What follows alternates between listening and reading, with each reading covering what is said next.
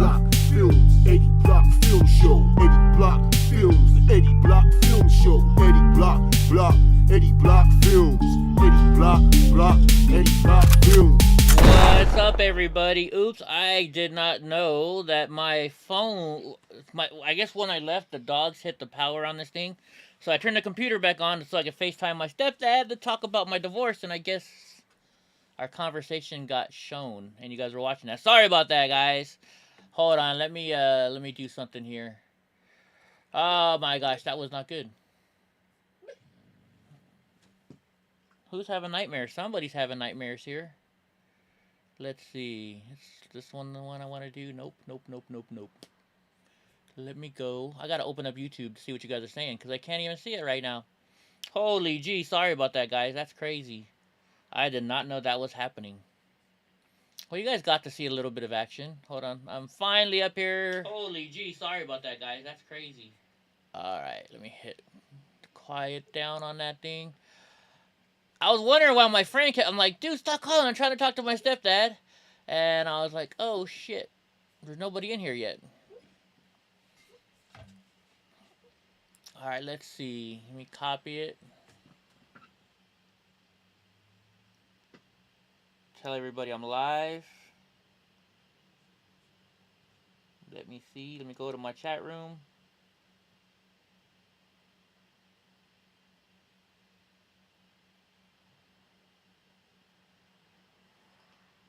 Where is every? I got one. I got a thumbs up, so somebody must be in here. Let me text Mr. Nice Guy, let him know I'm live now. It's just me. We gotta play my intro song. You know, I was playing it a second ago. We'll play it again. Man, oh, live! I can't believe that's going on. I hope my ex-wife didn't see that. Oh my goodness. Oh my goodness. Oh well. Let's play my song again real quick while we got one watcher and 3 thumbs up. Where is everybody? Where are y'all? Block Films, Eddie Block Films. You watching Eddie Block Films, Eddie Block Film Show. You watching Eddie Block Films, Eddie Block Film Show, Eddie Block, Eddie Block Films, Eddie Block. What's up, Carol? Did you hear my private conversation too? I did not realize what was going on. We all here, yeah, we watching Eddie, getting facts ready, keeping all the cameras steady, audio ready, so unlock, yep, and unload. Patriot. Gotta play my new favorite song Eddie Block first. Show, Eddie Block Films, Eddie Block Film Show, Eddie Block Films. Jesus, only you, Carol, watching? Where is everybody? Eddie Block Films, Eddie Block, Eddie Block Films. Yeah, I had to dress nice for court today. Alright, let's get this started. People will come in a second.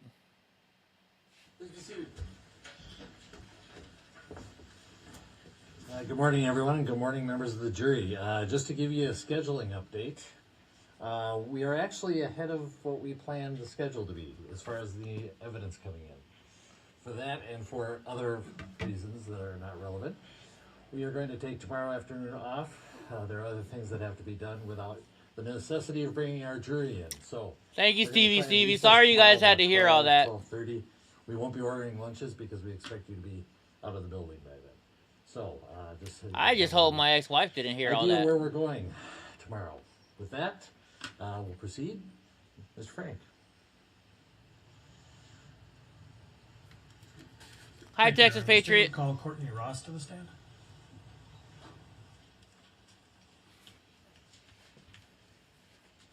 How bad was what you guys heard? For whoever heard what I said, how bad was it?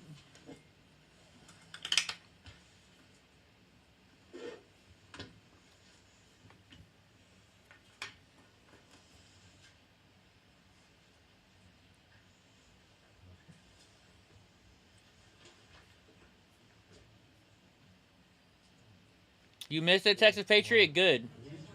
I'm good. Come right up here, and if you could just stand behind the chair to start with. Raise your right hand, please. Do you swear or affirm under penalty of perjury? Testimony you're about to give will be the truth and nothing but the truth. I do.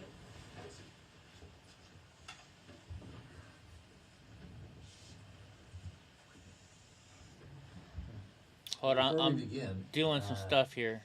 well, you anticipated my first request, which is to keep your mask off. It just that it'll be easier to hear you. If you feel a need that you got to put it back on, feel free. But the important thing is that we be able to hear you, and so what we're going to do is start to make sure we can hear you. We're going to have you state your full name, spell each of your names. Okay. My name is Courtney, Courtney, Batia. Sorry. Batya, Ross, Ross. Thank you. Mr. Pratt. Thank you, Your Honor. Ms. Ross, can you just tell the jurors, not your address, but generally where you live? Yes, I live in Northeast Minneapolis How long have you been in the Northeast Minneapolis area? my entire life. I was born and raised. And can you tell the jurors how old you are? I'm 45 years old. Seems like a strange question. There is a reason for it. It's okay. And do you have any children? I have 2 boys.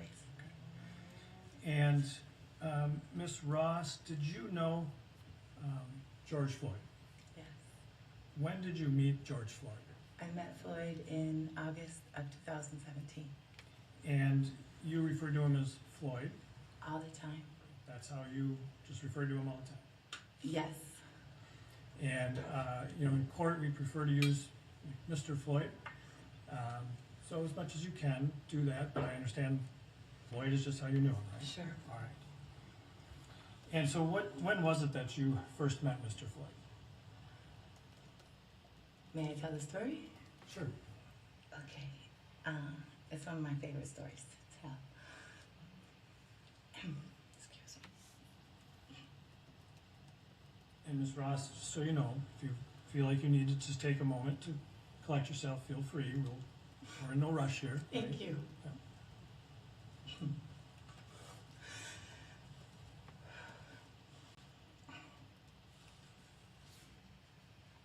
In August of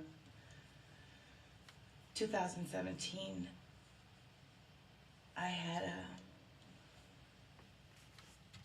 gotten off work one night. I worked at a coffee shop for 22 years now, part-time, and I was tired, and I just cleaned up and closed up the shop, and I went to go visit my son's father, who was staying at Harbor Lights, the Salvation Army shelter. He had had some difficulties and was staying there.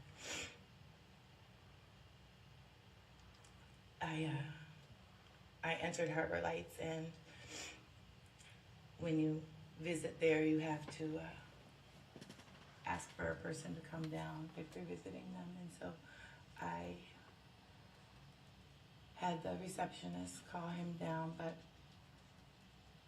he didn't seem to be coming down, so I waited in the lobby, and I wanted to talk to him about our son's birthday.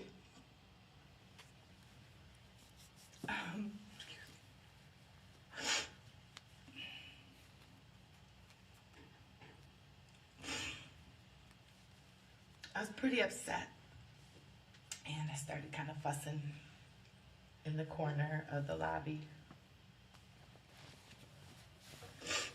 And, I am sitting in the corner at the diner on the corner. I am waiting. However that song goes. Floyd came to me.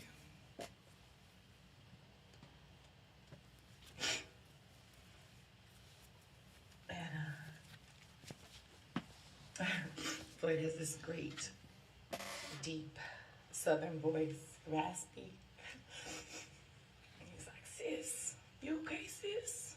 And I wasn't okay. I said, "No, I'm just waiting for my son's father." He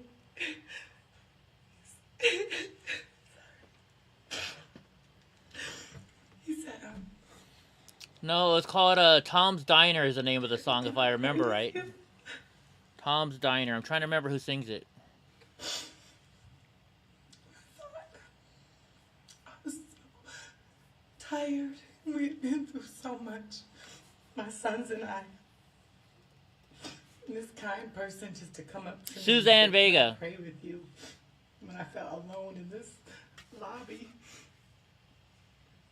It was so sweet. And at the time, I had lost a lot of faith in God. Oh my gosh. Mr. Ross. Sorry to interrupt, but I just gonna want to maybe help with a few questions, okay? Sure. At that point, did you know what Mr. Floyd was doing there at the Salvation Army? Oh, yes. I'm sorry. He worked there as a security guard.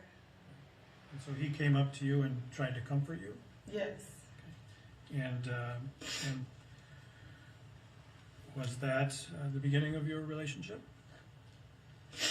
Well, not that part. That was just Floyd. Afterwards, he had asked me who my son's father was, and I said, you know, we're co-parent and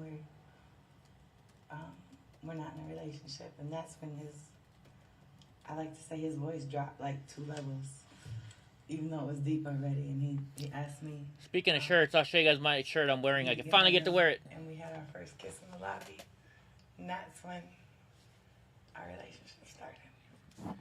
And after that, how close did you become? We were very close. And so I'm not sure you told us when this was. Do you recall roughly, you know, not the date, but the year at least? In August of 2017. Okay. And up until his death, did you continue to be in a relationship with him? Yes. Can you describe, you know, how close how often you saw each other during those 3 years? Just about every day we saw each other as much as we possibly could. Were there times when you weren't as close as other times? We had, you know, sometimes just like off couples. We argued sometimes and, you know, might have taken a break, but. Like most couples. Like most couples, I assume. Did you learn, you know, whether he was new to Minneapolis? Oh yeah, on our first date, you know, like most people do, we went over like our histories, and he told me he was from Houston. And what kinds of things did the two of you do together when you get together and do things? Floyd was new to the city, so everything was kind of new to him. Everywhere we went was new to him. He made it seem like, you know, I was new to my own city. So we like to go to, he lived right by Lake Bede-Makaska. We like to go down there a lot and, you know, enjoy the outdoors. We like to go to the sculpture garden and just, walk around. We went out to eat a lot. Because Floyd loved to eat a lot. He's a big man, and it took a lot of energy to keep him going, and he loved food, and so did I. It was fun. It was an adventure always. Who doesn't love food? Did you know where he was working, you know, prior to his death? Had he been working someplace? Yes, he was working at Conga Latin Bistro. What is that? Conga is a restaurant, but also a nightclub at, you know, in the evening. What did he do there? He was a security guard. He was head of security there. And did he at some point lose that job? Only because of COVID. I mean, it shut down because of COVID. And you had met at Salvation Army. Did you learn eventually that he worked there? Yes, I knew that evening that he worked at the Salvation Army. And he was a security guard there. Yes. And at some point that job ended, correct? Yes. I think that maybe a year or so after I met him. And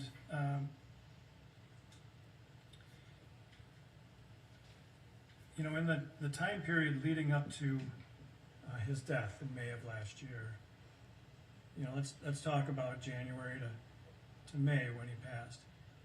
How often were the two of you seeing each other? Of 2020, Yes. at the beginning of the year, we had not seen each other, kind of separated for a little while, but from March until May, we spent every day together.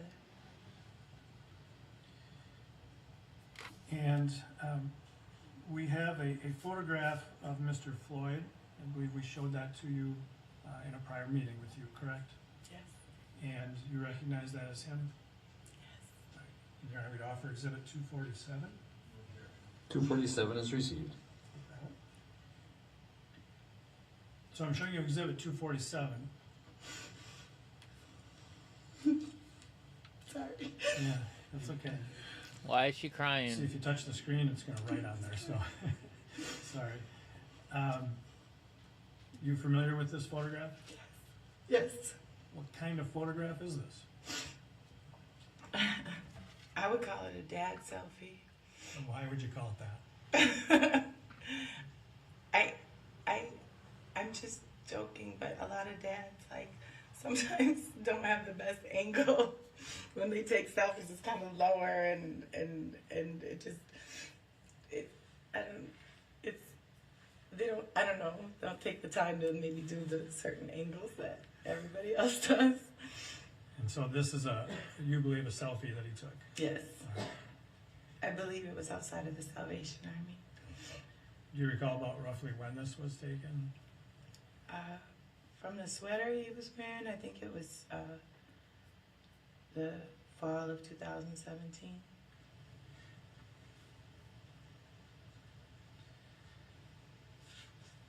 Did Mr. Floyd have any children? Yes. How many children did he have? Big girls don't cry. Big And did he girls try to be don't a part of cry. that Yeah, yeah. Sorry, I can't do it, guys. I can't do it. He loved his girls. It was hard being in Minnesota, long distance. But So his daughters were not in Minnesota. I could have used that today in court too. I want to make sure that your voice is loud enough for everybody to hear. At some point, when you knew Mr. Floyd, did you learn of his mother's death? yes, Did you recall when that was? it was in May of 2018. And did you see, well, describe, if you would, for the jury, what you saw his reaction to his mother's death.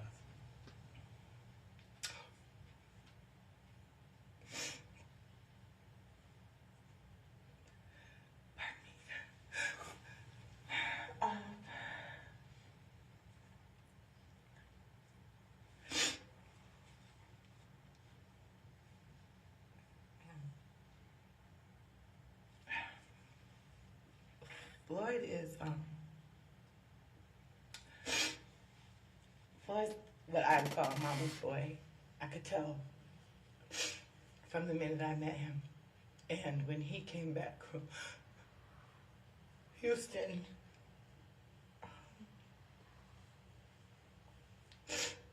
he seemed kind of like a shell of himself. Like he was broken. He seemed so sad. He didn't have the same kind of bounce that he had. He was devastated. He loved his mom so much, and I knew that. He talked about her all the time.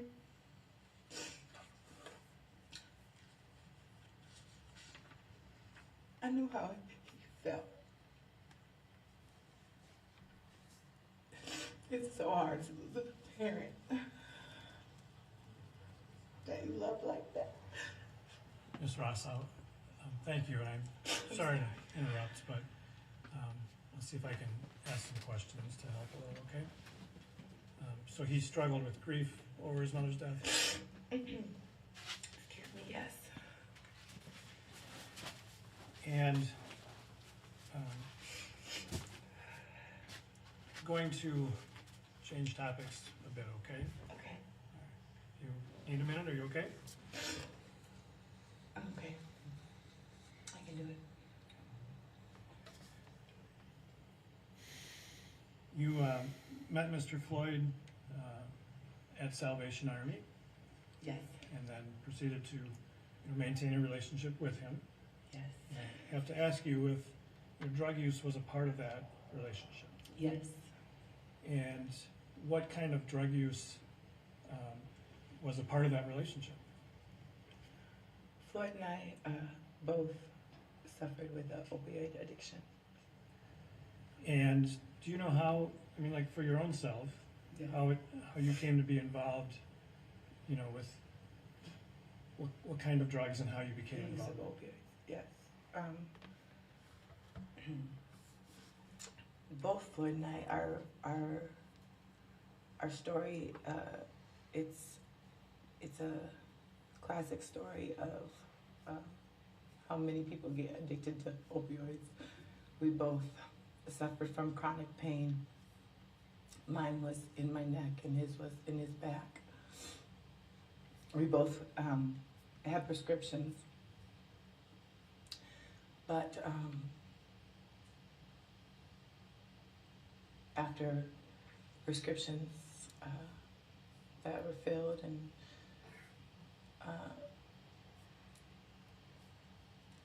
we got addicted and tried really hard to break that addiction many times.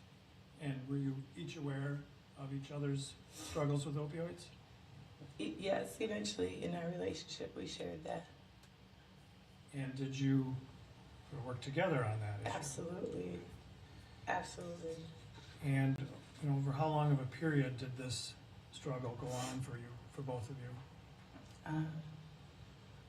Addiction, in my opinion, is a lifelong struggle. What's really quiet? So it's something that we dealt with every day.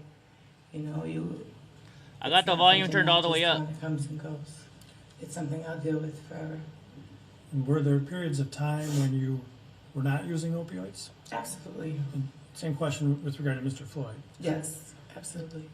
And were there times when you knew that he was using opioids more than by prescription? Yes. Does that make It's sense? as loud as Yes. it'll go, Mr. Nice Guy. And when you weren't using, prescription opioids, where did you get them? Off the street. On the black market. And you knew that he was doing that as well. Yes. And turning your attention to, well, let me ask this. You were in a relationship for nearly 3 years, Yes. and did this use of opioids beyond even prescriptions sort of continue throughout that 3-year period for Mr. Floyd? Yes. It's something that you saw yourself and were aware of. Yes. And to ask the same question of you, did you struggle using during that entire period? Yes. And were there times when you would use together? Yes. And for what you saw Mr. Floyd using, what form of opioids did he typically use? Oxycontin or oxycodone and any kind of oxy. And how did he get that? How did he use it? Swallow them?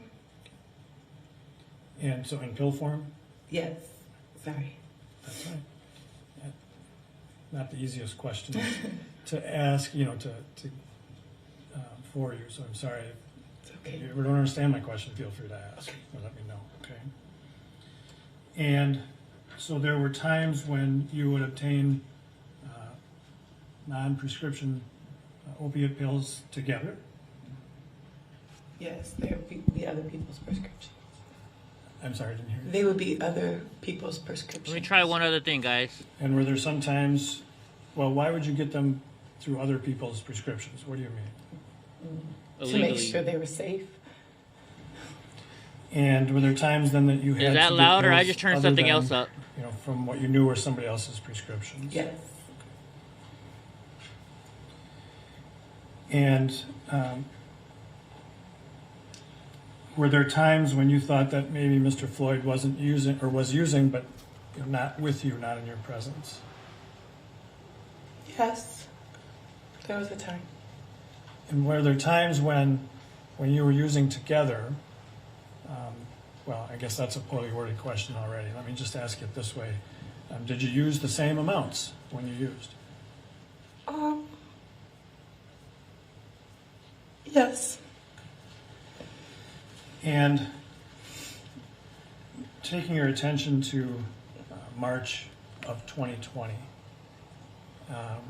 and there was a time in March when you knew he was back to using pills, is that right? I thought his behavior had changed. Okay. And what do you mean by that?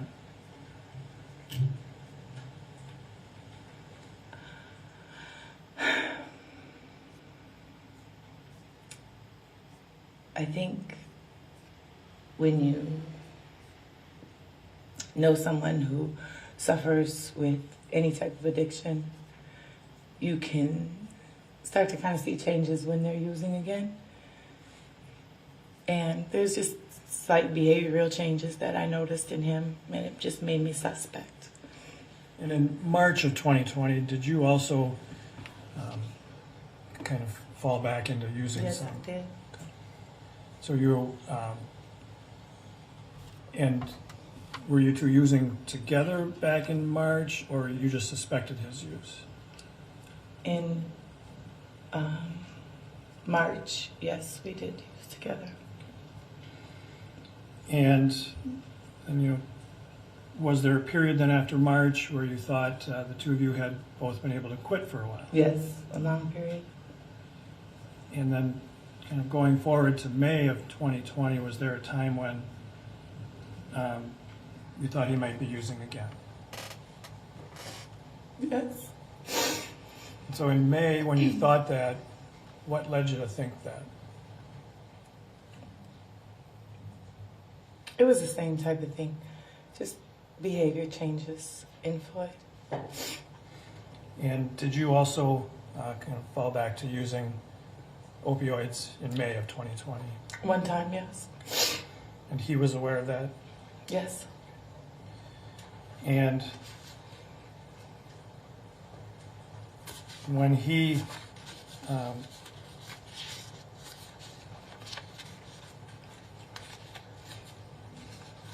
let me ask you this, I guess. In May of 2020, did you know where he was living? Just the general area. Yes, yes. Did he have his own place where he stayed? So, Johnny, you Yes, want... he lived in a place in St. Louis Park, Did he have, side by side. did he have roommates there? Yes, two. Did the two of you ever live together?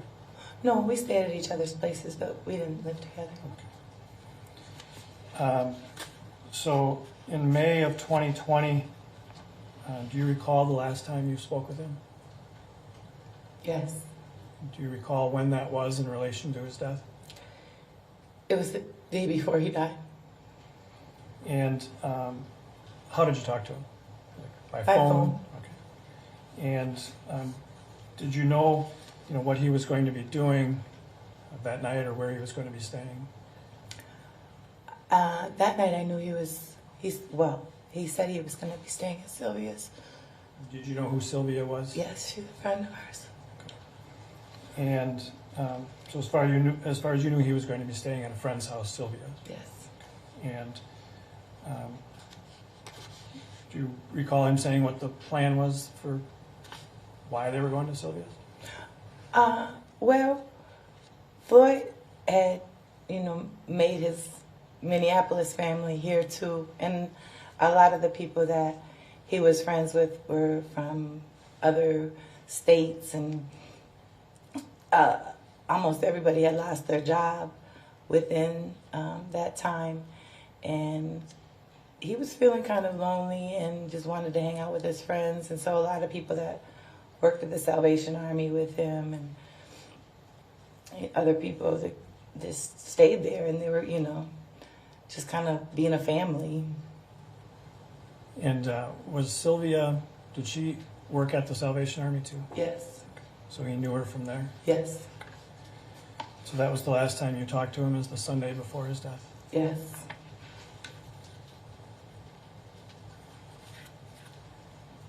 You told the jurors earlier that sort of the classic story leading to an opioid addiction, having injuries and prescriptions. Yes. Had Mr. Floyd been an active person physically? Yes. He's very active. Okay. And what do you mean by that? What types of things did you see him doing? Well, Floyd liked to work out every day. He lifted weights that are far beyond anything I could lift every single day. He did sit-ups, push-ups, pull-ups, just within his house. If he went out and about, he would go running, biking. He always played sports. He loved playing sports with like neighborhood kids or anybody really that would pick up any type of ball or racket. He would play instantly. So he was always involved in that. He would do anything physical. We went on paddle boating. We'll take walks. But he was the type of person who would just run to the store. When you were with him, you know, whether either he had been exercising or just hanging out, did you ever complain of shortness of breath or having difficulty breathing? No. And did he have did he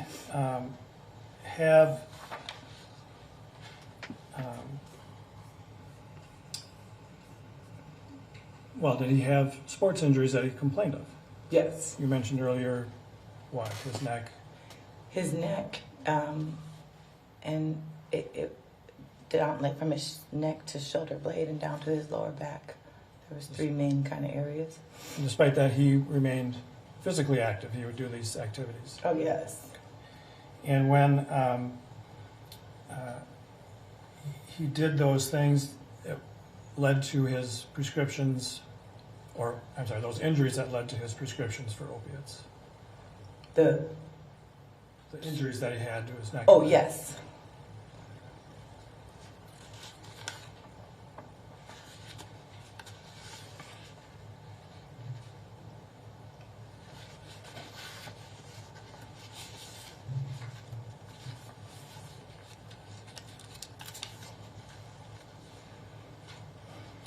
And I think I forgot to ask you, was there a time in 2020 when the two of you took a test for COVID?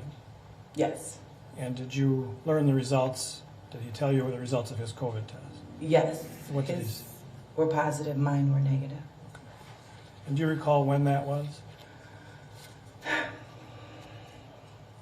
I believe it was late March. And so because of that, did he quarantine for a while? Yes, he was already quarantining, but his roommates also had COVID.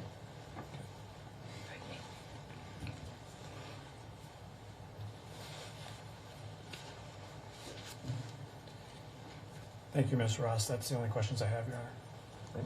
Mr. Nelson. Thank you. Hopefully Mr. Nelson gives her a good freaking talking to.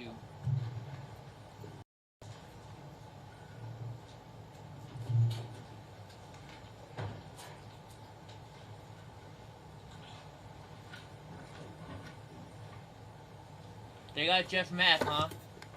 Come on, Mr. Nelson, let's hear you give it to her good.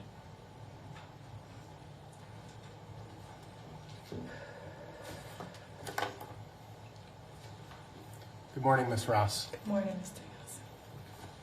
Thank you for being with us this morning. Thank you. I'm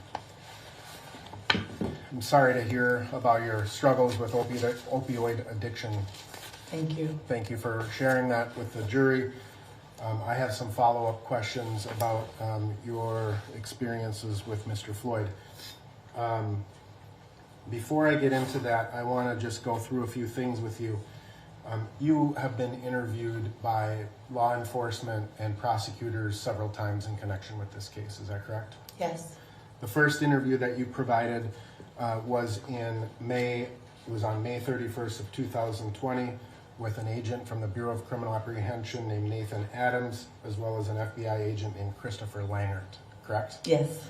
And you have you had an opportunity to review a transcript of that interview, that first interview? Yes. All right. You were also, then you had a meeting on December 14th with the prosecution team in preparation for this case, right? December 14th. December 14th. Would It you could dispute be. me if I told you that? I believe you. Okay. Then you also had an interview back in June of 2020 with just the FBI agents and some prosecutors from the federal government, right? Yes. And then you met again with prosecutors on February 21st of this year, or 25th, excuse me, of this year. That sounds right. And then finally on March 31st, which I believe was just yesterday, right? And you understand, again, that at least the meetings with law enforcement, they were recorded, transcribed, and you've had opportunities to review both of those transcripts. Yes. And in fact, I think yesterday when you met with prosecutors, you went through the FBI transcript from that meeting back in June. Yes, I did. Okay. So I know that you and Mr. Floyd both struggled with opioid addiction, and I just need to ask some kind of follow-up questions on that and time frames, all right? So when you first met Mr. Floyd, you would agree that throughout the course of your relationship, you and Mr. Floyd both had a struggle with opioid addiction. Yes. And there would be periods of time where you would both be using, and there would be periods of time where neither one of you would be using, right? Yes, that's correct. And there would be periods of time where one or the other may be using, right? Like you may have been Yes. using and he wasn't, or vice versa. Yes. All right. And you knew at some point Mr. Floyd had gone through some treatment programs, right? Yes. And I kind of want to just zero in on the time frame from January of 2020 until his death in May. Would that be okay? Yes. And I know that this is difficult, and I'm sorry we have to go through this, but so I want to kind of work backwards in a sense Okay. in terms of your statements. Okay.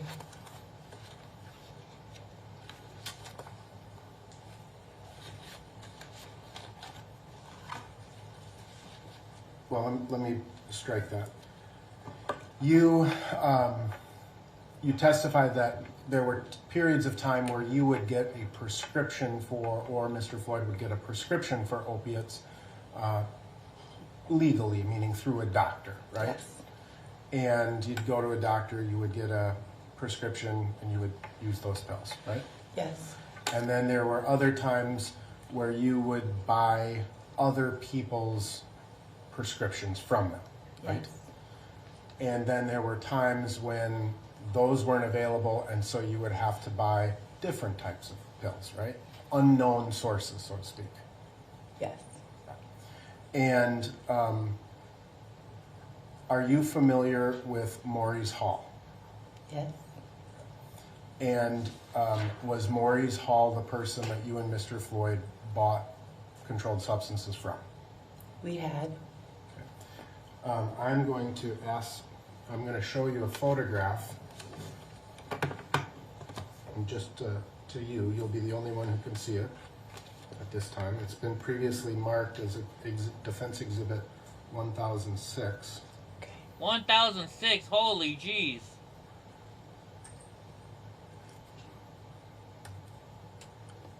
Can you see that photograph, ma'am? No. Just to her. No. Oh, sorry, I gotta hit this. Can you see that photograph, ma'am? Yes. Is that the person you know to be Maurice Hall? Yes. And can you just generally describe what he's wearing? Red hat, red pants, and a black and white shirt. And that is up in the upper right-hand corner. Would you agree that that has the date of May 25th, 2020? Yes.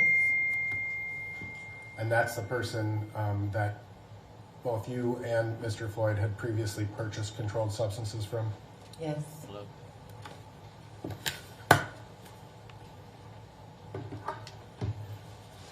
Now, in the January and February time frame, were you and Mr. Floyd clean and free from using opioids? I'm sorry, can you repeat that? Sure. In the January and February of 2020 time frame, did you and Mr. Floyd, were you clean and sober? At January and February? Yes. We weren't really talking to each other, so I wasn't around him. Okay, so you kind of were on the break at that point, right? And then you reconnected sometime in March, right? Yes. And was there an incident in March that required Mr. Floyd to be hospitalized? Yes. And that was, can you describe for the jury what that incident was? Which date are you speaking In March, when he was hospitalized? We went to the hospital a couple times in March. Okay. He was hospitalized for a more extended period of time in March, right? Yes. Okay, that's the incident I'm talking Okay. about. Okay. I understand he went once because he had hurt his hand, like cut his hand on glass or something. And that was a shorter hospital stay? Yes. But then there was an extended hospital stay yes. in March. Can you describe for the jury what led up to that hospital stay? Yes. Floyd, I went to go pick Floyd up from his house that night. I thought I was taking him to work. He wasn't feeling good. His stomach really hurt. He was doubled over in pain. Just wasn't feeling well, and he said he had to go to the hospital. So I took him straight to the hospital. We went to the ER, and they were checking him out in the ER, and it was getting late, and I had to get home to my son, so I left that Friday night. Did you later learn that that was due to an overdose? Yes. Object, Your Honor. Lack of personal knowledge. Overruled. You spent several days with him at the hospital, correct? Yes. And did you learn what caused that overdose? No. At that time frame, did you learn that Mr. Floyd was taking anything other than opioids? No. You did not know that he had taken heroin at that time? No.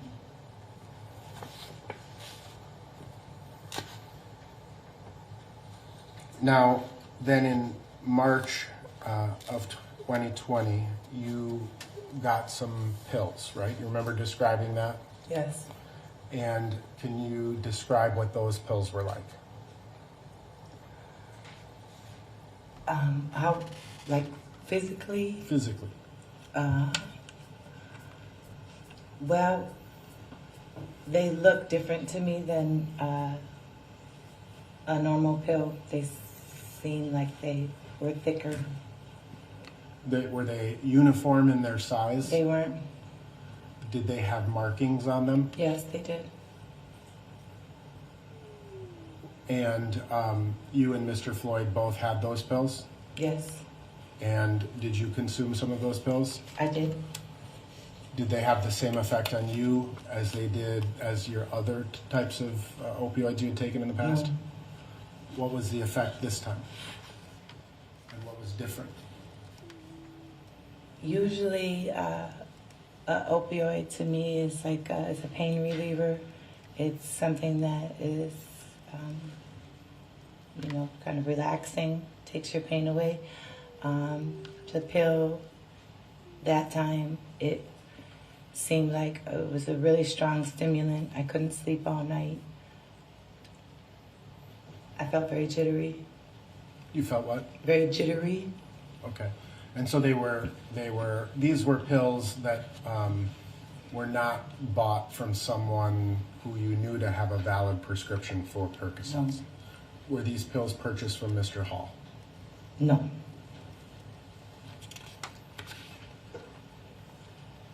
So were these pills before or after Mr. Floyd was hospitalized for his overdose?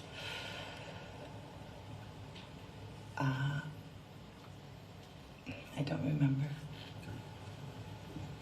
But you described when you picked him up that night, so you must have reconnected because you had kind of a little bit of a break, Yes. right? Reconnected.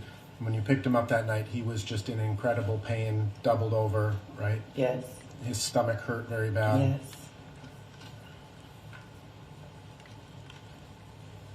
Now, I want to focus our attention on your statement that you gave to the FBI. And again, you've had an opportunity to review that transcript in its entirety, right? Yes. And you've had an opportunity to answer questions that the prosecution had of you regarding that statement as late as of yesterday, right? You and I have never met before, right? Not that I believe. And so I've not had an opportunity yet to ask you about some of the information in your statement. No.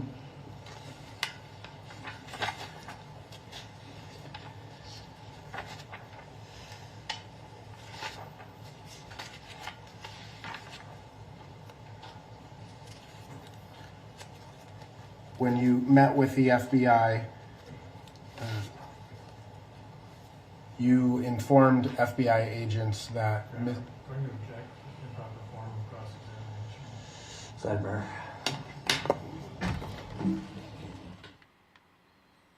Wonder what this is going to be all about. Let's do a little fast forwarding here.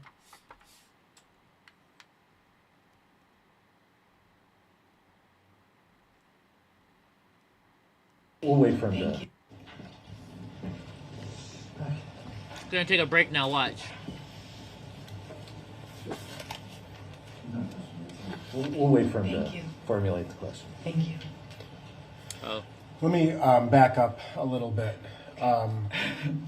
Did you know Mr. Floyd to spend a lot of time with Mr. Maurice Hall? I wouldn't say a lot of time, but he spent time with him, yes. Right. And would you agree that that was kind of from time to time that he would spend time with him? Yes. And you didn't like that, did you? Excuse me, I didn't like Maurice very much, no. Would Mr. Floyd be honest with you when he told you that when he was with him? I'm going to object to Your Honor's characterization. False speculation. That is sustained. You don't have to answer that one. Yeah.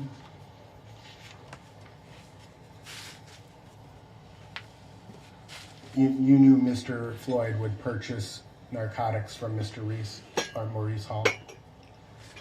I don't know that. I speculated that. Do you recall the FBI agents asking you, did Mr. Floyd purchase controlled substances from Mr. Sorry about the noise. Maurice Hall? Yes. And do you recall saying yes? I did say yes, but I did not see it with my own At eyes. this point. Now, the pills that were purchased in March that you described, Yeah. did you know that those were purchased from Mr. Hall? What, The pills that you described in March of 2020? no, I didn't know. But those are the pills that kept you up, you said, all night, right? Yes.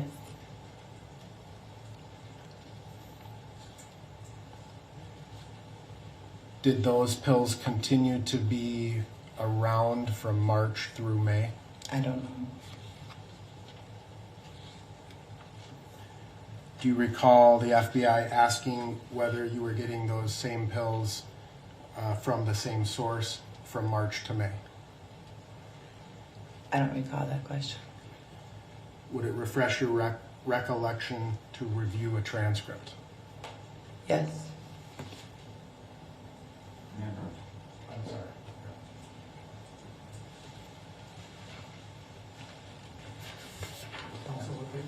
Oh, sorry. Bates 45212, page 12. I'm just going to read the schedule here down in your head. From the beginning? No, just from about here down. Oh, okay.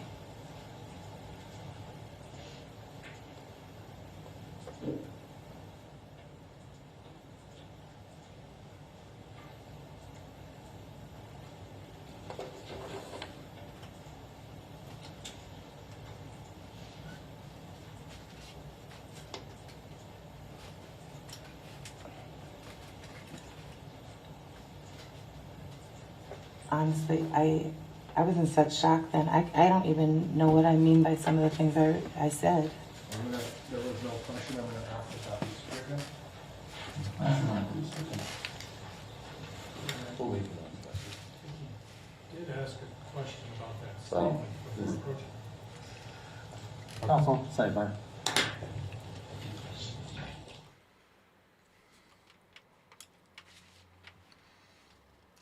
So you've now had an opportunity to review that portion of the transcript, right? Yes. Would you agree with me that the FBI agents asked you from March to May if you continued to purchase those pills from the same source? Did they ask you that question? They Yes. did. And you responded once in a while when we were desperate. Agreed? That's what it says, yes. I don't recall saying I'm that. going to object as non-responsive. Okay. Overruled. No, I don't. You don't remember that. Oh, okay. Sorry. Overruled. The answer will stay.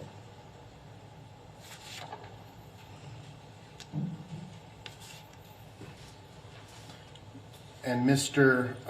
Floyd's overdose, that was at the beginning of March of 2020. He was hospitalized March 6th, agreed? Yes. Of 2020. And he was in the hospital for 10 or 11 days, something like that? No, 5. 5 days. And when you took him to the hospital, did you notice foam coming from his mouth? I noticed like some kind of, like, you know, foam building in the corners of his mouth, kind of Like dry. a dry white substance? Yes. Sorry. Now, pardon? No problem. We'll just walk through. All right.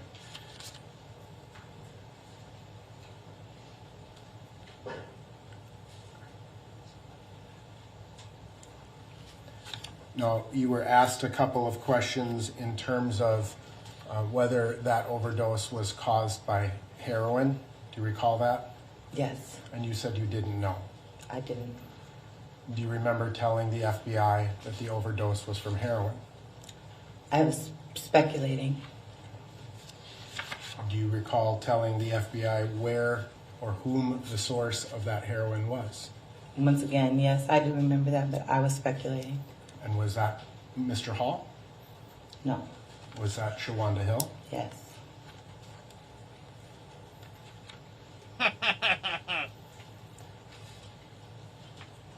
Did you know Mr. Floyd to purchase drugs from Miss Hill as well? No. Do you recall being asked whether he purchased drugs from Miss Hill previously? I don't remember that, no. May I approach the witness to, would it refresh your recollection to review a copy of your transcript? Yes. May I approach?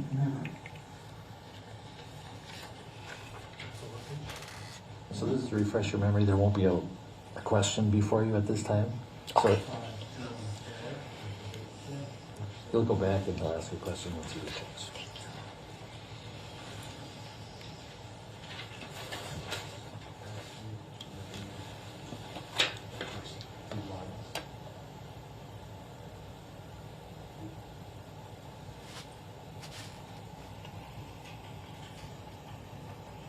Where does it say that he was buying drugs from her?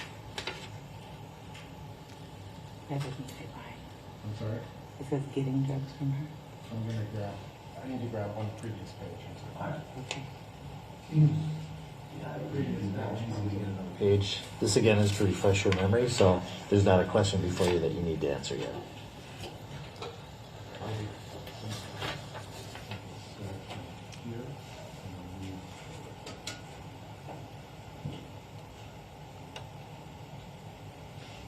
And then that says he was buying drugs from her.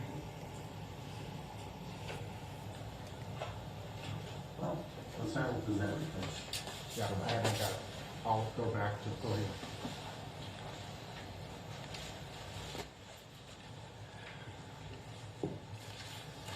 Ms. Ross, does that refresh your recollection? Yes, but none of that said he was buying drugs from her. You were asked, do you know who the woman was that he would have gotten that from? And your response was Chauvin Hill, Yes. right? I was speculating at the time. I did not know that. Understood. And you were asked, you said he liked getting drugs from her, and you said, correct? That's what you It said. says that in the transcript, yes. Now, those same pills, you ultimately got some of those same pills from March, or similar pills in May of 2020, correct? We got pills in May that reminded me of the same feeling. I don't know if they were the same pills. I don't know where they came from. Right, okay. So you had a second experience with those pills, right? Or a similar feeling to those pills? I had a similar experience, yes. Right. And that was approximately a week before Mr. Floyd's passing? Yes. And by similar experience, do you recall telling the FBI that when you had that, you felt like you were going to die? I don't remember saying that, but I did see it in the transcript. And is that how you felt, like you were going to die? I don't remember feeling that way, no. I didn't recall even saying that. You and Floyd, Mr. Floyd, excuse me, I'm assuming like most couples had pet names for each other. Yeah. And what was his name for you? I mean, what were you saved? Let me strike that. What were you saved in his phone as? Mama.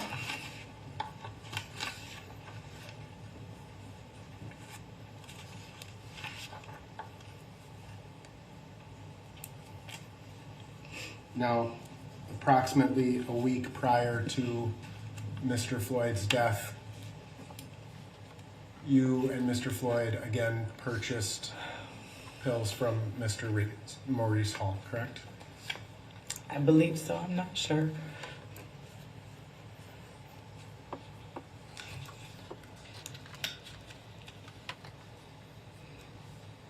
Do you recall telling the FBI that you bought pills from Mr. Hall 1 week prior to Mr. Floyd's death? Yes, but I wasn't there. I wasn't there. I didn't see anything happen. Yesterday, when you met with prosecutors, did you tell them that you were in the car at a hotel Yes, when those pills were purchased? yes, And that you were on the phone with Mr. Floyd at that time? yes, And you heard a voice in the background? yes. And that was a voice you recognized to be from Mr. Hall? I thought so, yeah.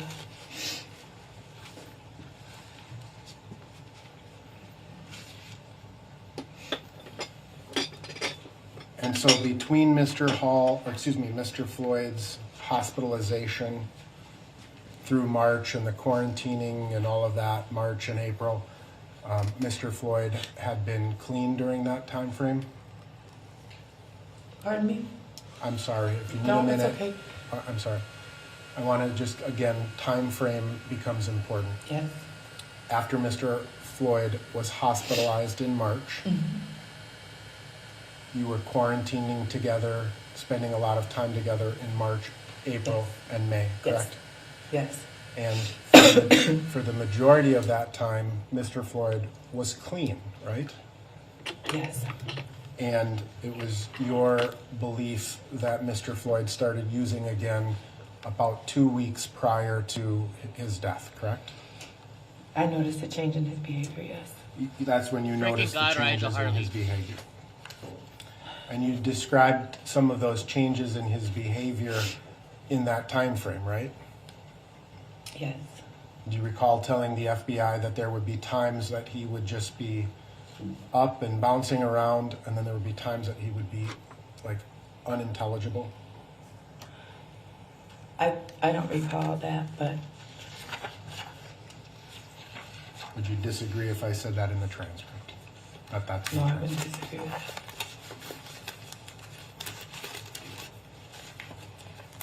She's like, oh shit, he's got that. Were you aware that Mr. Floyd was with Mr. Hall on May 25th of 2020? Only in the aftermath. I have no further questions, Your Honor. They're gonna redirect. Yes, sir. Why? She'll ask some more questions.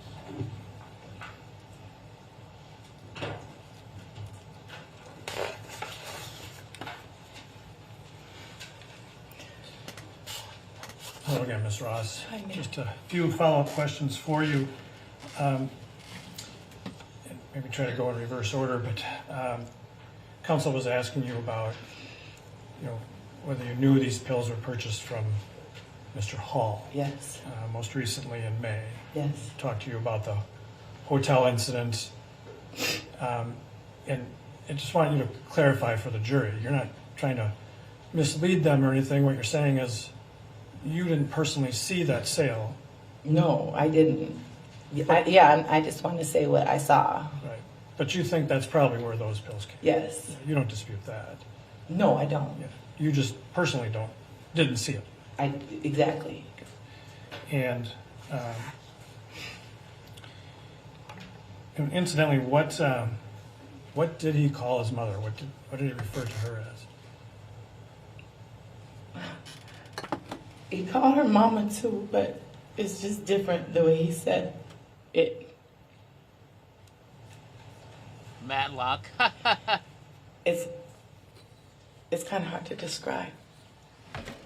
So if you were to say to somebody, "Mama," that could mean his actual mother.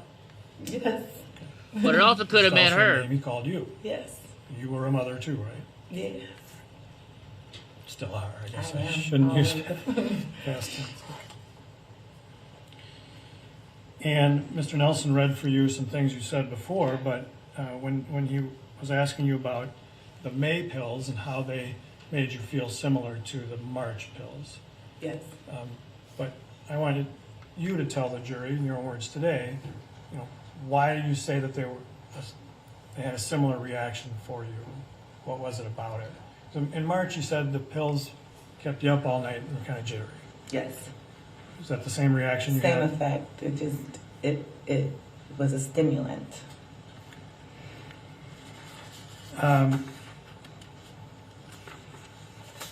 And when you took that pill in March, that seemed different. Yes. Obviously, you did not die from it. No. And did you see yourself, Mr. Floyd, taking one of those types of pills in March? Didn't say that again. I'm sorry. That's what I'm thinking. So the Mr. pills that we were talking about you obtained in March Yes. that caused you to feel jittery and were different. Did you Yes. also see Mr. Floyd taking that kind of pill? We did not take them together that time. Did you think that he had some of them for himself? Yes.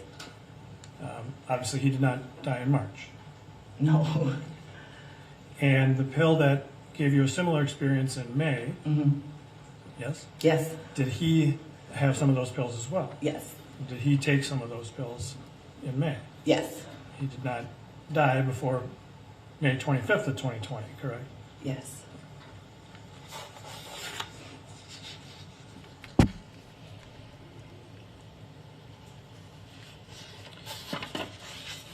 When you saw this change in his behavior prior to his death, in those 2 weeks, what did it lead you to think about, based on 2.5, 3 years you had been with him, about how much he was, how often he was using during those weeks.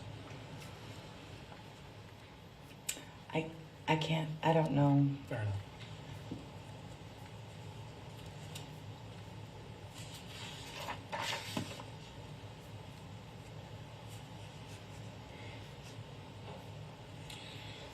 You were asked about your interview with the FBI and asked about statements you made. Did the FBI, as you recall, ever ask you, how did you know those drugs were from Mr. Hall? When you told them that you thought they were from Mr. Hall? I just told him I thought that.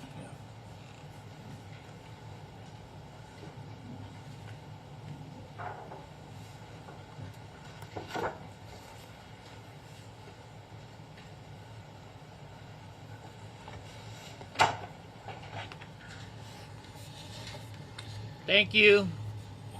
And the pills that we're talking about in May, Yes. I can't remember if you told me, did you see Mr. Floyd take any of those pills? Yes, we took them together that time. I'm sorry.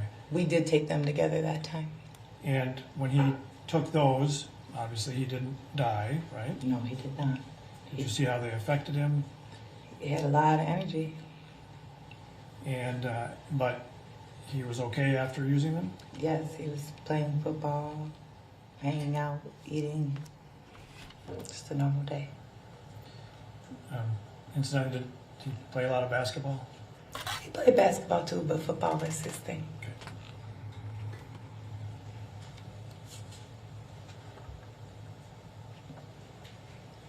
That's all I have here. Anything further?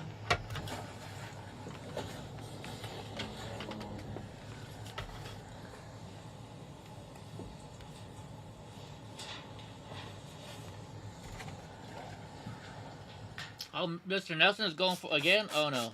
Okay. Let's fast forward. And if you could make sure you take your Thank water you. with you. They must be on a break.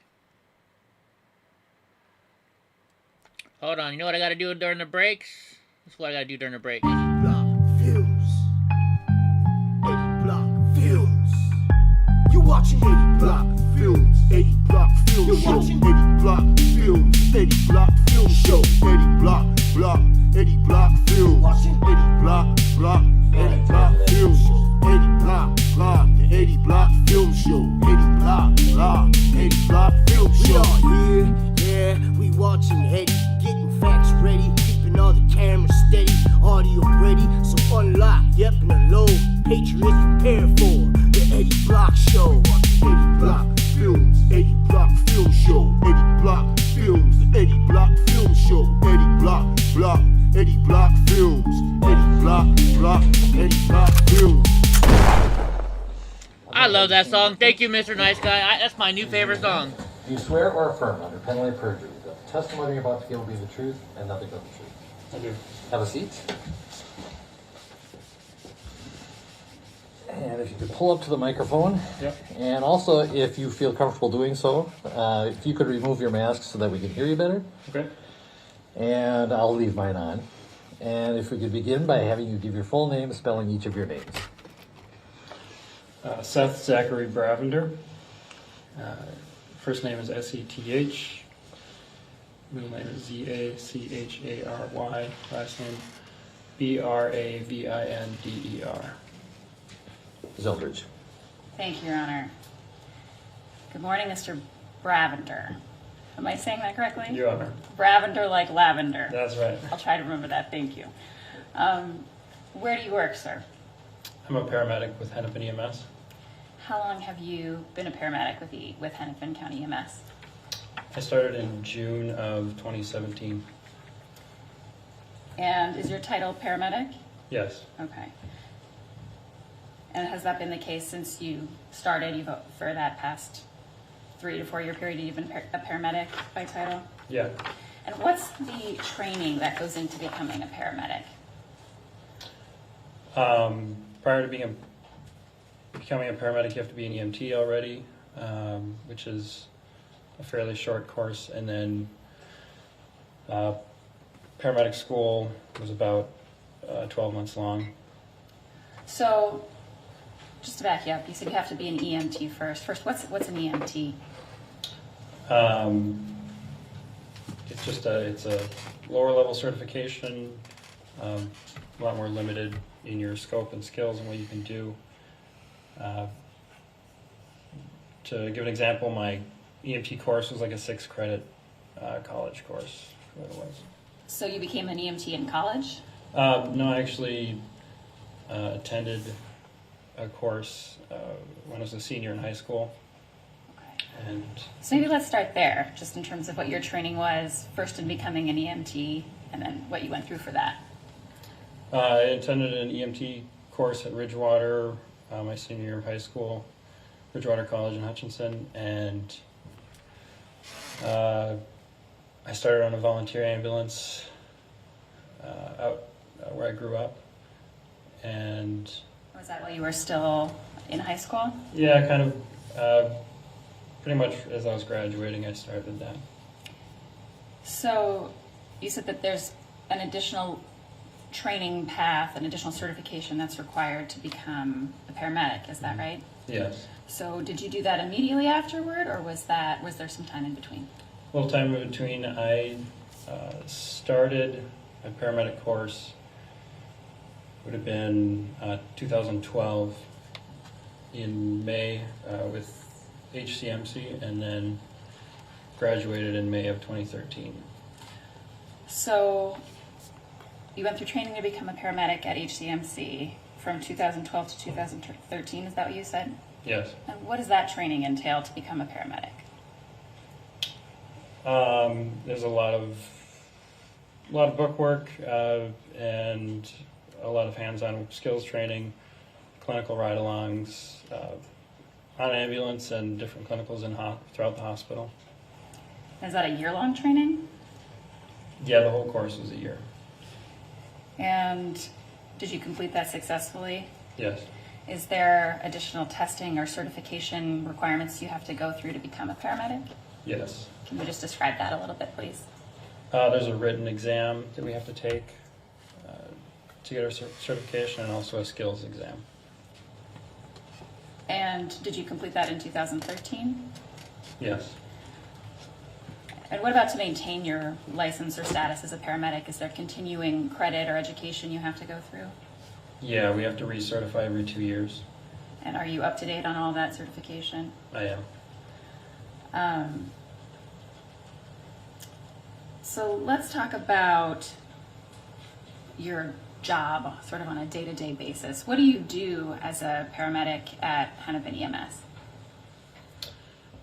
I work with my partner on an ambulance. We respond to 911 calls, primarily medical emergencies, and provide care to our patients and transport them to the hospital. What kinds of calls do you get? You said medical calls. Can those vary? Yeah, and anything somebody would call 911 for. Have some of those calls been life-threatening type emergencies? Yes. Have some of those calls been cardiac in nature? Yes. Drug overdoses, things like that? Yes. Other types of things? What else would you respond to? I guess mental health problems is included in that as well. Okay.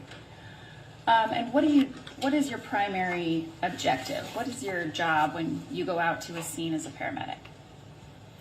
To provide the best care I can for my patient and bring them safely to the hospital, the appropriate hospital they need to go to, and also advocate for them when I need to. And when you say advocate, what do you mean by that? Just making sure that their complaint or their problem is heard and communicated effectively to the receiving hospital as to why they're in the emergency room. So when you're talking about advocating, is part of your process as a paramedic to hear and understand what the patient needs and is going through and pass on that information to the hospital? Correct. I'm going to direct your attention to May 25th, Memorial Day of last year. Were you on duty as a paramedic with Hennepin EMS on that date? I was. And was there a call that you responded to that evening in the area of 38th and Chicago? Yes. What was the nature of that call? How did you become aware of it?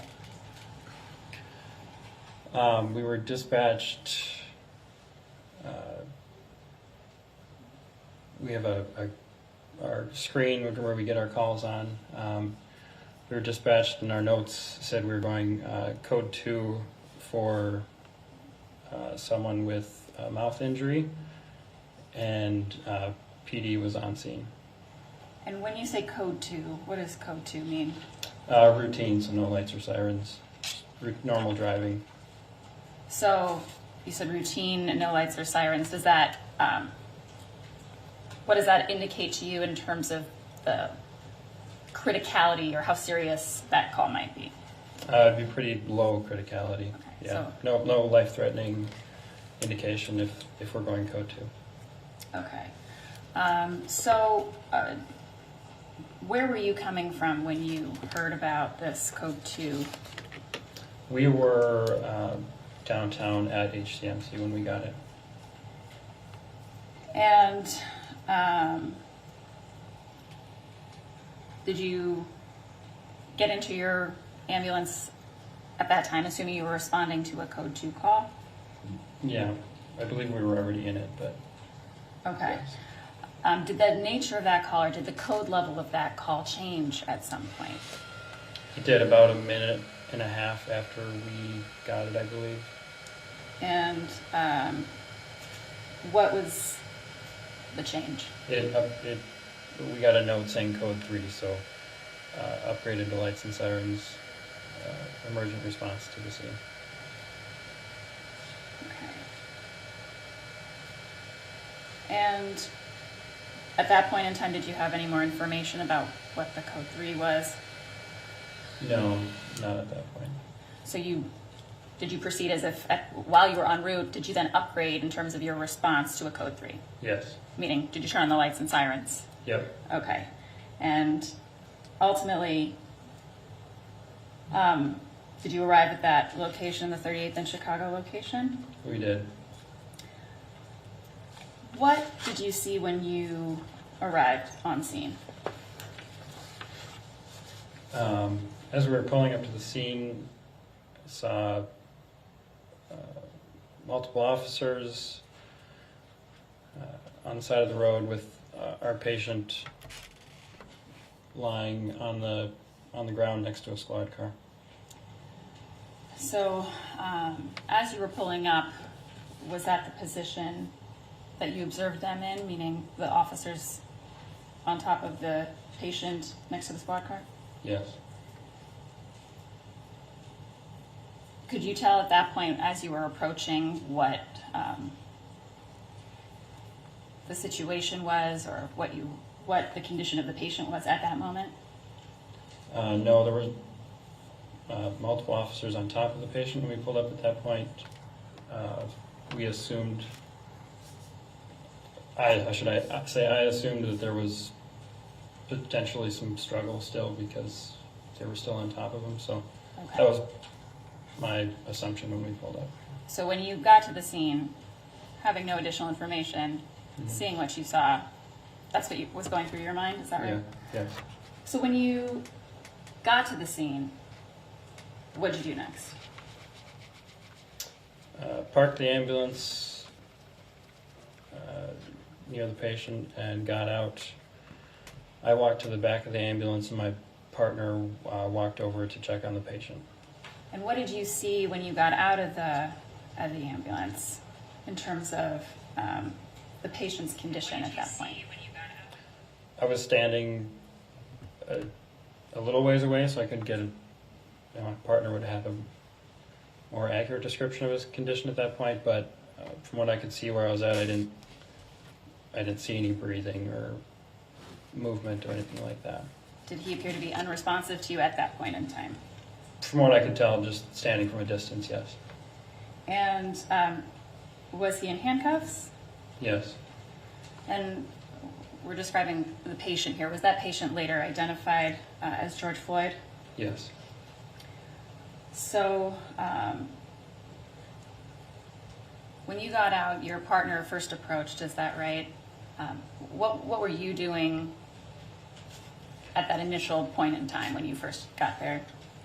As he went over to check on the patient, I was watching him to kind of get a cue on what we were going to do next, because we're still determining what the patient's condition was. So I was kind of waiting for him to go check on the patient and then know what to do next. And at that point in time, when you were standing outside and your partner was approaching the patient, did you see a struggle of any kind going on, any movement, anything like that? No. Okay.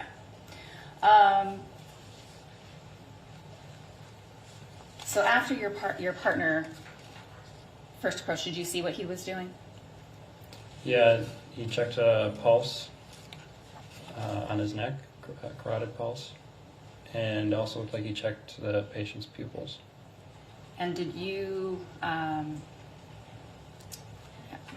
discuss with your partner at that point next steps?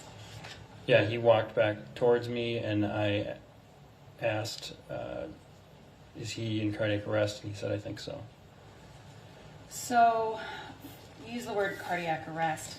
What does that mean?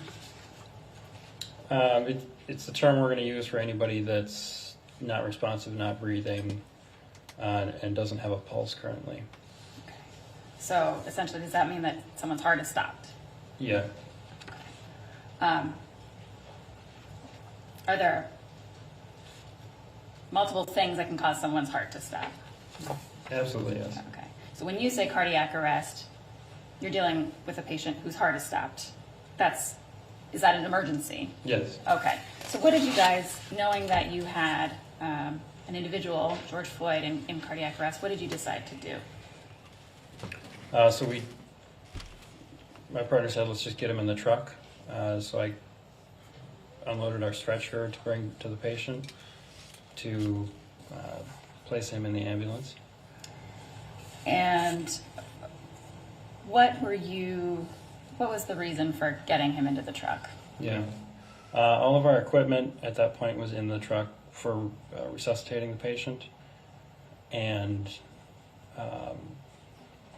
we also didn't have Minneapolis Fire there yet, which they work with us on critical patients like that and help us a lot. So kind of for resource management, we needed to get in the truck. And then on top of that, there was also a crowd of people that appeared very upset on the sidewalk, and I think there was some yelling and stuff, and we, in my mind at least, we also want to get away from that, because running a cardiac arrest, it takes a lot of mental power and focus, and it can be taxing on our abilities, so we want to do that in the optimum environment we can. And since the ambulance is right there, we want to be in that controlled space to start resuscitation.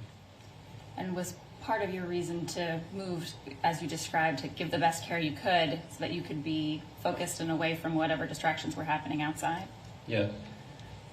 And you described hearing people, yelling or loud voices, but was there a physical fight or anything like that happening while you were there? Not that I saw, no. Okay. But you decided it would be best for the patient to move to a controlled setting and do your work on the ambulance, is that right? Yeah, and all of our equipment was there, yeah. And when you also mentioned fire, tell me why it's important to have fire assist in a situation like this. There's just a lot of different skills we're going to be doing on a patient to try to resuscitate them, and we work closely with Minneapolis Fire. They're all EMTs, and they work with us on resuscitating a patient, doing things like breathing for them with like a BVM to help the patient breathe, or do chest compressions, stuff like that. Okay, so I'm going to break down some of the things you said. You used the term BVM. Sorry, yeah, it's just it's a thing you squeeze to breathe for your patient, essentially. To assist with Alright guys, so apparently when this guy testifies, they show a video or something So if that's what got Jeff Mack kicked off, I probably won't show you guys the video, but I'll let you hear it. Someone's not breathing, is that a part of the process to try to resuscitate Yes. the respirations? Yes. All right, and we're using the word fire. I assume we're talking about the Minneapolis Fire Department, is that Yes. right? And in a lot of people's minds, the fire department fights fires, but you're describing they're also EMTs. Yeah. So is it typical for them to assist you with a patient who's in extreme distress or a cardiac arrest or something like that? Yes, it is. And you said that there's a lot of work to do. Maybe you could just explain a little bit for the jury why it takes so many people. You know, what's the process that you typically go through when you're trying to resuscitate a patient in that state? We were doing things like chest compressions to hopefully circulate blood through their body, and you also need to control their airway. So there's some sort of airway has to be placed, and we have to breathe for them.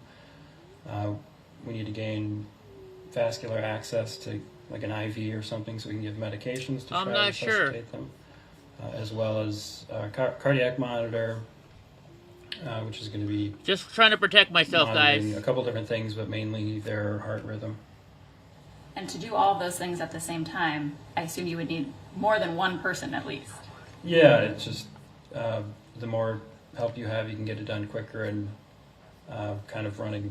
You know, once you have everything established, it can run much smoother. But that initial part is helpful, having resources. Yeah, so violation of graphic violence. So All right. I don't want to show I'm it. going to just back you up to when you got onto the scene. We'll play it, and but we that won't show it, first guys. Initial You can hear it. interaction you had. If you want to watch it, I'll tell you what I'm going time. to play a clip from what's already been admitted as Exhibit 47, and we're just going to play a clip from 20:27:35 to 20:29:45. All right, you guys can look at me for this, just to be safe, Everybody guys. got it. Just to protect myself. You know what I mean? I'm sorry to do this to you guys. Right now. I'll tell you what they're showing. They're just showing him on the ground. Are you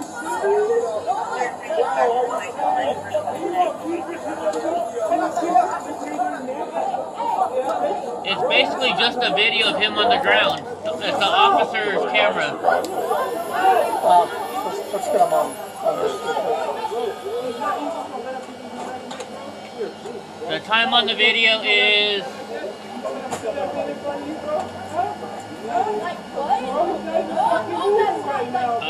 shit, it doesn't tell me. It's negative 3 hours and 45 minutes. Shit, I don't know.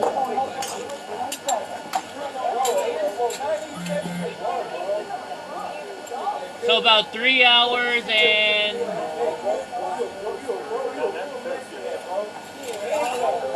6:36. 2 hours and 50 minutes in, guys. 2 hours and 50 minutes in. It's a video we've seen already.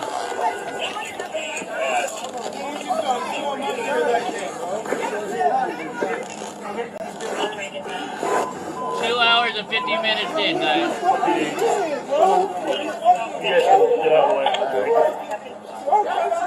Don't touch him.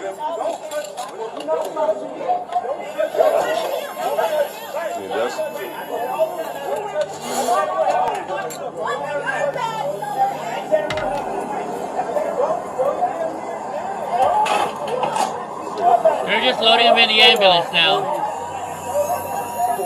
I have a feeling it's because they're trying to say he's dead already, and that's why you can't show it, I'm guessing. Right, yeah. I don't have my phone, so I'll be back here. But now they're getting, wait, he's getting in the ambulance now, so that's probably what's wrong. They're showing him, they just cut his shirt off. Okay. They just cut his shirt All off. right, so we can take that down. So just to kind of walk through that clip, the beginning of that clip, there was an individual with a hat bending down over on the their head of video. Mr. Floyd. Was that you or your partner? That would have been my partner, And what's your partner's name? Derek. And what's his last name? Something's in my teeth. And when you initially, at the beginning of you. that clip, when Mr. Smith was bending down over Mr. Floyd, was that the point in time when he was checking for a pulse and pupils? Thank you very much. It's a piece of lettuce. And you may have been out of the frame for that, but what were you doing while that was going on? I was at the back of the ambulance. Yeah, I was standing near the back of the ambulance. And while your partner was checking for a pulse and checking pupils, were the officers still on top of George Floyd while that process was going on? Yeah. I'm just going to show you a different clip with a different view of within that time frame. We're going to publish what's already been admitted as Exhibit 15, but just a short clip from that, which will be from 6:45:28 to 8:10:29, if we could. All right, I'm going to shut off again, just in case, guys.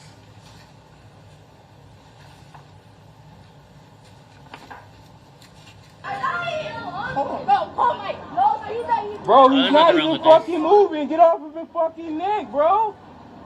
Get off of his neck. Yes, look at that, bro. Are you serious? Bro, are you serious? And you gonna keep your thing on your neck? Yeah, I bet you. Bro, I barely touch me like that, dude. I swear I'll slap the fuck out of both of y'all. Alright, I'm not gonna show you anymore, just in case, guys. Just in case. What's up, A1? You gonna let him keep his hand on his neck, bro? I'm not even watching. Tyler, you gonna let him keep that like that? You gonna let him kill that man in front of you, bro? Huh? Like what? Bro, he's not even fucking moving right now, bro. He's not even fucking moving. Bro, what it is, we gotta deal with this, bro. They're not gonna help us, bro. Right, he black, they don't care. 97 years If it old, ain't fake people, they don't care, bro. You gonna just sit there with your knee on his neck, bro? Like that? You a real man for that, bro. He ain't handcuffed, Look at him. bro. Just You a real man, bro. You a real man, bro. I trained with these young men, bro. The fact that you guys aren't checking his pulse and doing compressions if he needs that, you guys are on another Oh my God, bro. And then he just gonna pull him They up just there like dragging that, him bro. like, come Yeah, Oh my on. God. your name tag, bitch. That's not very professional. It don't matter. So what? Freedom of speech. Freedom of speech, bro. I know we've seen it like 50 times, guys, but you know what? If Jeff At the Mack end of got that kicked clip, off, you know there's they're trying to another kick me individual off without a too. hat toward the head of Mr. Floyd. Was that you in that position at the end? Yes. And you were seen bending down over Mr. Floyd, and there was a gesture made with your hand. You like the first bowl? What were you attempting to do at that point in time? Just have the officer move. And again, did you have a conversation at that point, or what was the intent behind that? I don't recall if I said anything or not. I'm not sure. And why did you need the officer to move? So we could move the patient. And then were you continuing to assist on the head side of Mr. Floyd while the patient, Mr. Floyd, was moved? Yes. I believe there was a clip in there where you were holding or had your hands near his head. What were you trying to do there? I was just trying to keep it from slamming down on the pavement as we moved him over. And how would you describe sort of the way that Mr. Floyd was moved to the stretcher? What do you mean by that? That wasn't a very good question. You were trying to keep his head from slamming into the pavement. Why is that? Because he was, I guess limp would be the best description. He wasn't, he was unresponsive and wasn't holding his head up or anything like that. And were you trying to protect his head? Yes. At that point, okay. All right, so what happened next? We saw the initial clip where Mr. Floyd was loaded up onto the ambulance. All right, let me do some work here. Did an officer come with you? Yes. And what was the purpose of that? To do chest compressions for us. And was part of that the reason you described in terms of you need more people to work on a patient in this situation? Yes. So what did you do at that point in time? You can see it in the video. My partner and I had a brief discussion that we were going to move a couple blocks away. And was that the reasons you described earlier? Yes. Did you ultimately go to another location? Yeah, I went to the front and drove the ambulance. That's weird. What's going on there? Okay. All right, I am going to show just you, not the jury, an exhibit that has not yet been admitted, but if we could just put exhibit 73 on the screen, please. All right, so you should see in front of you a map. Does that appear in front of you? Yes. And does that show a map of the area where you were on May 25th, 2020? Yes. And does it show both Cup Foods and sort of where the ambulance ultimately parked for a period of time to render assistance? Yes. Your Honor, I'd offer Exhibit 73. No objection, Your Honor. 73 is received. And we'd ask permission to publish that to the jury. All right, we'll try doing it that way, okay? All right, so now that's up on the screen. If you could just describe where you went and how you got there. Draw on the screen. We would have gone down 38th and then up Park here. And if you could just describe, you had talked about the reason to move, but why did you need to stop?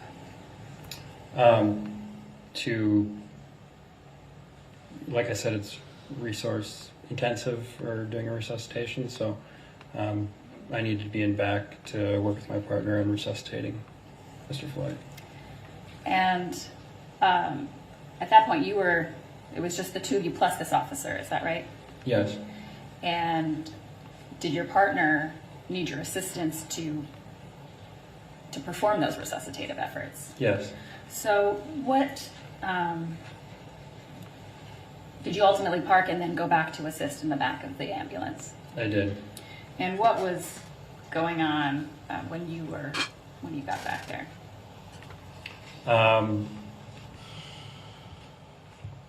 I can't remember everything that was going on at that exact moment when I walked into the ambulance, but Let's start with this. I mean, had his condition, had Mr. Floyd's condition improved? Had he gotten better? no. I remember walking in and the cardiac monitor was showing asystole. So Okay, so I'm going to stop you there because that's a word that not a lot of people know. What is asystole? flatline, so it's monitoring your cardiac electrical activity. I guess like flatline is the most layperson friendly term, but basically tells us your heart isn't really doing anything at that moment. So there's essentially no activity in the heart. Yes. So when you came back and saw that the monitor showed asystole, well, what's the significance of that just in terms of a patient's condition? It's not a good sign for a successful resuscitation. But.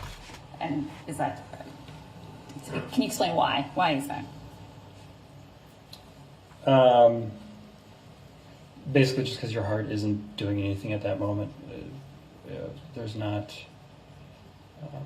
it's not pumping blood, so it's not a good sign for a good outcome.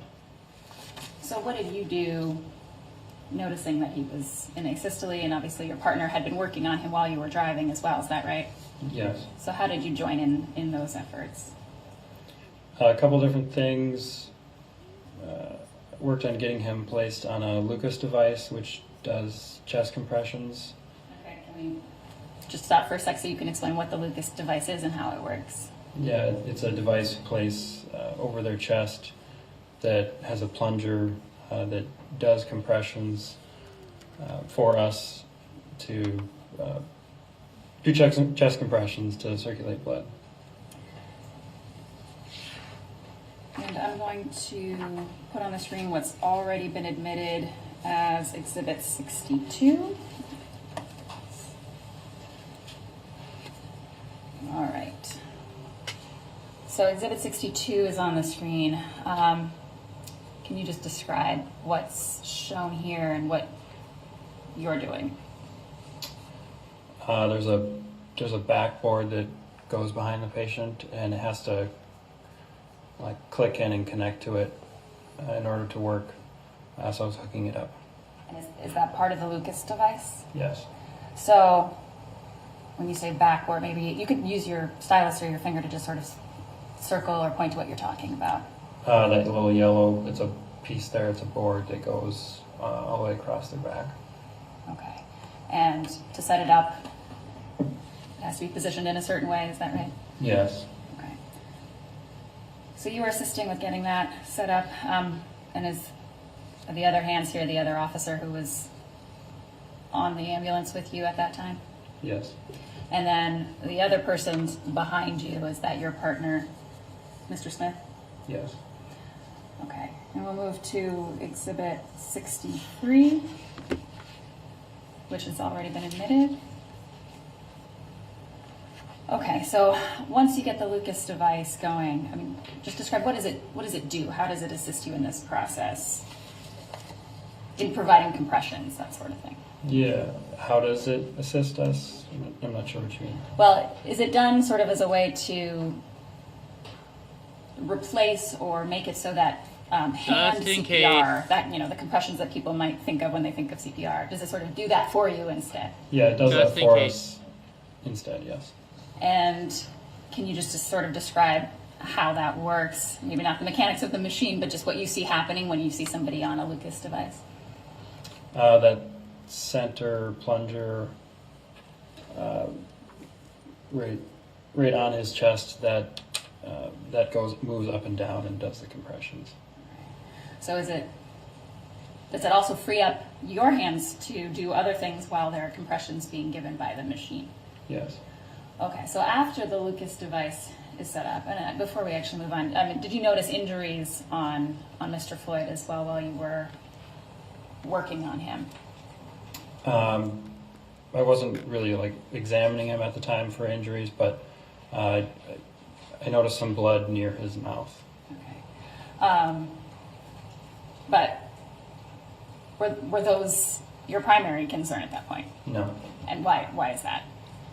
It'd be just on glance, it looked like a minor injury, and it's not really a concern because we're worried about resuscitating him. Because at that point he didn't have a heartbeat, right? Yes. Okay. So now in this picture in 63, which one of these individuals are you? Is you? I'm the one near the patient's head. Okay, so what are you doing there? Placing an iGel airway device. And what is an iGel airway device, and what does it do? I place that in their mouth. It goes near the glottic opening to their trachea. Means you can use that BVM, that bag I was talking about, to breathe for them. And is that when they cut them off? All right. Ventilate them. And why is that important to? Just trying to play it safe, guys. It's a part of securing their airway to make sure liquid or fluid or vomit or anything doesn't end up in their lungs, and also helps us deliver oxygen and ventilate effectively. And at this point, I assume that you're doing this because he's not breathing. Yes. Okay. Meaning no respirations are happening for him, so you're trying to use your equipment to do that. Is that right? Yes. Okay. So did you ultimately, well, let's move to Exhibit 64,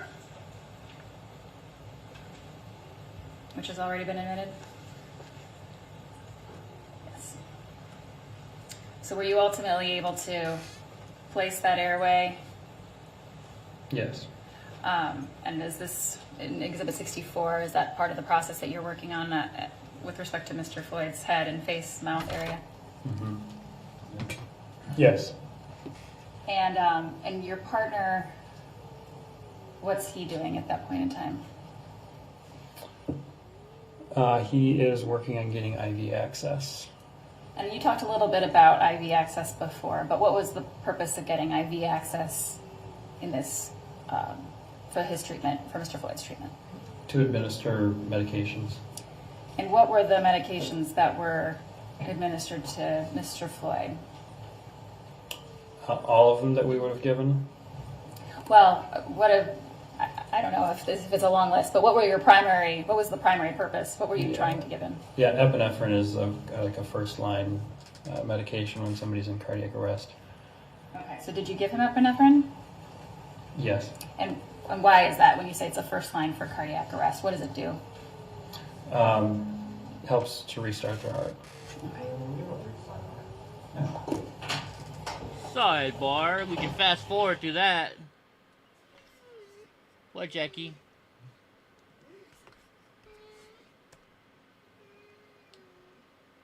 I gotta get his pills going.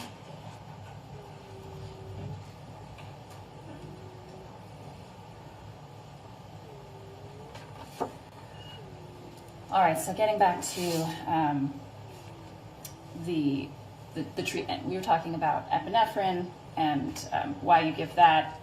And you said that's something. Can you repeat what you said, just so I can recall?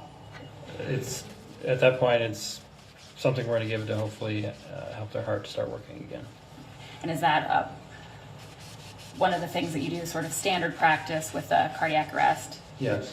And do you also give sodium bicarbonate as one of your treatment options for a cardiac arrest as well? Yes. And is that does that provide assistance if there's been downtime or some extended period of time without a pulse? I can rephrase. Why don't we rephrase? Why do you give sodium bicarbonate? Based on my training that I was given, it's to help with acidosis. And what is acidosis? Essentially, your pH would be low. There's many different things that could be causing that, but Well, why is it bad to have low pH? I won't dive into the details on it because I'm not an expert, but based on my training, it needs to be, acidosis is bad and we need to work on correcting that. And is acidosis something that can be caused by things like hypoxia? Sustained. All right, so when you're talking about acidosis, what are you trying to treat in the moment? What are you dealing with?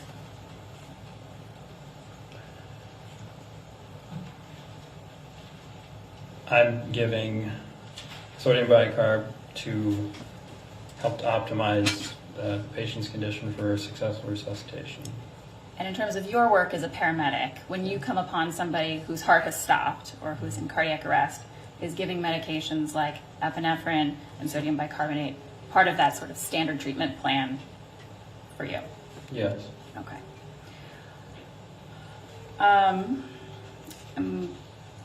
I believe we just took down Exhibit 64.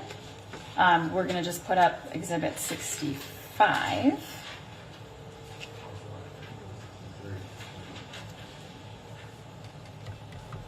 Okay. Maybe if we could just go back to 64 just for a second because I'm not quite sure which exhibit I had on there. All right, I believe we had 64 up. Let's move to 65. Okay, and again, could you just describe what you're doing at this moment in Exhibit 65? At that moment, I am working on securing the iGel airway device. In my right hand there, that blue thing is a tube holder, we call it, to put in the patient's mouth to keep the airway device in place. Okay. And while you're working on the airway, is your partner working on the IV? Yes. And was that for purposes of administering the medications we just discussed? Yes. Okay. We can take that down. Thank you. At some point, did the Minneapolis Fire Department arrive to your location to assist? Yes. And what was Mr. Floyd's condition at that point in time when they arrived? We're the same. Okay. Yeah. It hadn't improved, is that right? No. Okay. What did you do when the fire, well, how many firefighters came? I don't know that I can remember for sure how many were in the back. I believe it was 2, but I'm not 100% sure. And did your role change at that point when the firefighters arrived? Yeah. What did you do at that point? I believe at that point I started working on working on IV access. And was there sort of a switch of jobs when the firefighters came in? Yeah, at some point the officer stepped out and I kind of moved down to near where he was sitting. Okay. So when the firefighters came, did you feel like there were enough people to do what you needed to do for Mr. Floyd in order to get him where he needed to go? Yeah. So you said the officer stepped off. I'm a little bit Did one of the HDRF. firefighters take over with respect to what you were working on in the airway? Yeah, the airway was established, so they're working on squeezing that bag to breathe for the patient. And maybe you could just describe how that works. Does someone need to squeeze the bag in order to provide, well, how does it work? Yeah, it's just a bag that you're going to squeeze roughly every 5 to 6 seconds to breathe for the patient. And so after you had set it up and the firefighters arrived, did one of them take over that part? From what I remember, yes. And then you said you moved down and assisted with the IV. Can you just describe that?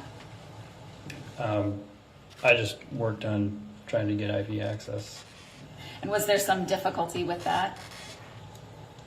A little bit, I believe. I believe we had IO access at some point, but I don't know when that was done.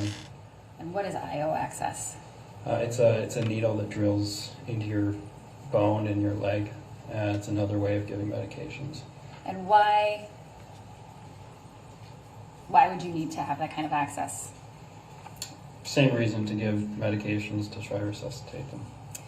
And Two brats are sleeping and together. You describe why you might initially go from one location to moving to IO access. IO is often done if you're having difficulty with IV access, and it's common to do in a cardiac arrest. And IO stands for? Intraosseous. Intraosseous, and IV is? Intravascular. Okay. So at some point, did that get established, an IO line? Yeah. And was that the way that the medications were administered? I would need to look at the documentation to be for sure on that, but I believe that's how they were administered. But in any event, do you recall that he was administered those medications? Yes. What did you do after that? We continued working on resuscitating for a period of time, and then I kind of had everything done we wanted to, and then I went to the front and started driving to the hospital. Maybe you could just explain, was there something that you needed to accomplish before you felt comfortable moving again, driving the vehicle elsewhere? Yeah, I think there's a standard set of,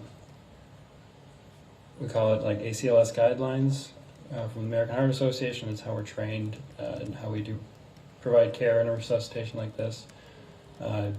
We kind of had all those things in place.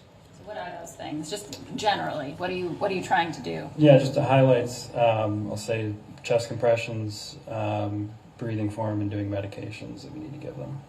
And is it your objective to have those things in place before you transport to the hospital? Yeah, it's time sensitive to have them done, so we need to get them done right away.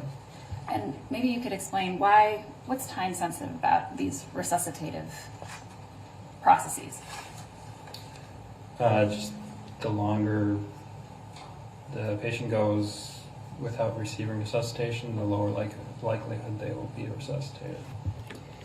And in your training as a paramedic, when you're talking about time sensitivity, when it comes to resuscitative efforts or things like CPR or anything like that, what are you trained to do in terms of timing? Can you rephrase the question? Yeah, that was not a good question. Is it important to start resuscitative efforts immediately after someone does not find a pulse? As soon as we can, yes. And why is that? To primary goal, I would say, is circulating blood through chest compressions. Yeah. And I think you previously testified, if there's a delay, does that lessen your likelihood of success? Rephrase. What happens if there's a delay? Based on my understanding, that's not good for his outcome. Okay.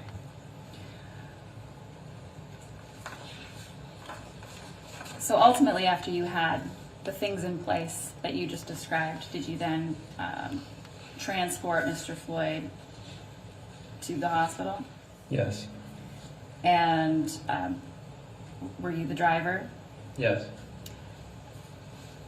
I'm going to put on the screen just for you an exhibit that has not yet been admitted as Exhibit 67. Can you see that? Yes. And does this image fairly and accurately show you and your partner and the firefighters unloading Mr. Floyd at the hospital? Yes. Your Honor, I'd offer Exhibit 67. Any objection? So you guys are saying this is where it started getting controversial? 67 is received. Permission, thank you. And once you got to the hospital, did you assist in moving Mr. Floyd, transferring him inside to the hospital with the others? Yes. And we can take that down, thank you. And what happened at that point in time, once you were bringing him to the hospital? There's a room we call the stay room for critical patients. We bring him into the ER. Brought him in there and moved him over to the hospital bed. And what was his condition? You had talked about asystole at the beginning of your interaction with him. Once you had worked on him and then brought him to the hospital, what was his condition at that point in time? I don't know what his exact cardiac rhythm was at that point, but his overall condition did not appear to change. And had you noted any changes?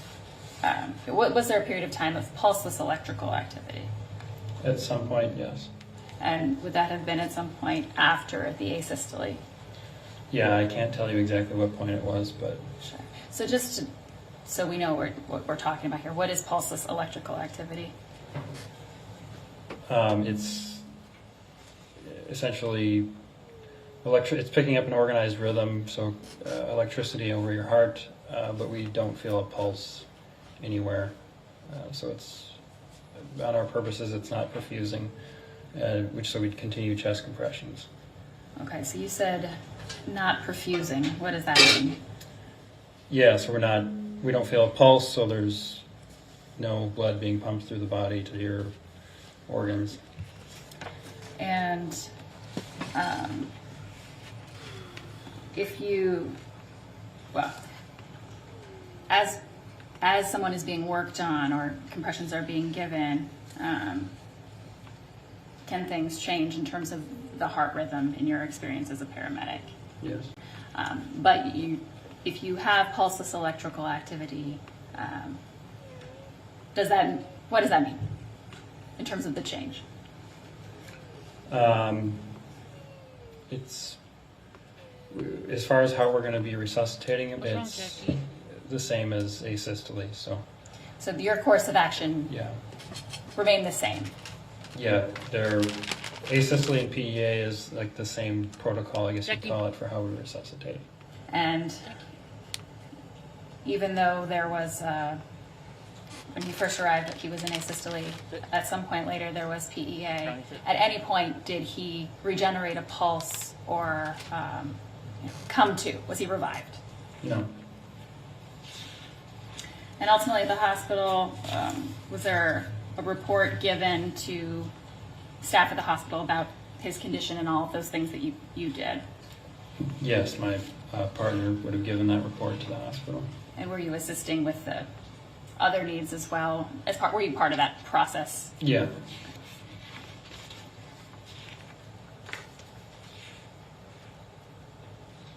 And what did you do after Mr. Floyd was handed off to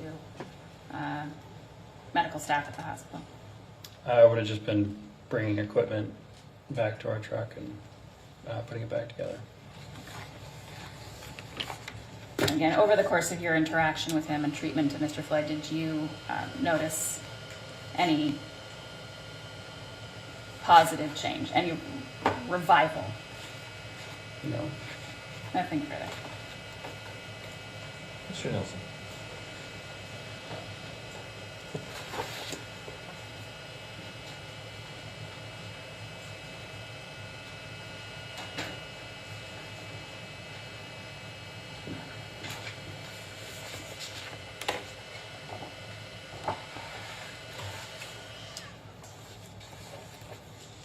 I don't know. I really like this lawyer. Some of you guys are saying he's bad, but I like him. He fucks you without really fucking. You know what I mean? Hello. Yeah, we're afternoon. Sorry, I had to check the time. Yeah. Thank you for being here. Just have a few follow-up questions for you. I want to just understand sort of the very briefly, the progression of your education and kind of the differences. Is CPR training then different than being an EMT? You're talking about like a CPR certification? Yes. Yes. It's a part of it, but yeah, it's different. So the basic kind of resuscitative training someone could receive would be a CPR certification? Yes. And then kind of a higher level of education would be an EMT, right? Yeah. And then a higher level than an EMT is a paramedic? Yes. And then up through, all the way up to doctors and stuff, right? Sure. Okay. And you are a paramedic, you said you've been about 4 years now? With Hennepin EMS, I was a paramedic elsewhere prior to that. Okay. How many years total as a paramedic? I started as a paramedic in 2013. Okay. And so in Hennepin, for Hennepin County, do you frequently service calls in the city of Minneapolis? Yes. Do you frequently call or service calls where police officers are involved? Yes. Do you, have you arrived at a scene where you've seen officers on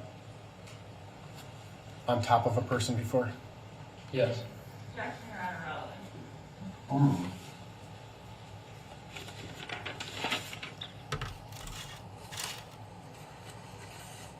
Have you been called to other calls where a suspect has struggled with police? Yes. What does it mean to stage as an EMS? What does it mean to stage? Mm-hmm. If you're referring to like staging for safety purposes? Correct. Yeah, if a scene is not safe, we will stage in the area and wait for police to give us what's a code for, we call it, that it's safe to come in. And just for clarification purposes, you were not asked to stage in this event, right? Because of the crowd? No, we're not. All right. But generally speaking, it's common for police to arrive at a scene, deal with whatever the circumstances are, and then EMS is called in after police has dealt with the danger of the situation, right? Can you say that question again? Sure. It's kind of long-winded. Police will frequently go to a call before EMS to deal with some dangerous situation. Yeah, it completely depends on the type of call.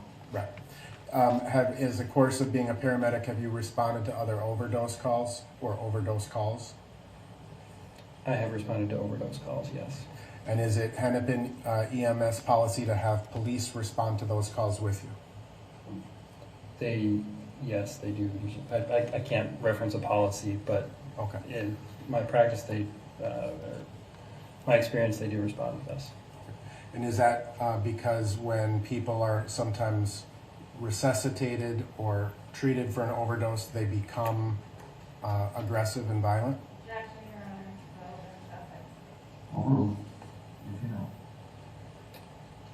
Sorry, can you say that? Sure. Is it the practice to have police respond to those calls because when people are resuscitated or revived from an overdose, they can become violent or aggressive? It can happen sometimes, yes. Have you Sorry, personally Bubba. seen that happen? Yes.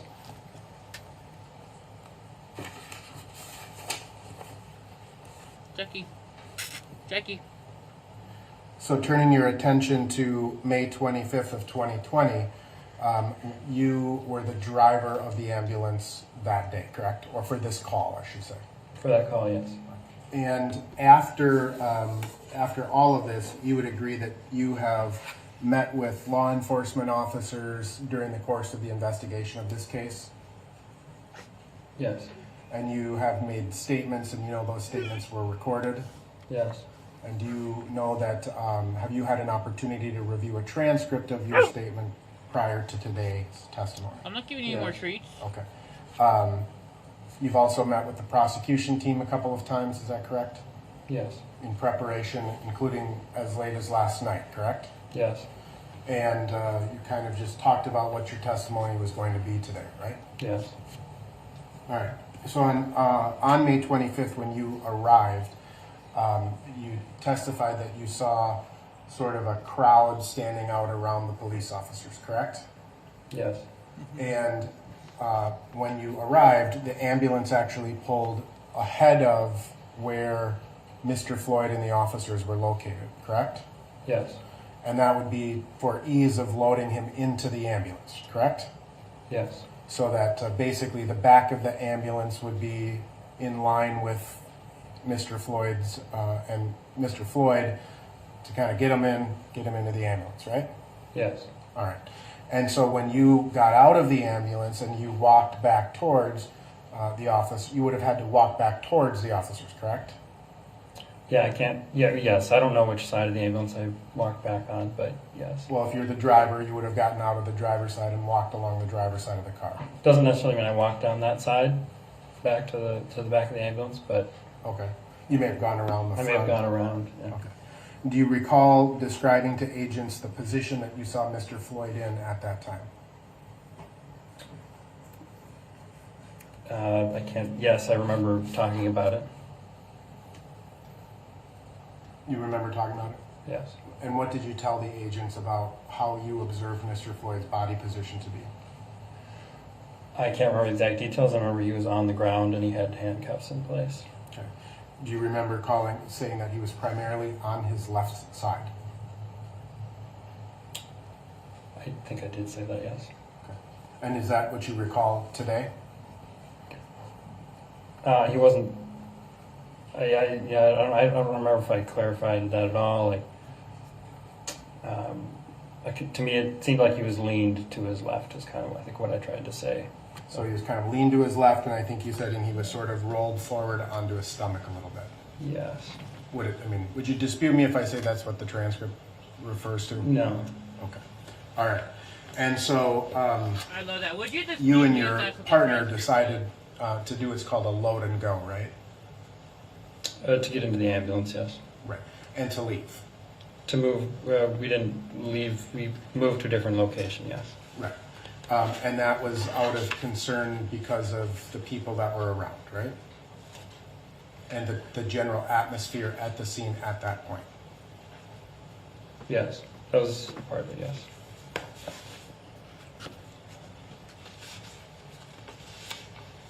In terms, I forgot to ask you one question, generally speaking, in terms of your response to calls where police are struggling with an individual, does Hennepin EMS carry ketamine with them?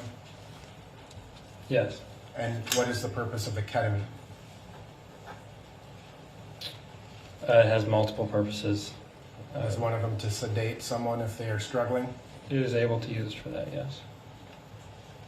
Obviously that you didn't apply ketamine in this case. No.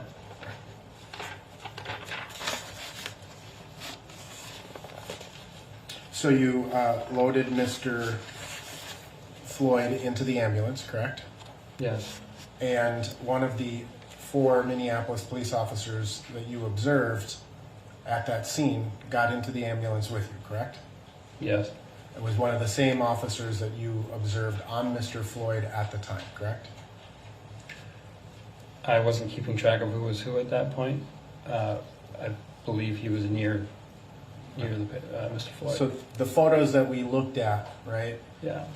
Those came from what appeared to be a body-worn camera, correct? Yes. There's no camera in the care compartment of an Hennepin County EMS ambulance, is there? No. And you do not wear body cameras as paramedics, correct? No. So those photographs came from an officer's body-worn camera. Yes. And so that officer initially started assisting with chest compressions of Mr. Floyd? Yes. I wasn't in back when that would have happened, but Your partner was? yes. And he would probably be the person to ask about that? Yeah, I would have been. You can see in the footage we watched, but I was there for a brief period and then went to the front. All right. So you've seen the body-worn camera footage from inside of the ambulance? I've seen a good amount of it. I don't know if I've seen all of it, but Okay. I've seen a good amount of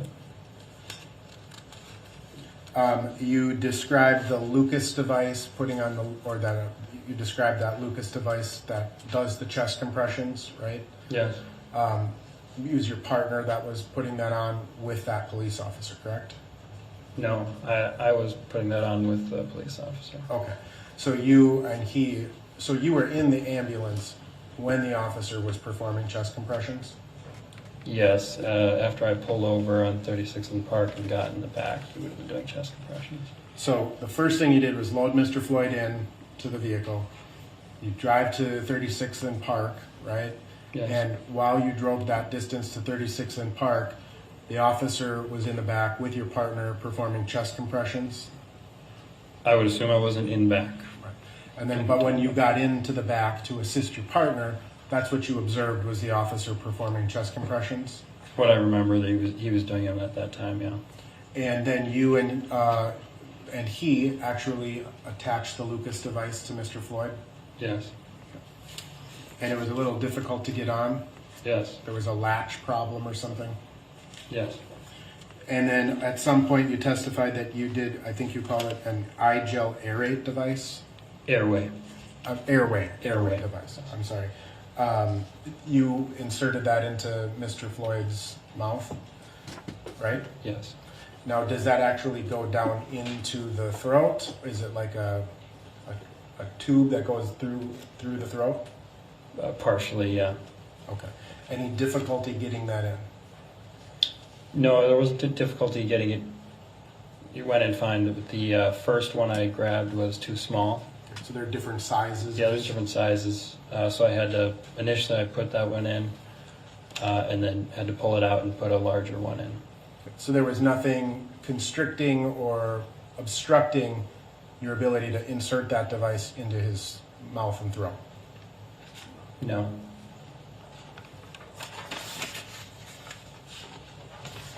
And the medications that you described, the sodium bicarb and the epinephrine were applied, and some other medications as well?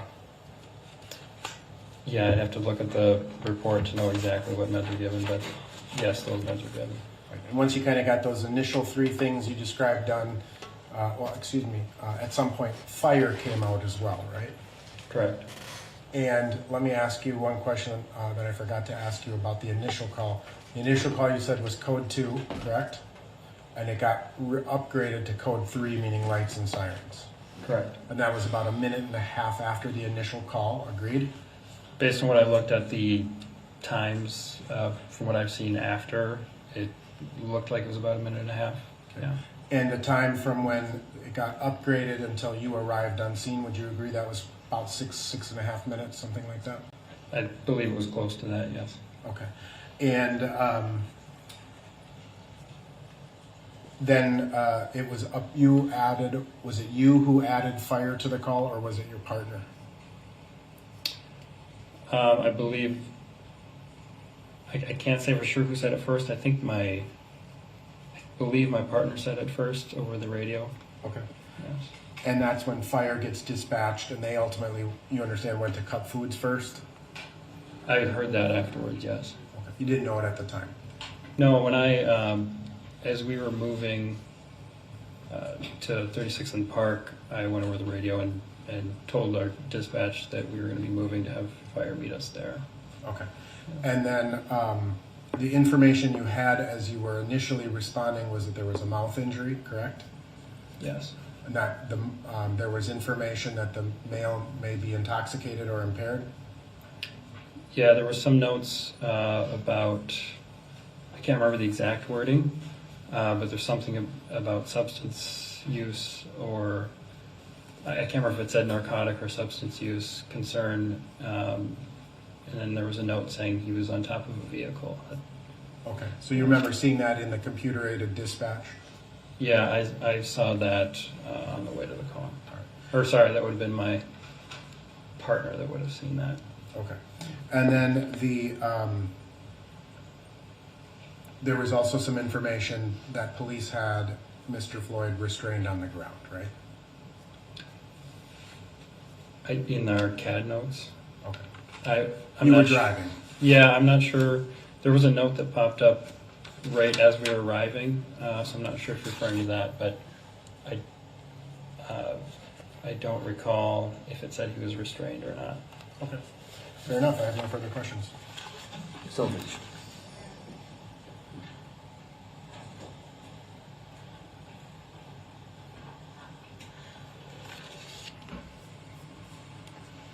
Mr. Ravender, you were asked some questions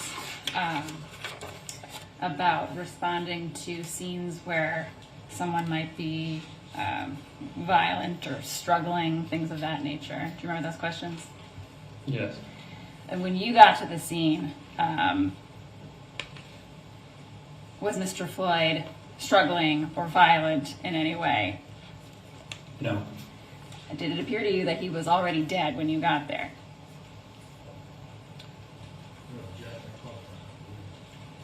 No. I wouldn't know when I pulled up on scene, but I did not see him, as I testified earlier. When I was standing back in the ambulance, I didn't see him moving or breathing. Right. So from what you saw, did you see someone who appeared to be unresponsive? Yes. And in cardiac arrest? As we learned, yes. And you were asked some questions about ketamine, things of that nature. Is ketamine a drug that's given to people that are alive and struggling? Sometimes, yes. And is that a treatment option for you for somebody who is exhibiting those behaviors that you were asked about? Violence and struggling, that sort of thing. Alive and moving, basically. Is that right? Yeah, it's for profound agitation, so somebody that's really violent. You would not give that to somebody who is dead or in cardiac arrest or unresponsive, is that right? Correct, we would not give it, no. And you're asked about responding to overdoses as part of your job.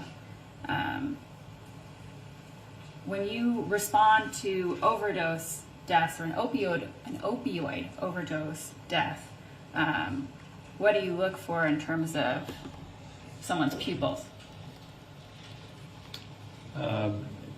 We look at them to see if they're small. Their pupils are really small. When you say small, is that like pinpoint, constricted? Constricted, pinpoint, yes.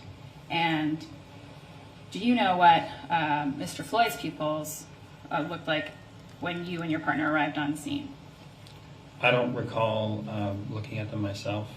I know like I said, my partner checked them initially. And did you receive a report about that from him? Yeah, he did say something. I'd be kind of guessing, I believe. Okay. I think I know what he said, but... All right.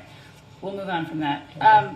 You were asked some questions about the crowd and whether that was the reason to move Mr. Floyd to another location. Do you remember those questions on cross-examination? Yes.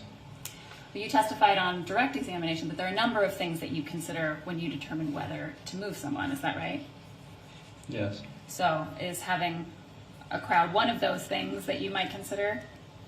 It's one thing to consider, yes. But you also talked about how you needed a significant amount of equipment that was in your ambulance. Is that right? Rephrase. What are the other things that you consider in terms of why to move somebody to another location? Overruled. You can answer. Sorry, can you ask that last part just one more time? What are the things that you take into Happy account birthday, when deciding Jewett. whether to move a patient to another location?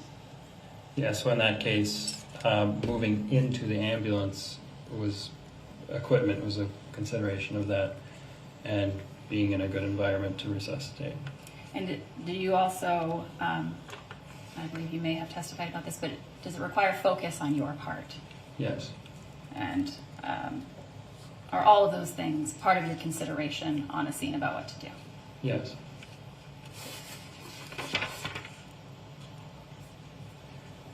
If I have just a moment.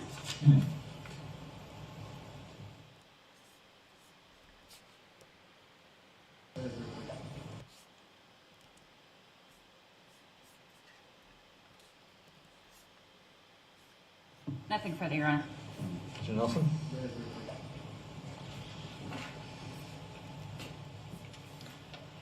Mr. Bravender, have you, in your experience, ever responded to a scene of someone under the influence of methamphetamines? Yes. Do methamphetamines cause that same restriction in the eyeballs? My understanding, no. And in fact dilates them, correct? Yes. Nothing further. Thank you. You may step down. Thanks.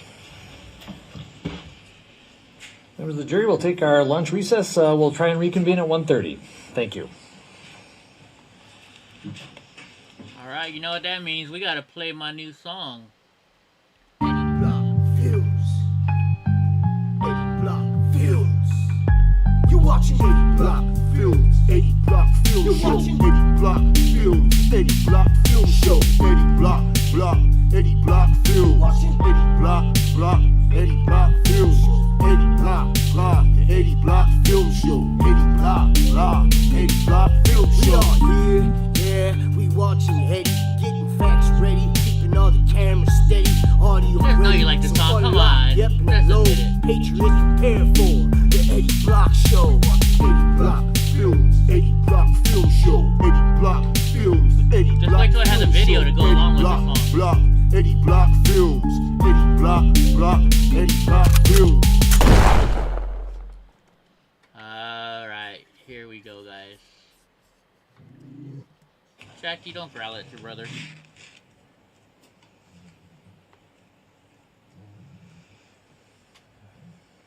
He just wants to cuddle with you, Jackie.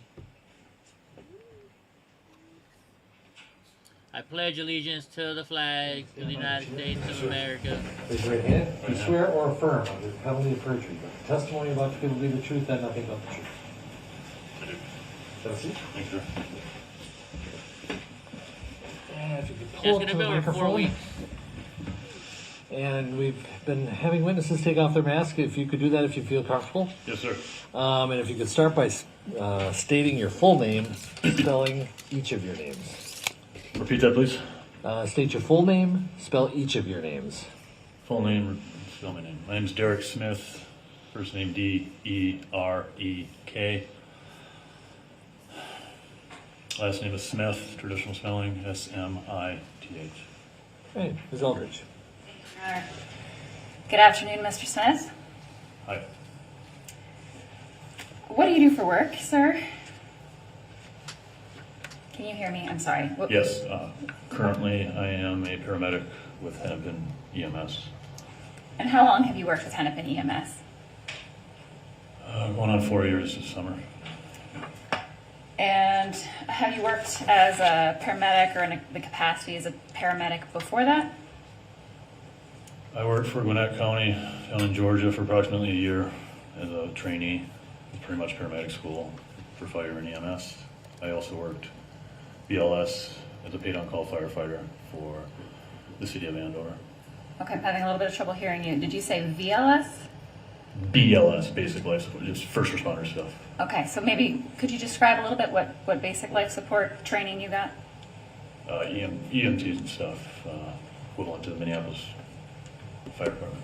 So before going through your paramedic training, had you initially received some EMT or basic type of life support type training? Excuse me. Correct. All right, so in terms of your job as a paramedic with Hennepin EMS, what do you do on a day-to-day basis? We respond to various calls for emergency medical services in various environments. And are those wide-ranging? And could you give some examples of the types of calls that you respond to? Examples of calls I respond to, car accidents, intoxicated people,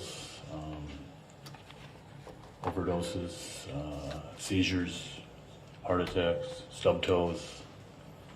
So it can be a variety of things, is that right? Correct. And does that include cardiac arrests? Yes. Okay. And when you respond to a cardiac arrest, what does that mean? A cardiac arrest, when I respond to that? What's a cardiac arrest? A cardiac arrest is an individual that is, in lay's terms, dead, not producing a pulse, they're not breathing. So when you as a paramedic use terms like cardiac arrest or full arrest, is that what you mean? They're, in lay terms, dead, yes. Okay. So I'm going to direct your attention to May 25th of last year. Okay. Were you on duty as a paramedic with Hennepin EMS that date? Yes, miss. And did you respond to a call that evening? Yes, miss. A little bit back, that way, not quite, a little bit, there you go. Sorry, sir. Not a problem, we have to adjust for everybody, so. Yeah. All right. Thank you, Your Honor. And if you can't hear me, please let me know. And if I can't hear you, I'll let you know. Thank you, miss. So getting back to May 25th, what was the initial code or the initial type of call that you understood you were responding to? We were called Code 2, which means non-emergent, to a mouth injury. And then at some point en route to that scene, was that call upgraded? Yes. And what was the information you had at that time in terms of the upgrade? At that time, it was Code 3. And what is Code 3? Lights and sirens, get there with due regard and as quickly as possible. And at that point in time, was that all the information you had in terms of first being Code 2 and then Code 3? Not any, did you have any additional information about why it was elevated to a Code 3? At that time, I had no additional information other than Code 3. So where did you ultimately respond to that Code 3 call? Was that in the area of 38th in Chicago? That's correct. And what did you observe? What did you see when you arrived on scene? What did I observe when I arrived on scene? There was a police squad, an individual laying down, 3 officers on the individual. There was multiple people. There was multiple cell phones out. There was elevated tones used. It didn't feel like a welcoming environment. So when you arrived, and you said that you saw 3 officers on top of an individual, that individual that they were on top of, was he later identified? Yes. And was that individual identified to be George Floyd? Yes. So when you come up and you see the scene, 3 officers on top of George Floyd, and you said other individuals with cell phones out, what did you do when you arrived? What did I do when I arrived on scene? Assessed all corners around us, just gauge what was going on. I walked up to the individual, noticed he wasn't moving. I didn't see any chest rise or fall on this individual. He was in handcuffs at the time. I went up and, sorry. And when you approached, you said he was in handcuffs. As you approached him to inspect further, were the officers still on top of him? The officers were still on him when I approached. And what did you do when you approached? I was assessing the scene and running through what care may be needed. And did you take some initial steps, like checking for a pulse? I checked for a pulse. And did you also check the individual, Mr. Floyd's, pupils? I did. And what did you determine at that point? They were large, dilated. So you determined that his pupils were large and dilated. What about a pulse? I did not palpate a pulse. And when you say palpate, is that you didn't feel or detect a I pulse? did not detect a pulse. And what did his condition appear to be to you overall? In lay terms, I thought he was dead. So what did you do next? I kind of looked for my partner and told him I think he's dead and I want to move this out of here. Okay. And I will begin care in the back Did you say you would begin care in the back? of my rig. And is the rig where your equipment is to deal with something like a cardiac arrest? Yes, miss. I'm going to show you something that has not been admitted but has been marked as Exhibit 56. So we'll just show it on your screen at the moment. Do you see that on your screen? Kind of a glare, but yeah. Can you see it now if you reposition a little bit? Yeah. Okay. Are you here, Judge? Yes? Yeah. I get the gist of it, yeah. But that's me touching this carotid artery. There's no pulse. All right. So you recognize this image is yourself checking for Mr. Floyd's pulse. Is that a fair and accurate picture of that? Yes, miss. Your Honor, I would offer Exhibit 56, Any objection? 56 is received. and I'd ask to publish it. All right, just in case. All right. And I think you just described this as you checking for a carotid pulse. Is that right? That's correct. What's a carotid pulse? What does that mean? Do my push-up, or Yeah. Artery in the neck. It's one we check for that. It's closest to the heart. There should be one there if you're up and breathing. I think it's all right. And at the time you're checking Or for this, alive. Pardon me? I'm sorry. Say that again. Or I meant alive. I said breathing. Anyways, go ahead. So why don't I just circle back to that? Okay. You're checking for a Get carotid lucky. pulse. What was your response to that? It would be one that you would find if you were. Please finish your thought. Repeat that, please. I apologize. No, it's on me. Why do you check the carotid pulse, and what would you expect? In a living person, there should be a pulse there. I did not feel one. I suspected this patient to be dead, Okay. in lay terms. And at the moment that you're checking for this carotid pulse, are the officers still positioned on top of Mr. Floyd? Yes. All right. I'm going to take down Exhibit 56, and I'm going to put on the screen an exhibit that has already been admitted as Exhibit 248. If we could put that up, please. And then, does this show a different angle of your initial, well, what does this show here? Do you see yourself in this picture? Yes. Okay, and what are you doing?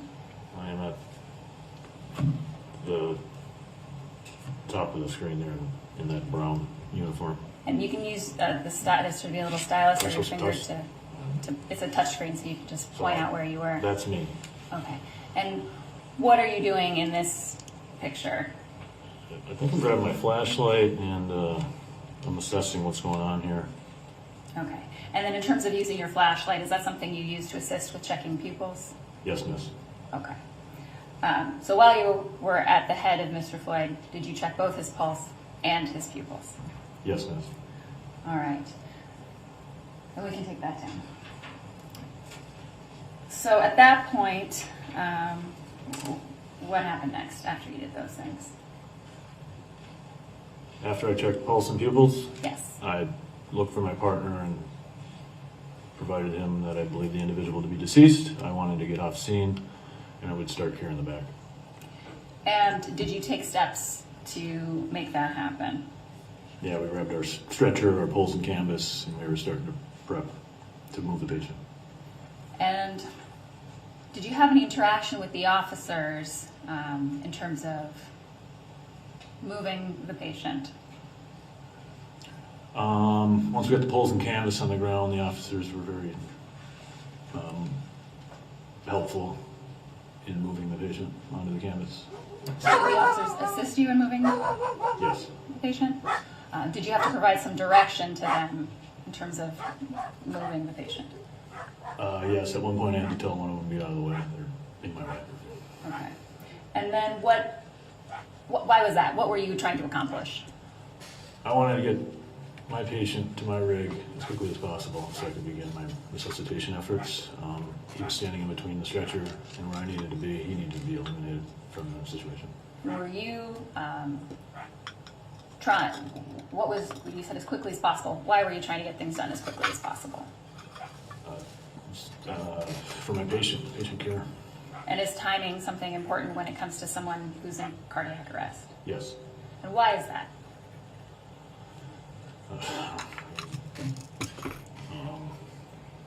His heart isn't beating, and it should be, and the longer it isn't beating, the greater the likelihood this individual will not be resuscitated.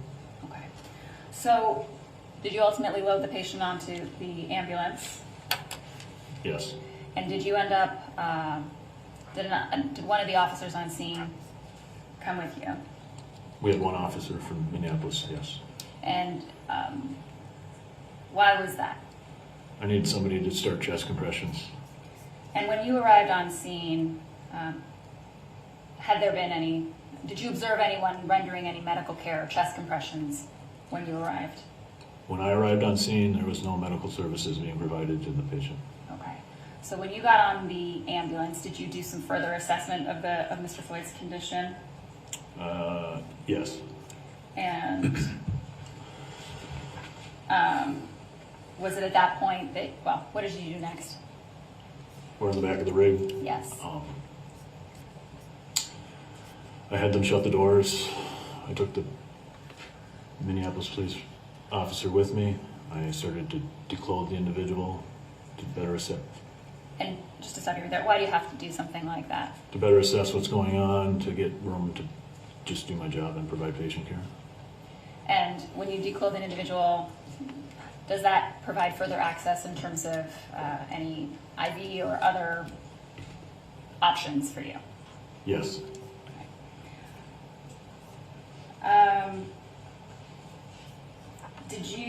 So what did you observe at that point as you were doing your initial assessment of Mr. Floyd? He had some superficial injuries to his face and shoulder, it appeared. I reconfirmed that he was pulseless and wasn't breathing. I had to take the handcuffs off. I had the clothes getting removed so I could prepare to take care of this individual. And did you personally take off the handcuffs? Yes, I took off the handcuffs. How are you able to do that as a paramedic? I have a pair of handcuff keys. So in the line of your work, you're able to use those keys to take handcuffs off an individual? Yes. And is that the key that you use? Yes. And did you provide some additional direction to the law enforcement officer who was with you? Yes. And what was the nature of that? I inquired to the events prior to my arrival, and I also directed him to do chest compressions. And was that when those chest compressions, upon your direction, was that when chest compressions first began, to your knowledge? To my knowledge, chest compressions began when I initiated them with Minneapolis PD. Okay. And when you say initiated them, was that a direction that you gave to the officer to start compressions? Yes. All right. I'm going to put on the screen an exhibit that has been admitted as Exhibit 57. All right.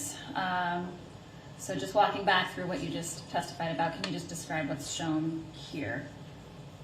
That is the patient on our stretcher. That is the back of our ambulance. That is me in a paramedic uniform. I am checking for a carotid pulse. And was this subsequent to, after your initial check on the street? I was reconfirming my initial assessment. And again, yes, he still did not have a pulse. Okay. And then let's move to Exhibit 58, please. And what are you doing in Exhibit 58? Checking for a pulse. Just in case. When you say repositioning, just tell the jury why you might reposition somebody. I was just hoping to find a pulse and reposition for an airway. Just reconfirming that I needed to start working a cardiac arrest. And had anything changed in terms of your initial assessment? No, miss.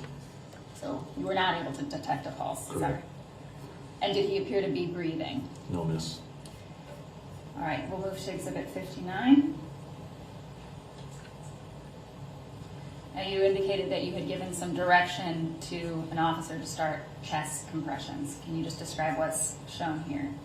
That appears to be the officer starting chest compressions. And let's move to Exhibit 60, please. Just to make sure I don't get in trouble. And in terms of injuries noted, what injuries did you observe on Mr. Floyd? So relatively superficial injuries that I don't believe at the time would resolve in a cardiac arrest. And you made, I think you made 2 arrows, one to the nose area and one to the left shoulder area. Right on, Mr. Nice Guy. We'll check it out after In terms this. of your treatment of the patient, were these, you said superficial, were these not your primary concern? No, the cardiac arrest was my primary concern. And then we'll put Exhibit 61, which has already been admitted on the screen. And again, just with respect to the injuries, is this image consistent with what you were describing? That's probably the one that got him in trouble right there. All right. And you're pointing to, you made an arrow on the nose area. What did you observe there? Yeah, I didn't suspect a life-threatening injury, and I was going to go order cardiac arrest. Okay. But does that arrow indicate a finding of some kind? Was there blood or something else you saw there? It appeared to be blood of a superficial injury. Okay. But Meaning that it didn't not matter. life-threatening is what you're talking about. Not, in my opinion. You were dealing with the cardiac arrest. Correct. Okay. All right. We can take that down, please. So ultimately, did you and your partner move with the patient to another location? Once the individual was loaded, I had directed my partner to move us somewhere more secure and stable and to update fire. And when you say update fire, what does that mean? To our new location. Hope And you're that was all in right. full arrest. Call me free. So I understand, when you inform fire that you're working a full arrest, what is the message that you're trying to get across? Is there a need that you have? I requested them code 3 as soon as I got on scene, and I was just reconfirming with my partner that I want them code 3 and that where we're going to be going, please get there to help. I'm in the back essentially working a cardiac arrest alone. So what was your concern working a cardiac arrest alone and needing fire to come code 3? I mean, what is... There's a lot to be done in a little bit of time, and I'm only human. And does a cardiac arrest require a lot of hands-on? Yes. Okay. And while you're relocating and your partner is driving and you're in the back, are you continuing to assess the patient and continue to work on the patient? Yes. So what, during that period of time, did you observe about his condition? Maybe more specific, anything you noted about a rhythm or lack of rhythm when it came to... Once we got the pads on, I noticed he was in a systole, meaning he is not producing electrical activity in the heart, and it's not perfusing any blood flow.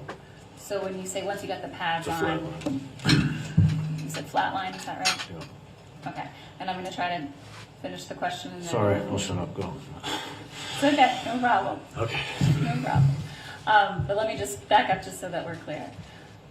I think you said he was in asystole or flatline once you got the pads on. So can you just describe just how that works? You know, once you have pads on a patient, what are you able to see on your monitor? Since I didn't feel a pulse, I put the pads on because it shows the electrical rhythm on our Zoll monitor. It also allows us to provide defibrillation in the event that the rhythm presented as such. But being it was a systole, it's a non-shockable rhythm per our protocols. Okay. So I'll just follow up on that a little bit. You said the pads are connected to a Zoll monitor, is that right? That's correct. And what's the Zoll monitor? You can take blood pressures, get pulse ox, CO2 readings, it reads the heart rhythm, take 12 leads on there. And is that the way you're able to see what's going on with respect to your patient's heart? On your monitor? Yeah, more or less, yeah, yes.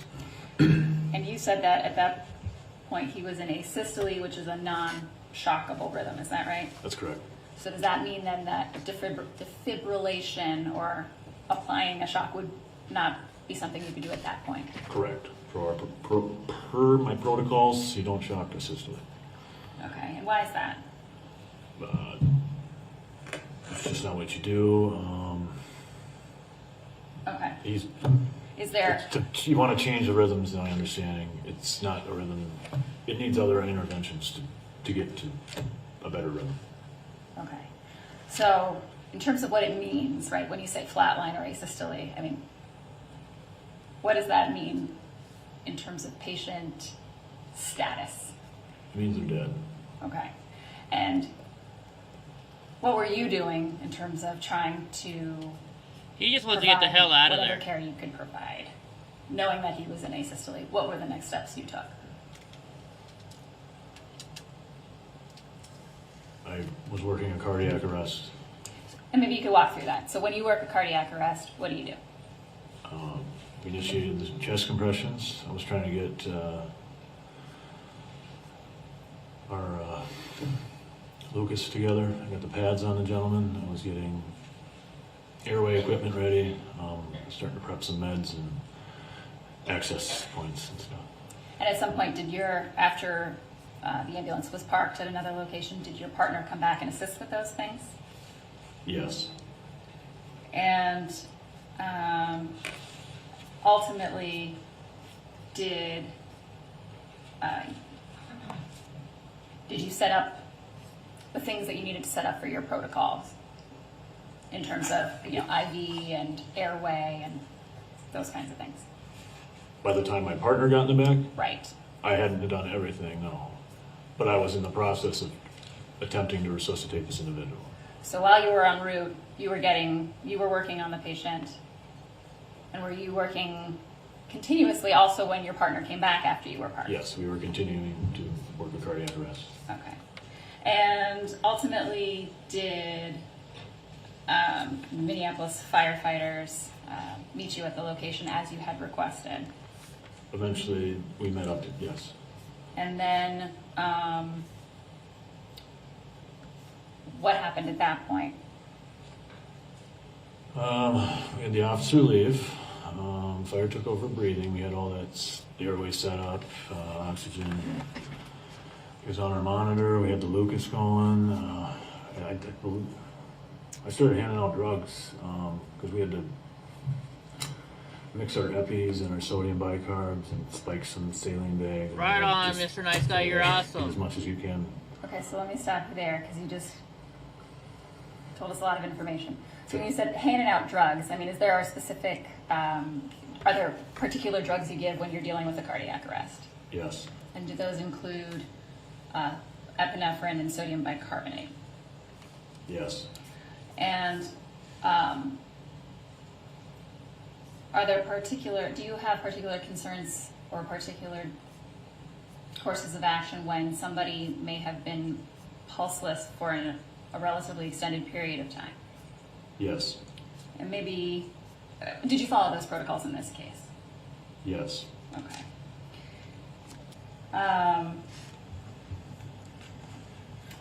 So after the firefighters get on the ambulance and the officer leaves, at some point, do you proceed on to Hennepin County Medical Center? At some point, we headed on to Hennepin County. And what was the determining factor in that, right? What had to happen before you were able to move to the hospital, in your view? In my view, we got him to a relatively stable position where I could manage this cardiac arrest. We had the firefighters now, we had airways secured, we had some various drugs on board, we had the Lucas going doing the chest compressions, I had him on my monitor. I was able to just kind of conduct, more or less, this cardiac arrest while providing the treatments, you know. And while you were en route, did that treatment continue? Were you actively working on him the whole time you were with him? Yes. And while you were traveling en route to the hospital, did you at some point deliver a shock or administer a shock? Yes. Can you just describe why you did that and how that came about? I was checking and monitoring the patient, and I believe saw a run of pulseless VTAC, and that is a different algorithm per my protocol, which indicates a defibrillation, which I provided. Okay, so at some point when was it that you detected pulseless electrical activity? En route to Hennepin Healthcare Medical Center. And I think you testified that is a shockable rhythm per your protocols? Yes, pulseless VTAC is a shockable rhythm per my protocols. Okay. Now, you,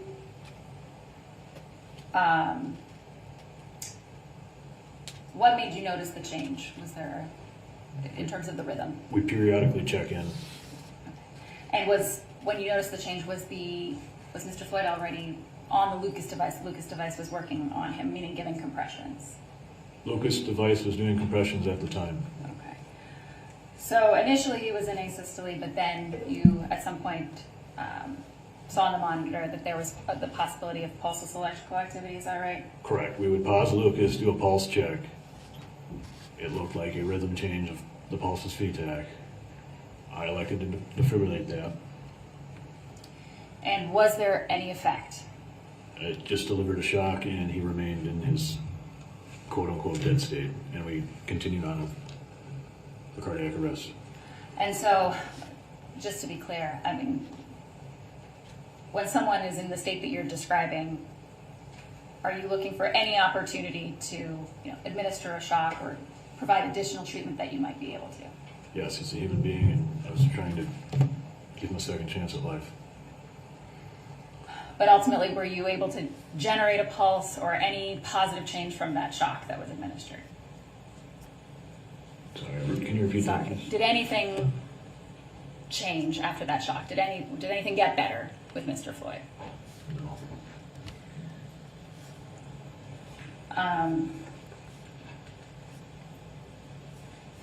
Ultimately, when you arrived at the hospital, what did you do at that point?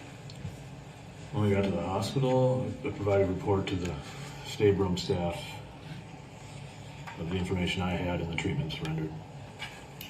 And what was Mr. Floyd's condition at the time you arrived at the hospital?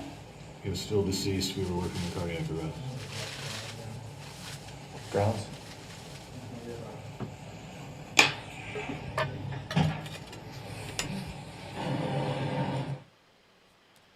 Alright, let's see what this is all about.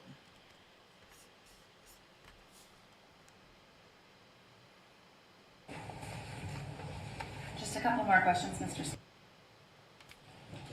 Objections overruled. The answer will stand.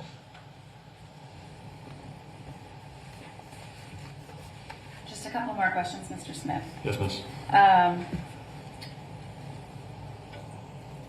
At any point in time during your treatment and care of Mr. Floyd, were you ever able to resuscitate him successfully?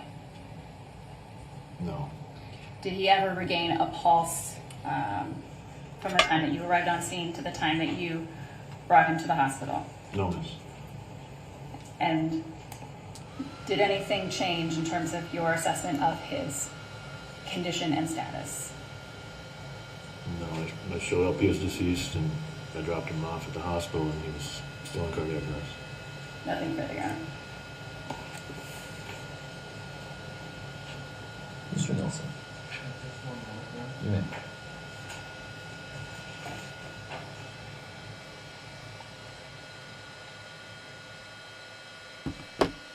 More of this quiet time, huh?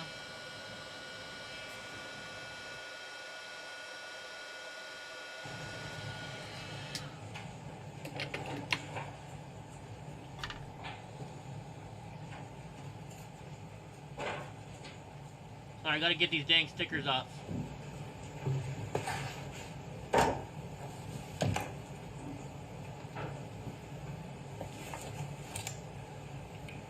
Good afternoon, sir.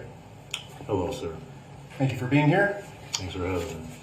Just a few questions for you. Not very many at all, actually.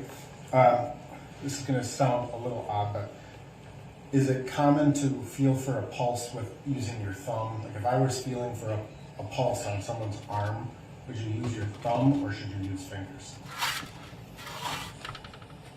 Generally fingers. Is that because you have a pulse in your thumb? It's said to be, yeah.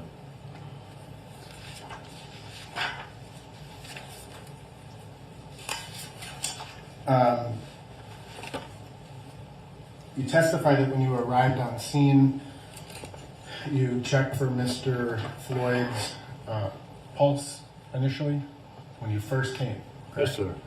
And at that time, the officer Chauvin was, his knee was still on the back of Mr. Floyd, right? What's the video show? He was still at the head of the patient, yes. I don't remember the exact location. Of his knee was? Correct. There's a lot going on. I'm showing you what's been admitted as Exhibit 56. You were able to feel where his carotid artery was while Officer Chauvin's knee was in that place? Yes, sir.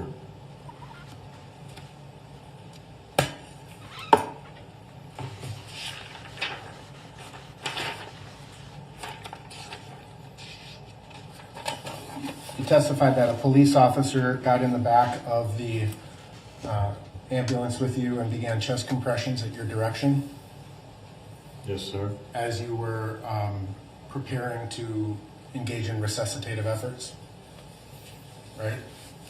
What's the... You're reconfirming what she's already gone over, is that correct? Correct. Then, yeah. Right. So, officers in the back doing chest compressions, you're getting set up, correct?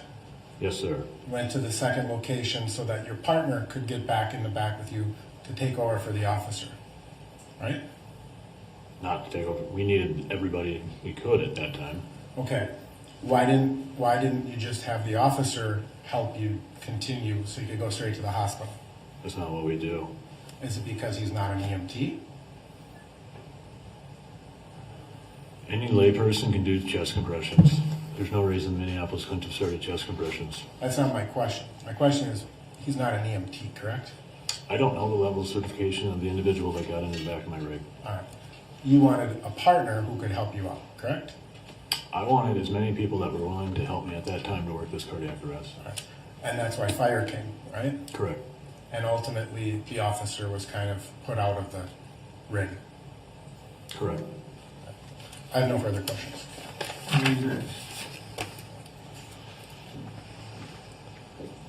That was quick. All right, thank you, sir. You may step down. You bet. You gonna take another break or what? Let's see. Next witness. All right, you can just lay the folder on the table there. And you can have a seat. Thank you. And before you begin, if you could, first of all, if you could pull the microphone up a little bit. It's not very flexible, but there we go. Is that all right? Perfect. Would you start off by stating your name and spelling each of your names? Jeremy Norton, Jeremy Ms. Aldridge. Chuck, may I remove the mask? Oh, I should have asked you that. Thank you very much. Please, that's appreciated. Thank you, Your Honor. Good afternoon, sir. Afternoon. Where do you work? I work for Minneapolis Fire Department. Currently, I'm assigned to Fire Station number 17. And what's your title? My title? Yes. I am a captain. And how long have you been a captain with the Minneapolis Fire Department? I promoted to captain in 2007. 2013 and 14 and 15, I was a battalion chief, and I demoted to captain in 2017. And how long have you been with the fire department in total? Since 2000, so 21 years. Have you served in a variety of positions over that period of time? I was a firefighter from 2000 until 2007, captain from 2007 until 2014, battalion chief 214 to 216, and captain again 216 until the present. And what's your educational background? What did you do in terms of training to become a firefighter in the first instance? When I started, I applied in 1998. The department, once one was hired, the department provided all of our training, EMT basic, hazmat, and then firefighter 1 and 2. So maybe you could just describe a little bit what those things are.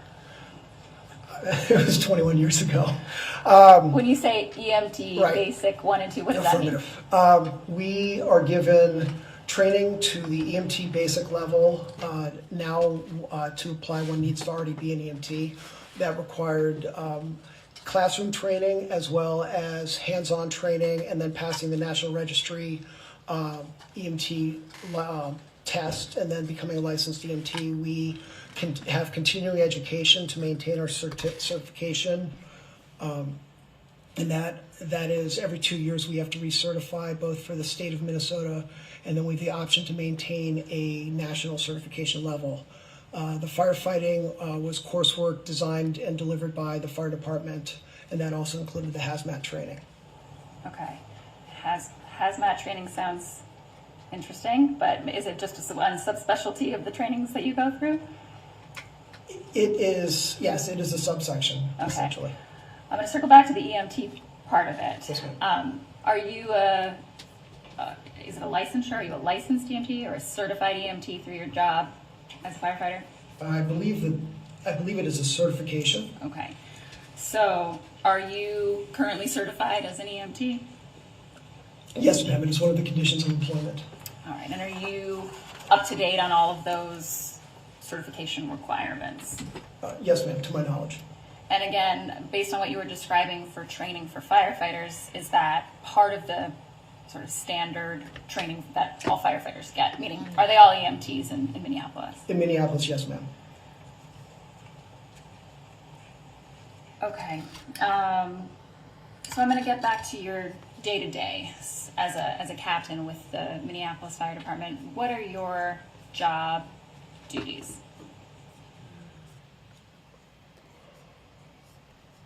To which level? I mean, simply put, I'm in charge of maintaining the care and treatment and training of my crew, our equipment, and our station, which is broad.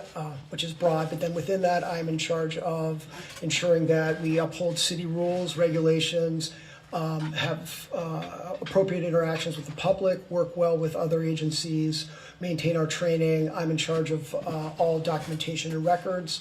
And then on all of our calls, I'm in charge of the overall safety and well-being of our crew and ensuring that we act appropriately. So, fair to say you're in a leadership position? That would be affirmative. And do you still, despite being, I guess, a supervisor or in leadership, do you still respond to calls as well? Yes, ma'am. And as a crew, we work together. Okay. And that's still part of your day-to-day, responding to calls? Yes. What portion of your work as a Minneapolis Fire Department employee is medical in nature? Do you respond to a lot of medical calls? Does fire respond to a lot of medical calls? The number that I've seen for the department and then for nationally would be about 80% of our work is medical in nature. So, any of us who assume that firefighters just fight fires, that is Is that not the case? No, you've been watching the wrong shows. But you said 80% medical. That is what statistics show, yes ma'am. So the vast majority of your job is responding to medical calls as opposed to fighting fires. That is correct. What types of medical calls do you respond to? Could you give some examples of the types of things you do? Certainly. The simplest way would be anything from birth through post-death that anyone calls 911 about. We will respond with, either in concert with or ahead of, or to support the paramedics. So is it common for you to work with them in your job? Absolutely.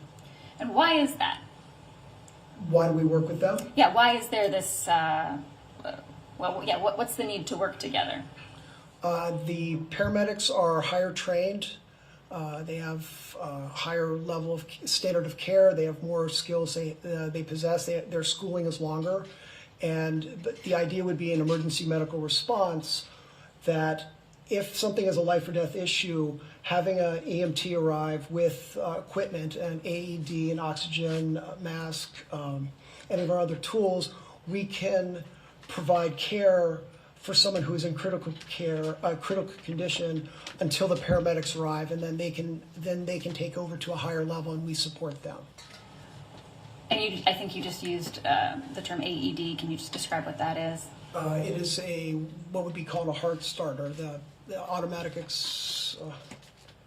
I'm going to botch the letters right now, so I'll just say it is the heart start. It is what is used when someone is in cardiac arrest. And are you, as an employee of the fire department, do you carry that type of equipment, or are you able to assist with that type of thing? Yes, ma'am, both. We do carry it on our rigs. It is part of our standard complement, and I can use anyone I'd find in this building. Okay. I'm going to direct your attention to May 25th of last year. Yes, ma'am. Were you on duty as a captain with the Minneapolis Fire Department on that date? I was. And did you respond to a call that evening? Could you say that again? Did you respond to a call that evening? We responded to several, yes, ma'am. Okay. And specifically with respect to the area of Cup Foods, was there a call that you initially responded to that location for? Yes, ma'am. So maybe you could, if you could, please just describe what was the nature of the call that you were initially responding to? We were dispatched initially code 2, which is a non-emergency response at, I believe, 8:30 p.m., give or take a couple seconds. And we were given very little information. I believe it said assist paramedics, perhaps, but just said engine 17, code 2, either 38th in Chicago or 3759 Chicago Cup Foods. And so, do you want me to explain more? So let me just stop you right there. And I'll just ask a follow-up question. How did that information come to you? In other words, how did that call initially come into your fire department for your station? The majority of calls will come in through central dispatch. So they control how the station will open up, meaning the radio and the lights will come on, and then there are signifying tones that indicate generally the nature of the call, and then on top of that, the dispatch will provide whatever information they have as to the nature of the call. So with respect to the evening of May 25th, you said around 8:30, were you in the station at that time? Yes, ma'am, we were inside. And did you hear some particular tone that alerted you to this code 2? Yes, it's the standard. The lights come on, the speakers click on with an audible click, and then there's two short tones, kind of staccato, and then followed by the dispatch announcing where we were going. And does that come over your speaker system? Yes, ma'am. So it was at that time you were aware that it was a code 2 and the location where you were going. Is that right? Yes, ma'am. Did you proceed to that location? We did. Did you get any other information about the call, either en route or at some other time? Yes, ma'am. Go ahead. What was that? Shortly after leaving the station, Dispatch came over the radio. At this point, it's our rig radio, and stated engine 17, code 3, which is red lights and sirens, emergency response. So when you heard code 3, does that mean the call was elevated at that point? Meaning code 3 is more serious than code 2? Affirmative. Did you have any other information about that or the reason for that? I believe the only information that we had on our screen initially was code 2 for one with mouth injury, I believe. Okay. And then it was updated. And then when you say updated, was it just then a code 3? Affirmative. Without any supplemental information as to why? No, ma'am, I don't believe so. Okay. So ultimately, did you respond to the area of Cup Foods, 30th in Chicago? Yes. And what did you do when you arrived there? The rig stopped. My partner and I got off the rig, and we looked around for a patient. And when you got there, what did you see? There were several police squads, one Park Police, I believe, and two or three Minneapolis police cars that I remember parked in the vicinity in the area. A couple officers were standing on the street, and a handful of people were outside. Was there an ambulance there at the time that you were there? No, ma'am. And were you able to identify a patient upon arrival? No, ma'am, there was no one on the street. So what did you do next? I basically went clockwise around our rig. I spoke briefly with one police officer, and then we went into the store. And did you come into contact with anybody in the store? Yes, ma'am. And what was the nature of that? What happened in the store? Could you be more specific, please? Sure. Well, upon entering the store, did you interact with anybody who was in the area, who had been in the area? Yeah, yes, ma'am. We spoke, as I said, I spoke to one police officer as I descended the rig, came around through a crowd of maybe 6 or 7 people who were at the mouth of the store and in the kind of the vestibule or entryway. And then I went into the store, still looking for a patient. Okay. So you went into the store looking for a patient. Did you have any interaction with anybody? You said there were a number of people, 6 or 7 people. Did you have an interaction with any of those people? Ma'am, do you mean did I speak with any? I'm not sure what you mean by interaction. Yes. Did you have a conversation with any of those people? As I was walking through, I heard what people were saying, and then, but I was pretty much looking for a patient. I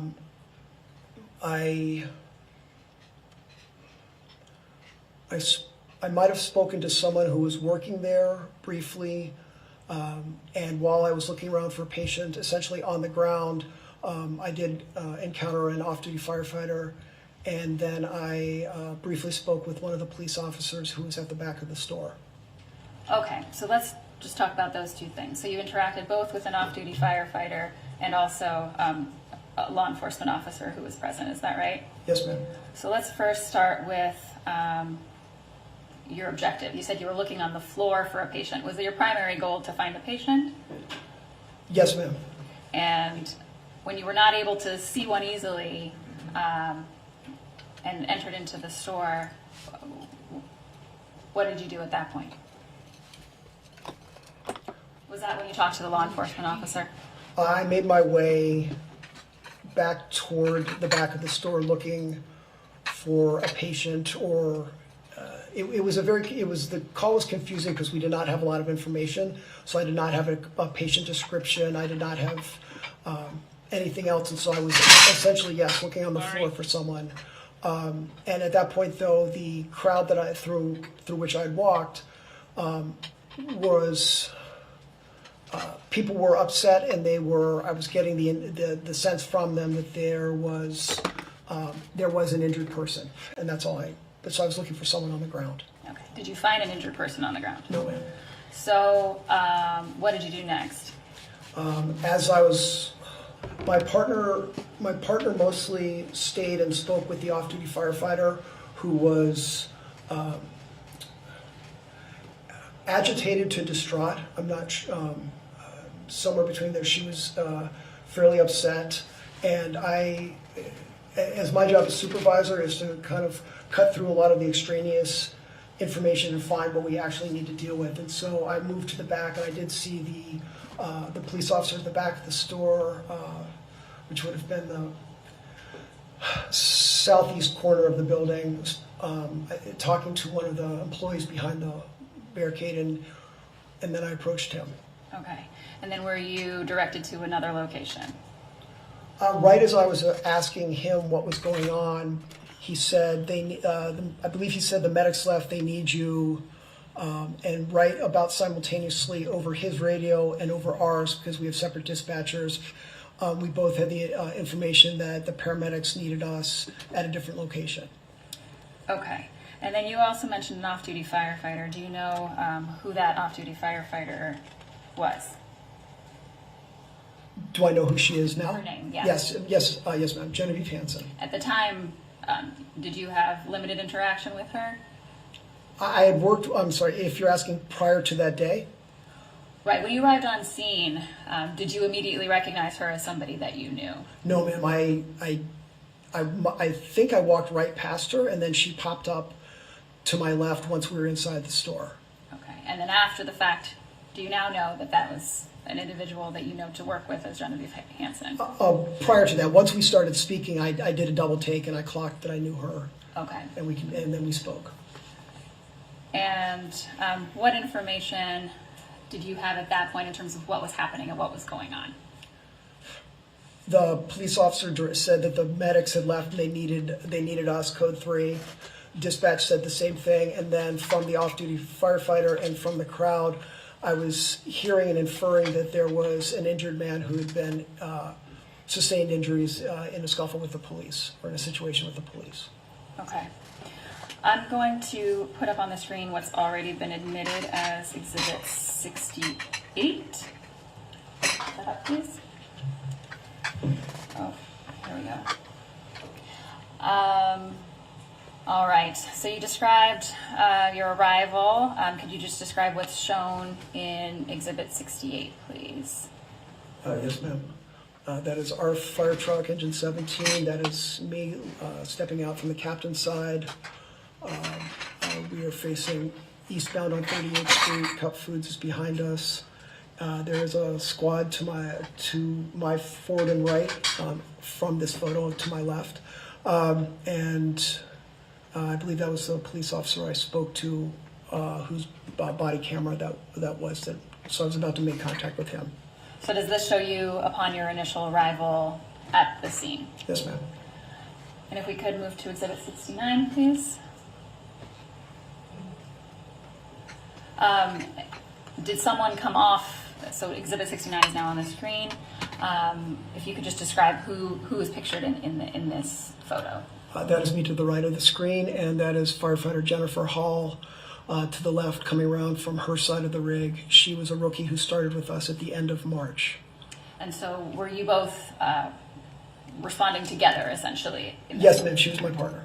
Okay. Can we move to Exhibit 70, please? You described walking into the store and seeing some other individuals. Could you just describe what's shown in Exhibit 70, please? Yes, ma'am. There's looks like a police squad ahead to my left, north on the street. I believe that might be a park police squad to my left. 4 people outside, one of whom is off-duty firefighter Hansen. I did not recognize her walking through. Do you recognize her now? Affirmative. Could you just, you can use the stylus or your finger, but it's a touchscreen. If you could just indicate where she is, please, in this photo. All right, you made a green mark above where, indicating Genevieve Hansen is. Can you just indicate where you are in this photo as well? All right, and there's an arrow showing where you just made that mark. And then, could you identify Jennifer Hall as well, please? All right, did you know any of the other individuals in this? In this photo, no, ma'am. And if we could move to Exhibit 71, please. I'm sorry, 72, please. All right, so did you ultimately enter the store and have a brief interaction as you described with a law enforcement officer in there? Yes, ma'am. And does Exhibit 72 show that? I should be more clear. What does Exhibit 72 show? I believe it would be the body camera of the officer with whom we were speaking. And who's pictured in this image? I'm in the center, and Firefighter Hall is to the right. And was this inside Cup Foods? Yes, ma'am, towards the back of the store. All right. And as you described, when you learned that there was no patient there, we'll go back to Exhibit 71, please. Now I've got Exhibit 71 on the screen. Did you then exit the store? Yes, ma'am. And can you just describe, is that what you were doing in Exhibit 71 here? Yes, ma'am. All right. So once you had the additional information, you can take that down, thank you. What did you do next and where did you go? We were directed to meet the medics at 36 and Park Avenue South. We got back on our fire truck and we responded to 36 and Park. And what did you see when you got there? The Hennepin County Medical Center ambulance was parked on the east side of the street, just south of 36. And I'm going to put up Exhibit 74, which has already been admitted. Ultimately, can you just describe what point of view this is showing in Exhibit 74? Yes, ma'am. That is not me, but this would be the view from my seat. And so in the foreground, is that the fire truck that you were in? I'm sorry, yes. This photo is taken from the front seat of the fire truck facing the ambulance. And is that where your fire rig parked once you arrived at that location to meet up with the ambulance? Yes, ma'am. And what did you do once you arrived at that location? Again, my partner, Firefighter Hall, and I got out of the fire truck and we went into the ambulance, entering from the side door. And what did you observe at that point in time? 2 paramedics and 1 police officer and a patient on the stretcher. What appeared to be the condition of the patient that you observed? He was face up on the stretcher. He had an airway an advanced airway, so he had a breathing tube going into his throat. And he had the Lucas compression device, which is a CPR, kind of a pneumatic CPR device in place and working. And when you say working, what does that mean? It was pumping up and down to pump his chest, pump his heart. Okay. And first of all, this patient, was he later identified by name? Yes, ma'am, it's George Floyd. So you said that he had an airway in place and the Lucas machine was pumping. What did you observe about his overall condition? I mean, other than that, he was unresponsive. Right. What, I mean, maybe not other than that, but what do you mean by unresponsive? What did you see? A person who is not, it's a confusing question. I'm sorry. Not a good question. I apologize. Just tell us. He was an unresponsive body on a cot. The airway was in place so that we could breathe for him, or so the responders could, or people could breathe for him, and the Lucas device was compressing his heart to get blood going through his body. And when you say breathe for him, what does that mean? I was not clear about that. And an airway device goes in through the throat, and basically gets better access into the lungs for some sort of airway and oxygen delivery device. In our case would be a bag valve mask, a BVM, which is like a Nerf football sized compressible bag that we squeeze every 6 seconds to bring air into their lungs, and it's oxygenated air. So when you say breathe for him, does that imply using that BVM and actually squeezing it? Yes, ma'am. Okay. So, I'm sorry, to your question, in the absence of those actions, the patient would have been pulseless and unresponsive, not breathing, and for all intents and purposes, dead. Okay, and were you aware of the status with respect to any pulse that, was the patient pulseless when you arrived? We did not check a pulse until we took over, excuse me, they were working, we joined them. As part of their protocols, we did pulse checks multiple times from when we arrived until we arrived at the stab room at HCMC. Did anyone ever find a pulse? No, ma'am. And when you first, just getting back to when you first got on this ambulance, you said you saw 2 paramedics. Was there a law enforcement officer who was also in the back of the ambulance? Yes, ma'am. And when you arrived, did you essentially switch places? Did he exit the ambulance? Yes, ma'am. He was, I believe, on the bench seat. I cleared him out, took the seat at the head, and took over ventilations for the patient. And when you say ventilations, are you talking about that BVM? Yes, ma'am. So were you squeezing it for Yes, ma'am. the process to work? Yes. Okay. After the officer left the ambulance and you were working on squeezing the BVM, what happened next? Did you proceed to the hospital with the paramedics? I'm sorry, those are 2 questions. Okay, let's start with the first one. And maybe I can just rephrase it better. What did you do after you took over the squeezing of the BVM? I myself continued that until we were cleared at the stab room at Hennepin County Emergency. Okay, so did you continue to do that, perform that act, all the way until you got to the hospital? Yes, ma'am. And what did you do once you arrived at the hospital with the patient, Mr. Floyd? We continued from the ambulance into the stab room, which is their critical care room. I believe there were 2 other cases, patients already in there, so the room was a little hectic. They were still assembling their staff, so I continued at his head, breathing for him for a short amount of time until their team took over and cleared us.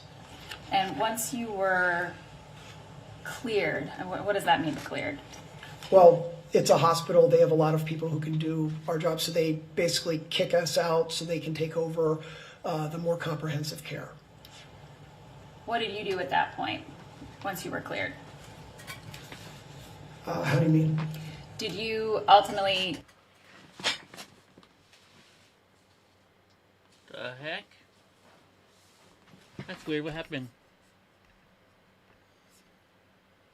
Wow, it went all the way back to start from the beginning. Or for the officer, right?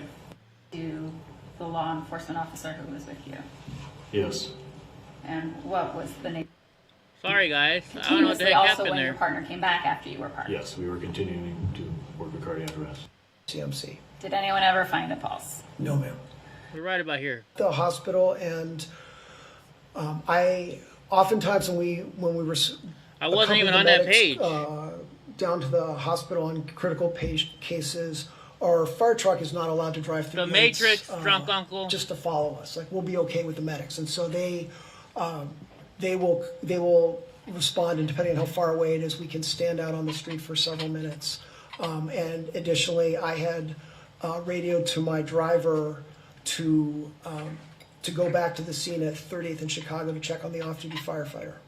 And why did you do that? Why did you have other members of your team check on the off-duty firefighter?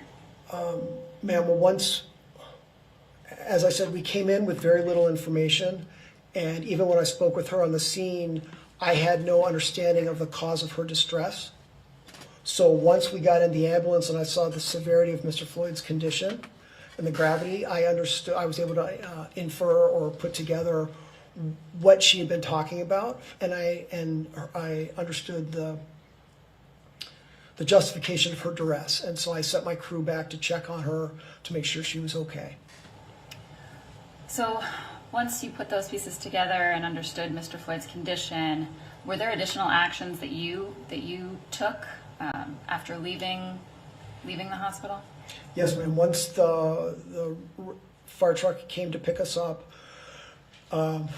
we kind of had a brief, kind of a debrief in the rig talking, because we had, my partner and I had a very different experience from my driver and the other firefighter, because especially during COVID, we were either going in one at a time, or because I had a rookie, I was trying to give her experience. So my senior firefighter and my driver remained on the rig for most calls from the end of March through midsummer. In this case, while my partner Jennifer Hall and I entered the rig and encountered someone who was not responsive, and it's just that way. The police officer. Ask another question. Oh, sorry. Let's just back up for 1 second. You said that you and your partner, Jennifer Hall, Yes. were working together and you got on the ambulance. What were the other members of your crew doing, and who were they? Yes, ma'am. I apologize for that. Stephen Mudek is a rank firefighter, and Tracy Trebell is my driver or fire motor operator. So were all four of you together on May 25th Yes, of ma'am. last year? And I'm sorry, I just had to finish the question first so she can take it all down. But all four of you said were together on May 25th responding to this call. Is that right? Yes. And who was it that you sent to go talk to the off-duty firefighter Genevieve Hansen? I had FMO Trebell and firefighter Mudek take the rig back to the scene. And when you say the scene, is that Cup Foods? Yes, ma'am. And where were you while that was going on? We were in the ambulance at 36th and Park, and then we were en route to the hospital, and then they met us at the hospital. And when you say they, ultimately did Tracy Trebell and Stephen Mudek from your team meet you at the hospital? Yes, ma'am. And then you said that the four of you had a debrief, is that right? Briefly, yes. What did you do after that? Sidebar, please. As soon as I get up, we go to a sidebar.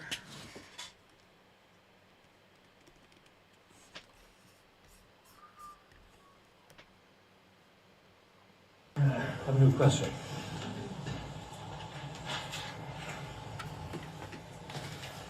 Captain Norton, did you ultimately report this incident, what you saw and what you observed, internally to the fire department? Yes, ma'am. And why was that? Twofold. I was aware that a man had been killed in police custody, and I wanted to notify my supervisors to notify the appropriate people above us in the city, both the fire department and whomever else. And then I also wanted to inform my deputy that there was an off-duty firefighter who was a witness of the scene. Nothing further, Your Honor. Mr. Nelson.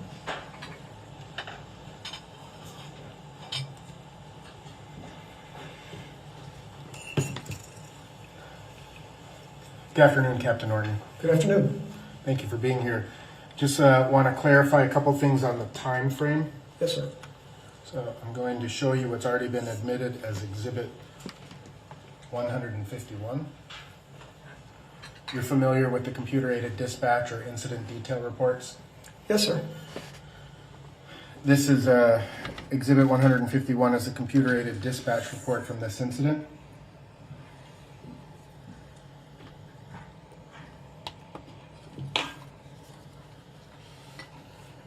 This initial call for EMS code 2 occurred at 8:20 and 11 seconds, according to this. Agreed? That's what it says. And that was upgraded, this incident was upgraded at 8:28, correct? To code 3? Well, sir, it says something different above. So multi-agency police? You talking about that? No, sir. Pardon? No, sir. So you've got 3:30 EMS code 3 at 8:21:35. Yes, sir. All right. And then you have some info for EMS at 8:27:21. That is correct. And that is that someone had a male restrained on the ground, correct? Yes, sir. It says PDF male restrained. Fire was E412, which is the emergency ambulance, added fire at 8:28. Agreed? That's what it says.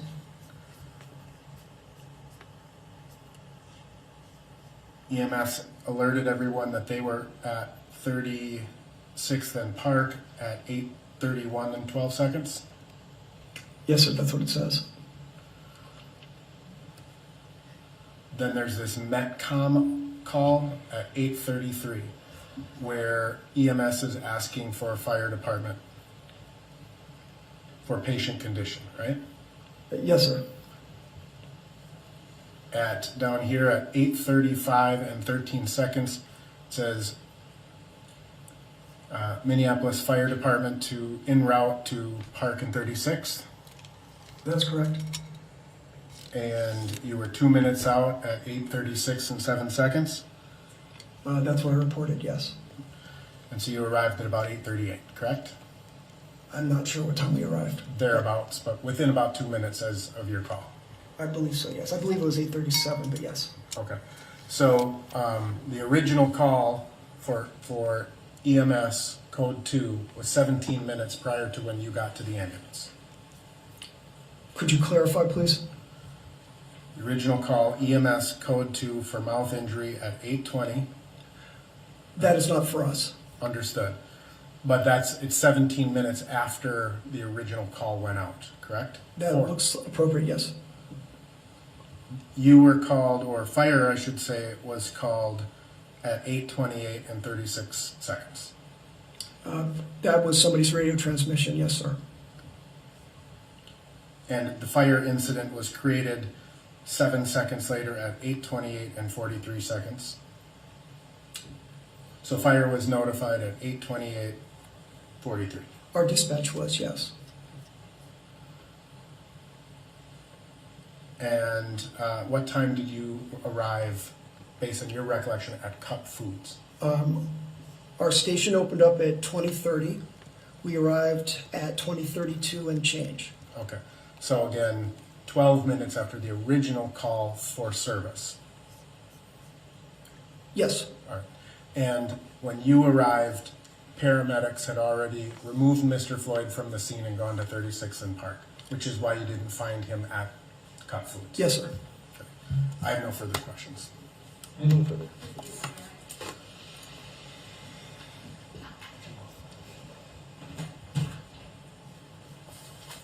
Captain Norton, you were asked a series of questions about your response time and the timing of that.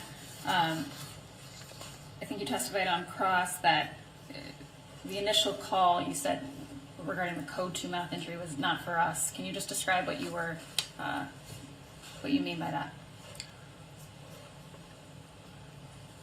Well, to the best of my understanding, the 911 system, which is many stories below us, there is a 911 dispatcher for civilian calls. There is a police dispatcher, there is a fire department dispatch, and there is an EMS or medics dispatcher. They are all in the same room, they are all in different channels. So if what I believe was a call from one of the police officers for EMS code 2 would have gone from that officer's radio directly to their dispatch. And then their dispatch would have made the decision based on information given, what level of EMS response to send. So when you're responding to a call, this information isn't necessarily showing up for you on a screen somewhere while you're sitting in the station? Ma'am, which information?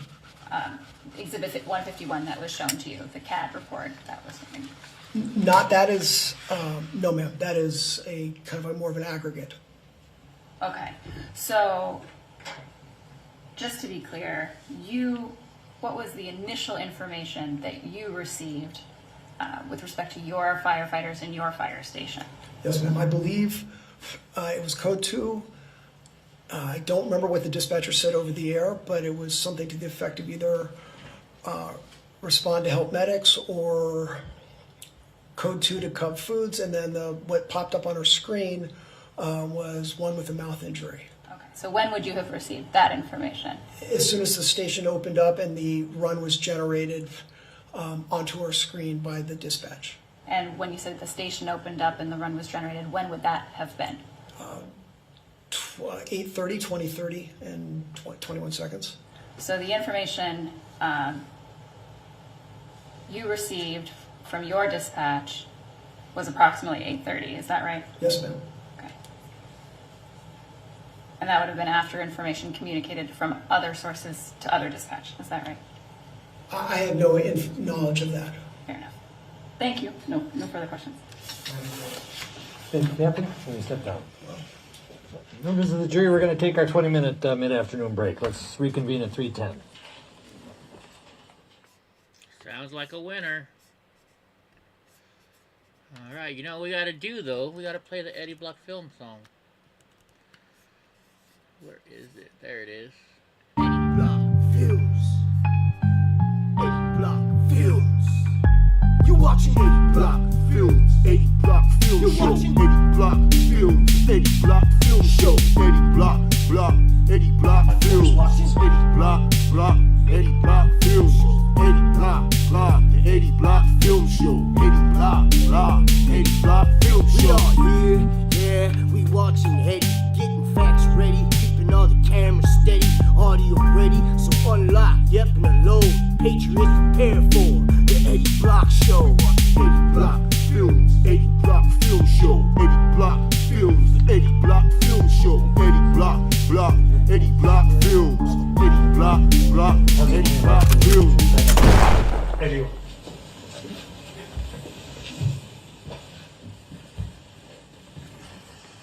And before you begin, if you could remove your mask, that would help us hear better. And second, if you could give us your full name, spelling each of your names. David, D-A-V-I-D, last name Pluger, P-L-E-O-G-E-R. Mr. Slisher. Thank you very much, Your Honor.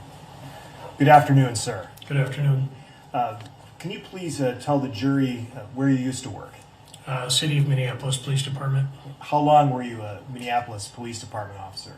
Approximately 27 years. You recently retired? I did. Yeah, Mr. Nice Guy made that And song. when did you begin your career as a Minneapolis police officer? 1993. And where did you start? Did you start your law enforcement career at MPD? No, previously I worked at the Richmond, Minnesota Police Department for approximately 6 months. Okay. And after working at Richmond, you moved to the Minneapolis Police Department, is that right? Correct. And did you do your academy training through Minneapolis Police Department? I did. And you received your post license through Minneapolis, is that right? Yes. And you are a sworn law enforcement officer? Yes. And what does that mean to be a sworn law enforcement officer? I'm licensed into the state of Minnesota through the Police Officer Standard and Training Board. And do you take a specific oath to be a sworn officer? Yes. And can you tell us a little bit about your career with the Minneapolis Police Department? Did you start out, I'm assuming, in patrol? Yes, I started in patrol. And how long did you work as a patrol officer? Till approximately 2001 when I was promoted to sergeant. And what shift did you start as a patrol officer? Dog watch. What's dog watch for those who don't know? Overnights. Okay. Starting typically? Approximately 9 at night to 7 in the morning. Okay. And as a patrol officer with the Minneapolis Police Department, what were your typical duties? Traffic law enforcement, responding to 911 calls, things of that nature. Okay. What kind of 911 calls would you typically respond to? Domestics, accidents, anything people call us for. General law enforcement, reactive sometimes, is that right? Correct. And proactive, being on patrol. Right. After 5 years on patrol, did you take a different assignment? Yes, I was on the community response team for a while. Now, what is the community response team? It was more of a proactive team dealing with things like narcotics, prostitution, narcotic search warrants. And did that did that team, I guess, patrol or have jurisdiction over the entire city, or was it within a particular precinct? That was in the 5th precinct. And you said you were with the CRT for a few years. What did you do after that? Then I was promoted in 2001 and worked in the forgery and fraud unit for a short time. And what rank were you promoted to? Sergeant. And is that the rank that you retired as? Yes, sir. Approximately what year then were you promoted to sergeant, if you can remember? 2001. And what was your most recent assignment as a Minneapolis Police Department sergeant?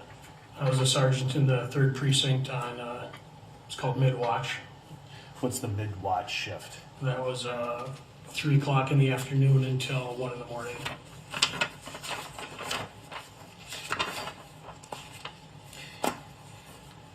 At this time, I'd like to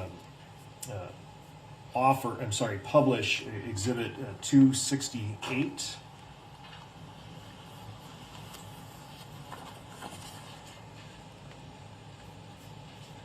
I don't know how well that can be seen on the screen, but Exhibit 268 is a precinct map, is that correct?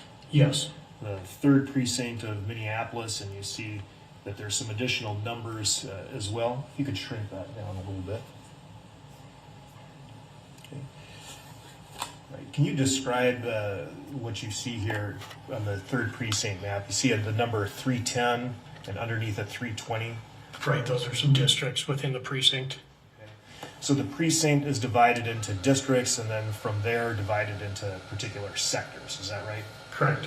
And as the mid-watch shift sergeant, what were your responsibilities?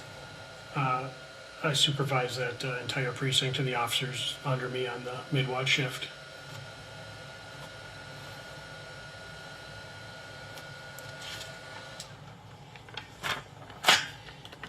As a supervisory police officer, what are your responsibilities with respect to the other officers and their duties? Take a look at the reports.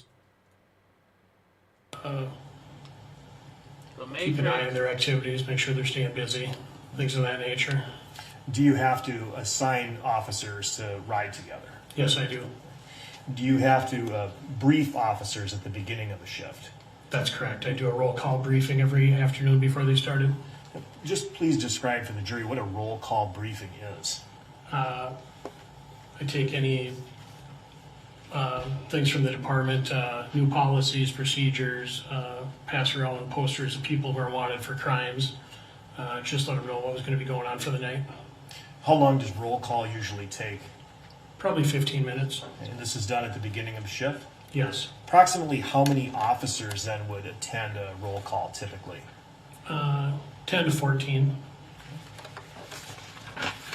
And so you said that you'd be distributing policies and procedures. I'm assuming then you'd have to be familiar with those policies and procedures yourself. Is that right? Correct. And so you're familiar with the Minneapolis Police Department Policy and Procedure Manual? Yes. And as it gets updated, you push those updates out to other officers whom you supervise. Is that right? Correct.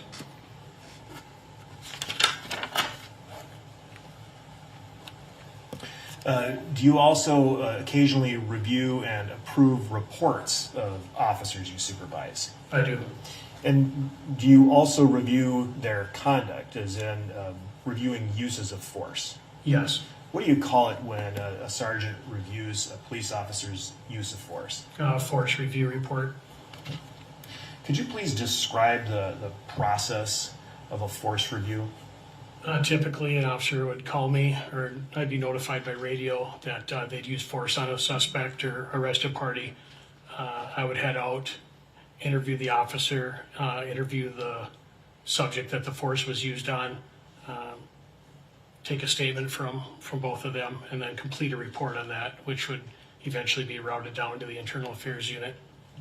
And are there certain circumstances where an officer uses force which they're required to notify you?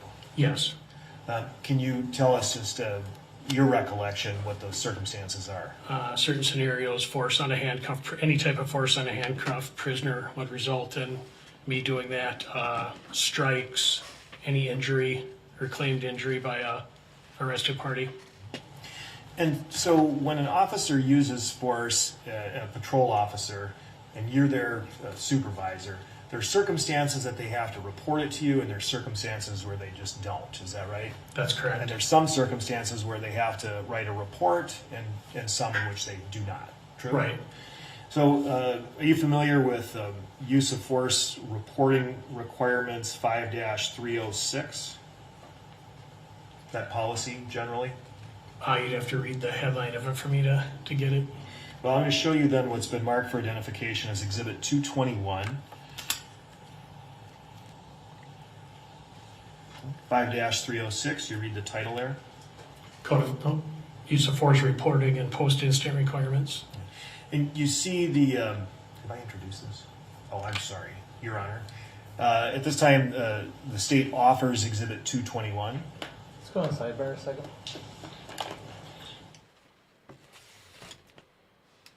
Sidebar.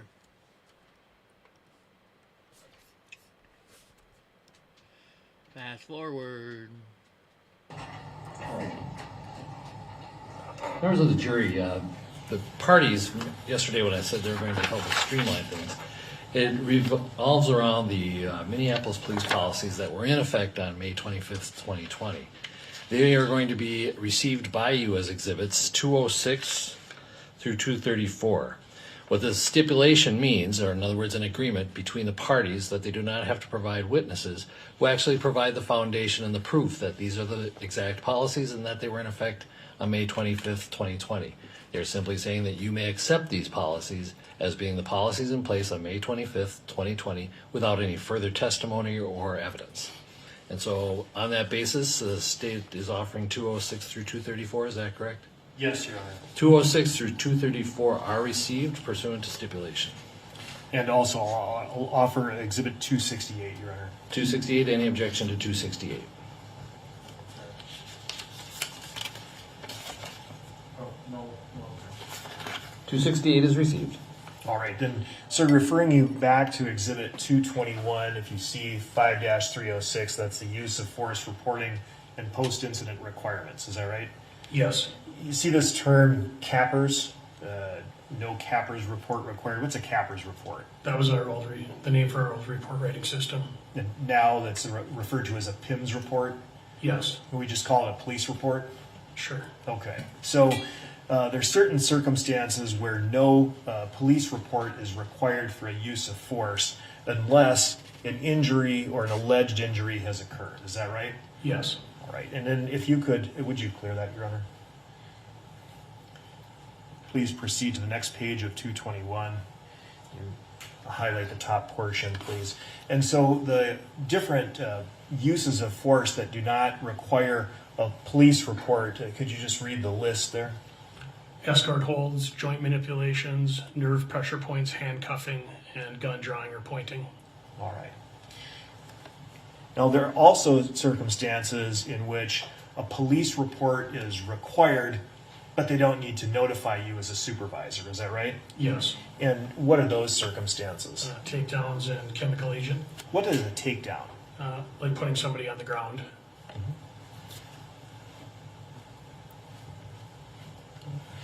And then if you could move up the page, there are certain circumstances in which both a report is required and supervisory notification is required. Is that right? Yes. And what are those circumstances? Where they sustained an injury or had to render medical aid. Now, when you as a supervisor are notified by a patrol officer that they've used force because of an alleged injury, what do you do? I usually head out to the scene to interview both the officers and the parties that the force was used on. And you've already explained that, but you also have to write a force report, is that right? That's correct. And when is that force report required to be completed? Before the end of the shift.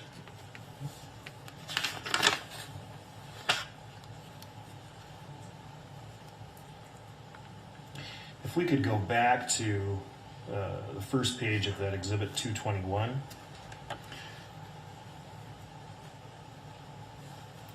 Also like to draw your attention to the first paragraph under medical assistance. And if you could please highlight that portion. Under medical assistance, could you please read the provision that's called out here? As soon as reasonably practical, determine if anyone was injured and render medical aid consistent with training and request EMS if necessary. So the requirement under policy is both to call the ambulance and to render emergency aid while you're waiting for the ambulance. Is that right? Yes.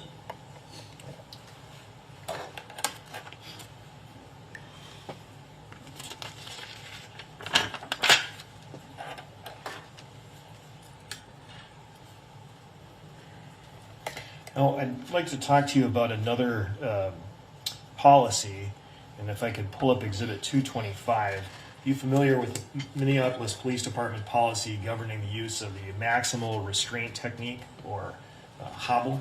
Yes. Okay. This is a very high level. Can you explain what a hobble is?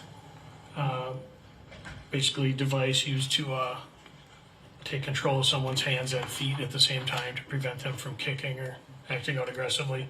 Is this a situation in which the subject would already be handcuffed? Yes. Okay. And so the hands would be restrained. How would the feet be restrained? They'd be like hooked together with the hobble, and then the end of the hobble oftentimes ran through the belt or somewhere by the waist to prevent them from kicking. And that was my next question. That would be the purpose, is to prevent the kicking of a restrained subject. Is that right? Yes. And the hobble or maximal restraint technique also requires supervisory reporting. Is that right? It does.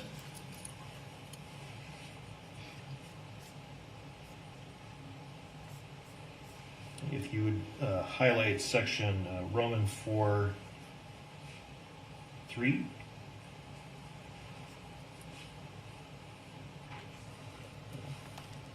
And you can see here by policy that a supervisor shall be called to the scene where a subject has been restrained using the MRT or hobble. Is that right?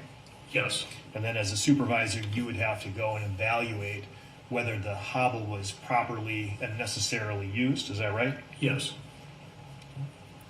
And then if you could highlight section B on that same page.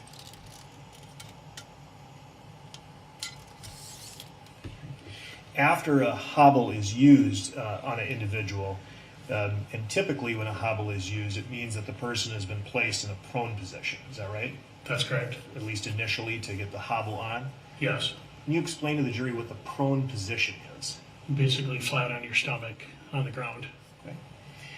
Once a hobble is used to restrain the hands and the feet and the subject is in the prone position, what does the policy require an officer to do? Put them in the side recovery position. What is the side recovery position? Basically roll them up on their side to ease their breathing rather than leave them laying on their stomach or chest. And do you know why that's important? It helps them breathe better. Rather than having all the weight on their chest, it gets them up on their side so they can breathe easier. Are you familiar with the term positional asphyxia? Yes. Now, how are you familiar with that term? We've had it in training at MPD. How long have you personally been aware of positional asphyxia? A lot of years, 10, 15. And based on your experience as a Minneapolis police officer, are the dangers of positional asphyxia generally known throughout the department? Yes, I believe so. That's something that officers are trained on? Correct. And when we talk about positional asphyxia, just at a high level, could you explain what positional asphyxia is, as you've been trained? If you restrain somebody or leave them on their chest and stomach for too long, their breathing can become compromised, and so you'd want to get them up out of that position after a while so they don't suffer breathing complications. And that's why the policy requires in the training is that you roll someone onto the side recovery position. Yes. And are you aware of whether or not people are allowed to be transported in the prone position, restrained? I believe they should be transported in the recovery position.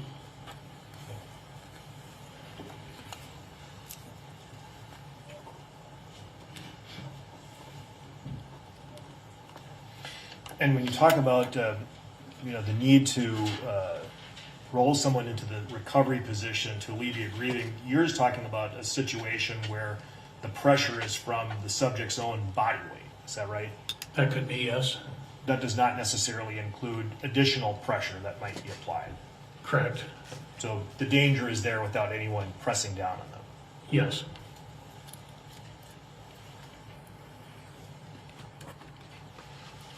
You can take that down, please.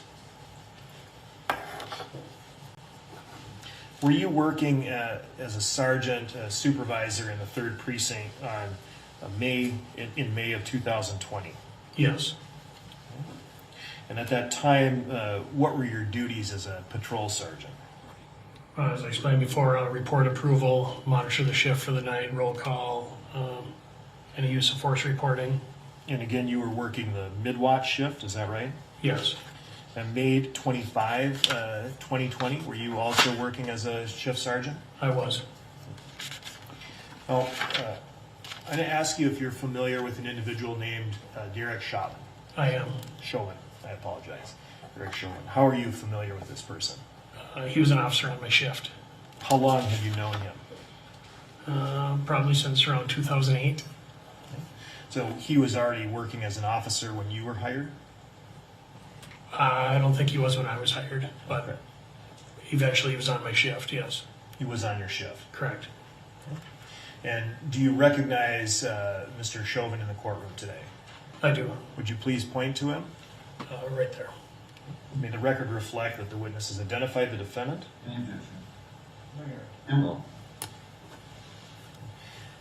Could you please just describe your relationship with Mr. Chauvin?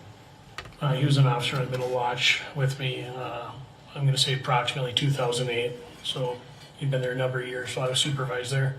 It was strictly a working relationship? Correct. You ever socialized with him outside of a work setting? No. You familiar with an individual named Tu Tao? I am. How do you know Mr. Tao? He was also an officer on my mid-watch shift. Approximately how long did you know him? Probably approximately 5 years. Do you have a similar relationship with Mr. Tao as you do the defendant? Yes. And then I need to ask you about Thomas Lane and Alexander King. You recognize those names? I do. They were new officers on my shift.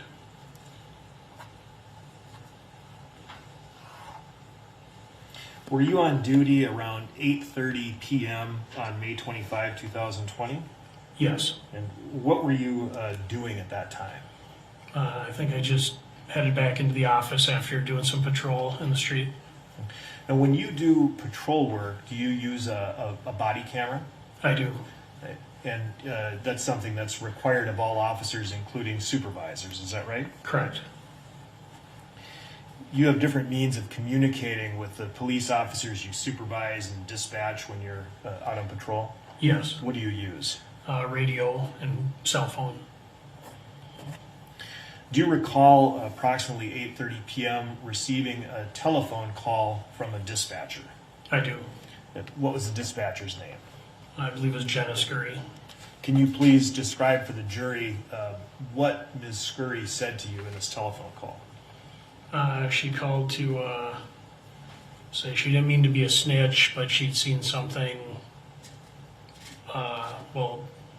viewing a camera that she thought was concerning and was called to let me know about it. Okay. At this time, I'm going to ask to publish Exhibit 10.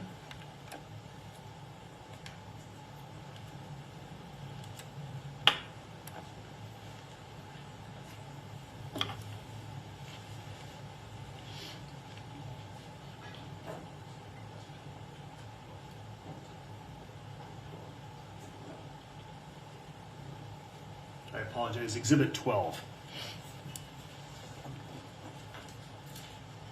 2:30:14, May 25, 2020. Hey, this is Channel 1. Hey, what's up? Hey, So, just wanted to let you know about the person with a knife at 2602 Bloomington. And then, I didn't know, you can call me a snitch if you want to, but we have the cameras up for 320's call. Oh, did they already put him in the, they must have already started moving him. And 320 over at Cup Foods. Okay. I don't know if they had used force or not. They got something out of the back of the squad, and all of them sat on this man. So I don't know if they needed you or not, but they haven't said anything to me yet. Yeah, they haven't said anything unless it's just a takedown, which doesn't count, but Okay. I'll find out. No problem. We don't get to ever see it, so when we see it, we're just like, well, that looks a little different. All right, thank you. Bye. Bye. 2031, 33, May 25, 2020. Sir, did you recognize your own voice in that telephone call? Yes, that was me. You made a reference to possibly it not counting. Can you please explain to the jury what that means? I thought maybe she was just describing that they'd taken somebody to the ground, placed him on the ground, and that wasn't something that would trigger me to head out for use of force, but said she wasn't sure, then I had to make a call to find out. So per the policy, if it was just a takedown, that would not necessarily be reportable to a supervisor. Is that That's right? correct. Had you ever received a call like this from a dispatcher before? Not in those exact terms, but a few other times dispatchers have called me if they saw something that concerned them. Okay. And so based on that call, did you decide to make some further inquiry? I did. What did you do? I called Officer Chauvin on his cell phone. At this time, I'd asked to publish Exhibit 75.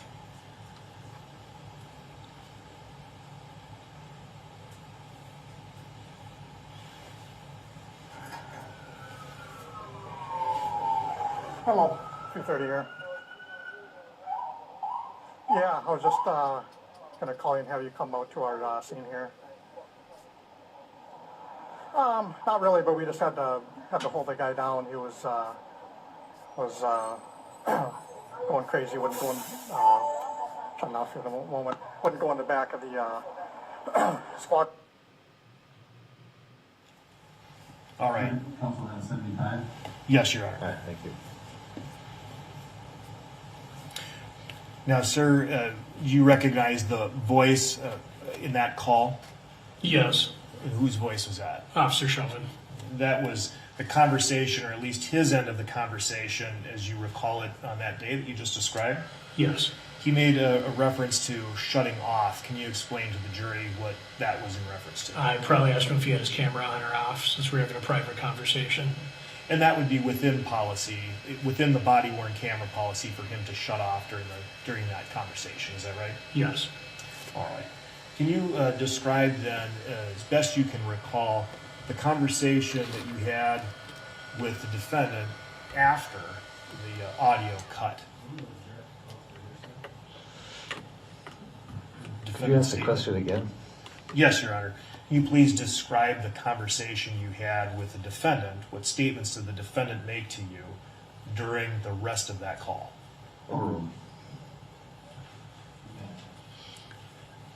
I believe he told me that they'd had tried to put Mr. Floyd, I didn't know his name at the time, but Mr. Floyd in the car. He'd become combative. I think he mentioned that he'd injured, it was either his nose or his mouth, a bloody lip, I think. And eventually, after struggling with him, he'd suffered a medical emergency and an ambulance was called. And then I decided I'd head down to the scene. Is that the extent of what you can remember the defendant telling you about this incident? I think that was basically it. Did he tell you whether he personally applied any particular type of force or restraint to Mr. Floyd?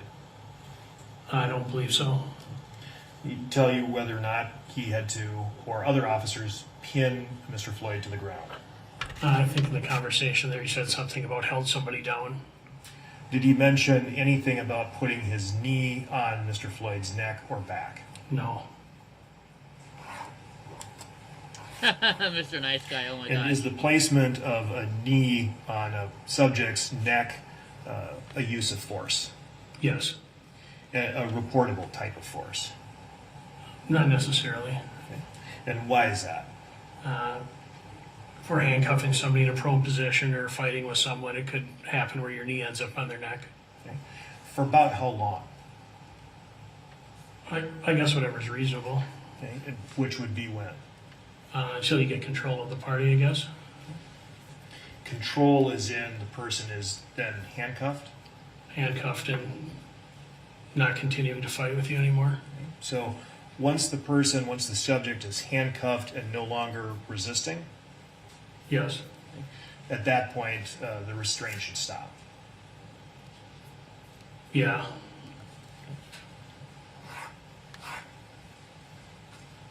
All right, after you spoke with the defendant, what did you do? I headed down to the 38th in Chicago where he was at. This time I asked to publish Exhibit 1.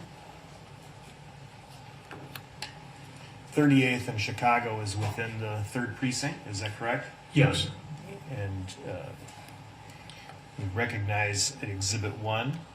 I do. And you see the area of Cup Foods, the Dragon Walk, and the Speedway. Is that right? Correct. Okay. Can you please describe what you saw when you arrived at the scene? I think I pulled up and the officers were standing near their squad car, and there might have been an EMS vehicle still on scene and a few people milling around. Did you recognize the officers? I did. But did you speak to anybody prior to your arrival? I think Officer Chauvin called me just as I was arriving, but it only lasted a second because I was like a half a block out. It said I'll be right there. At this time, I'd ask to publish Exhibit 267. Sure, I'm showing you a photo taken from your own body-worn camera, and can you see the timestamp there? 20:45 and 26 seconds. All right. And you can see the name. Is this your cell phone? Yes. And you see that you're receiving a call from the defendant. Is that right? Yeah, it looks like maybe I'm about to hang up. Okay. Yes, can you please just describe this conversation as best you can recall? I think he just called and said, asked where I was at maybe, how long I was out, and I was real close, so I said I'll be right there. We'll talk in person, and hung up. Okay. And you could see from, if you could put 267 up again, please. You recognize the building that you were near, right?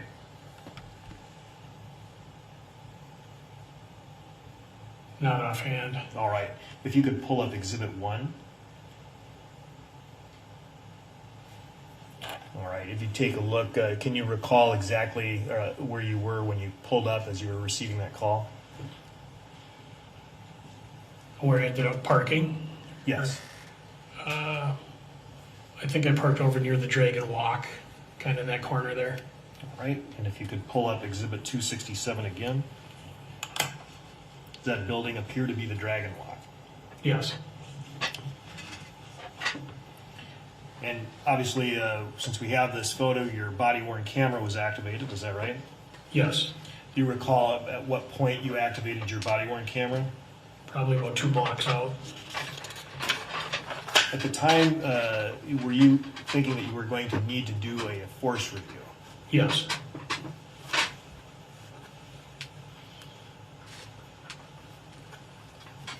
Based on the description that the defendant gave you, you've already indicated you didn't know there was pressure applied to the neck. Is that right? Right. Did you get any sense from the defendant how long this restraint lasted? No, I didn't have any idea.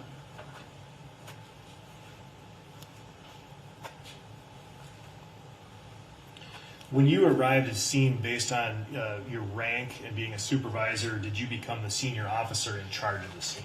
Yes. Did you see the officers that you previously mentioned, the defendant, Thomas Lane, Tutau, and Alexander King present? I did. Did you have some conversation with those officers about the incident? Yes. Were the 4 of the officers in a group at the time you had this conversation? Yes. The people who were talking were Thomas Lane and Alexander King, is that right? Yes. The defendant was nearby and in a position to hear? Yes. And at that time, you received a summary of what happened from Officer Lane and Officer King. Is that right? Yes. Both of them gave you a statement kind of joining each other? Right. You know, without talking about what specifically that statement was, after you heard their rendition of the events, did you take that information and use it to determine the next steps that you would take? Yes, I did. And based on that conversation, then, were you told that there had been a restraint of an individual? Yes, I believe that they said they'd handcuffed him. Okay. And did you learn that an ambulance had been summoned? I did. And did you learn that the person that had been restrained was taken away in the ambulance? Yes. And where was that person to have been taken? Hennepin County Medical Center.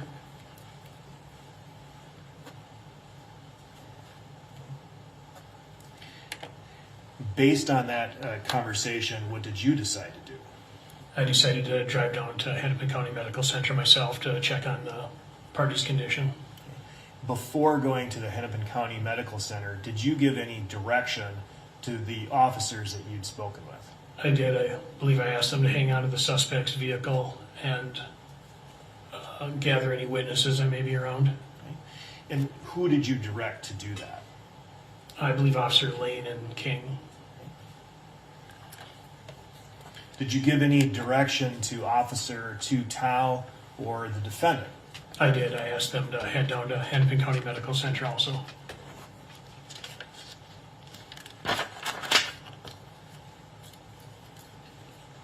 And then you proceeded to leave the scene to go to the Hennepin County Medical Center? Yes. Before you actually left the scene, did you have a further conversation or direction to the defendant? I don't think so. Do you recall speaking with the defendant about the need to potentially interview witnesses? Yes, I did. I asked him to look for some witnesses. And that was captured on the body-worn camera, is that right? It should have been, yes. You've had an opportunity to review that footage? Yes. Okay. At this time, I'm going to ask to publish Exhibit 266, and I'm also going to ask to publish 265. They're two different renditions of the same conversation. In Exhibit 266, you will see sort of the body position of the defendant as you're having this conversation, and in the next exhibit, you'll hear the audio. Yes, Your Honor.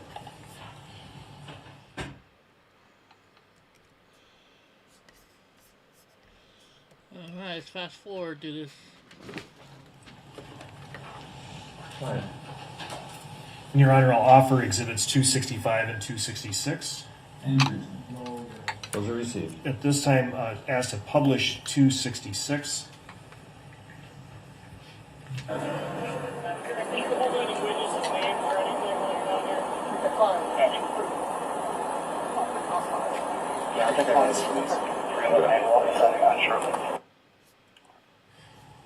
Did you recognize your own voice in that clip, or was that kind of hard to hear?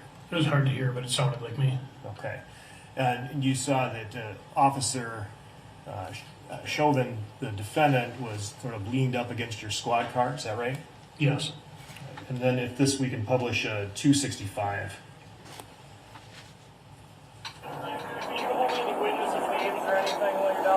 We can try. They're pretty, they're all pretty hostile.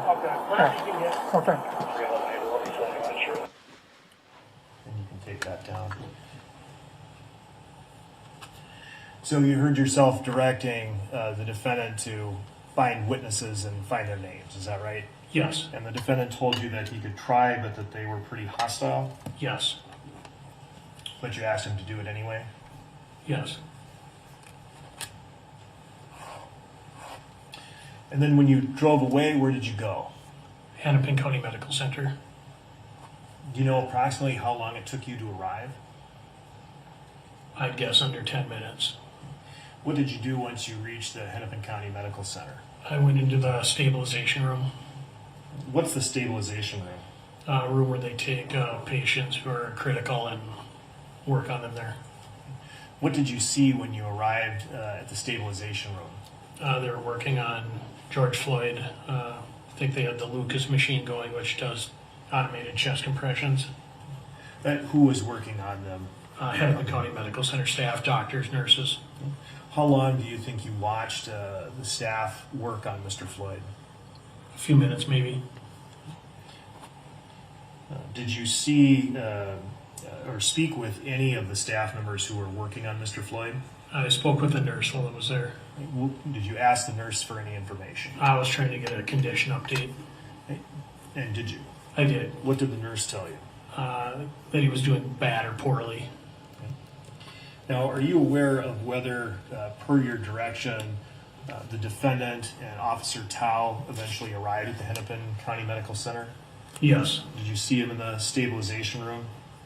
Or near the stabilization room? I think outside the stabilization room.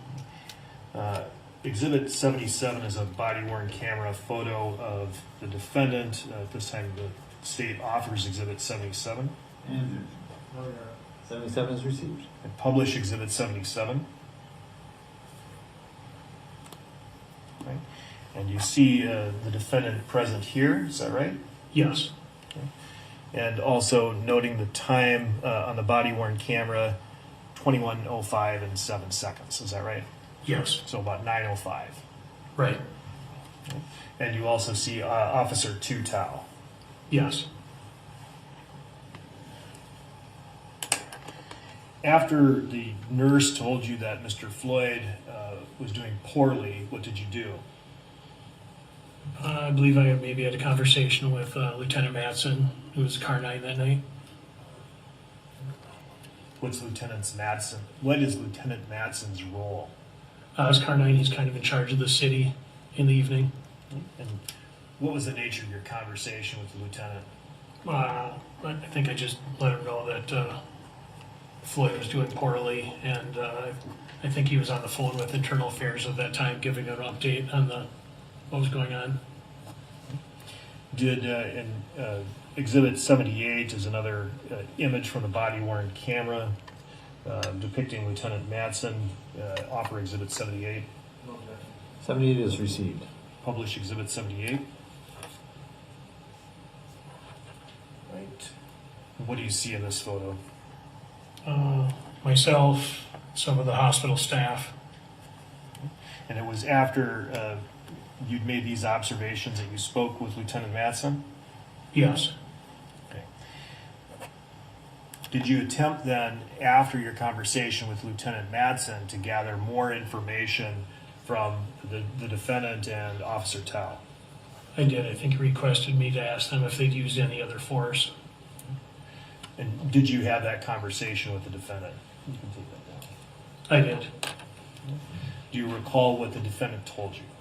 He said he knelt on Floyd or knelt on his neck, something of that nature. I don't recall his exact words. And is that the first time you became aware that force had been applied to Mr. Floyd's neck? Yes.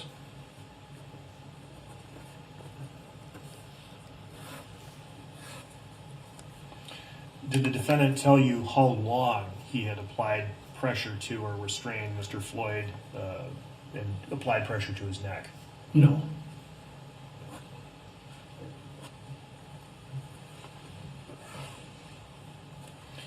At some point, did you receive yet another update on Mr. Floyd's medical condition? I did. Someone approached me and let me know that he passed away. And after you learned that Mr. Floyd passed away, did that change the nature of the incident you were responding to? Yes, it was deemed a critical incident then. What is a critical incident? Something like that, where somebody passes away in police custody, a high level, call like a shooting, or where somebody shot and killed by police, things of that nature. And what are your responsibilities then as the shift sergeant when a critical incident happens in an area over which you have supervisory authority?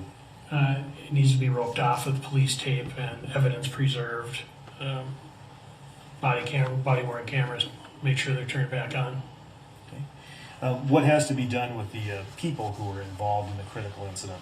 They need to be kept separate and eventually transported down to the courthouse. Okay. And in this case, did you take specific steps that were consistent with critical incident response? I did. What did you do? I got a hold of Sergeant John Edwards, who was the overnight supervisor who had just come on, and asked him to head down to 38th in Chicago and secure that scene.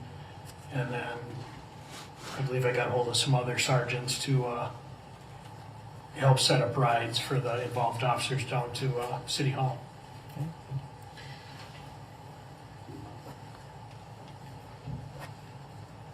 So in he's contacting Sergeant Edwards, you're essentially handing off the actual physical scene to the next supervisory sergeant for the 3rd Precinct. Is that right? Yes. And you were able to secure transport officers or rides for officers Lane and King? I don't recollect if it was me who found the rides for those two or Tom and Chauvin. But I found somebody to figure it out. Can you describe your interactions with the defendant after you discovered that Mr. Floyd had passed away? Other than asking him to get down to 108. What's 108? Room 108 is one of the rooms in the City Hall where the officers are going to gather to be interviewed and stuff after the critical incident. What did you then proceed to room 108? I did. And what did you do after you proceeded to room 108? I mostly just waited till the officers were interviewed and eventually headed back to the 3rd Precinct station. Did you have any further interaction with the defendant at room 108, or did the other administrative personnel take charge? Pretty much the other administrative personnel.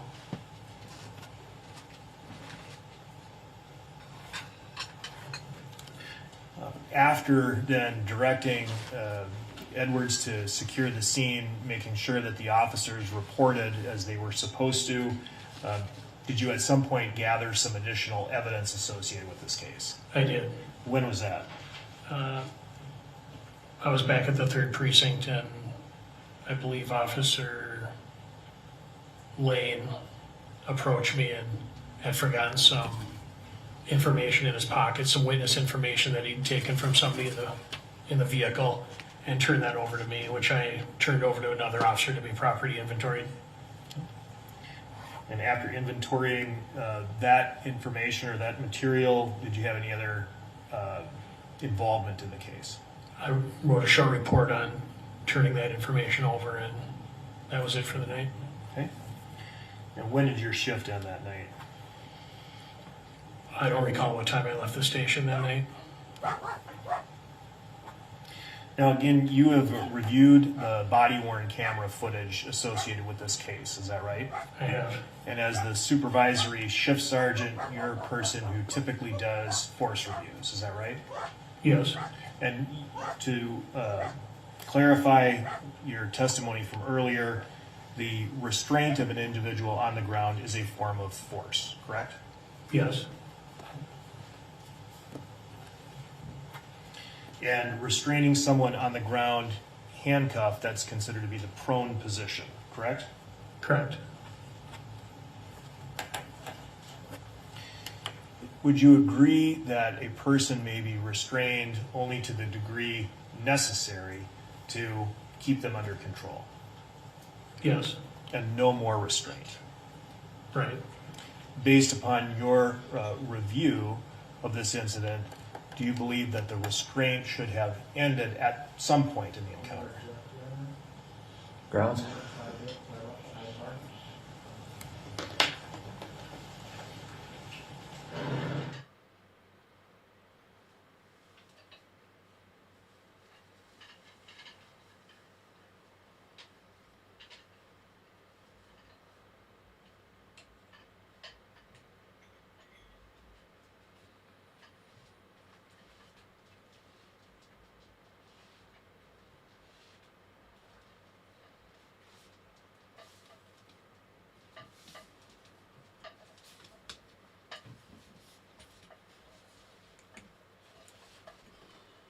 Oh, I'm sorry. I walk away and they go to walk away for a second and they.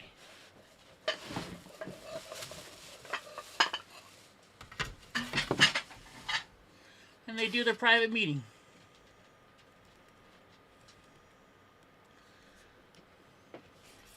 And it's not fast forwarding.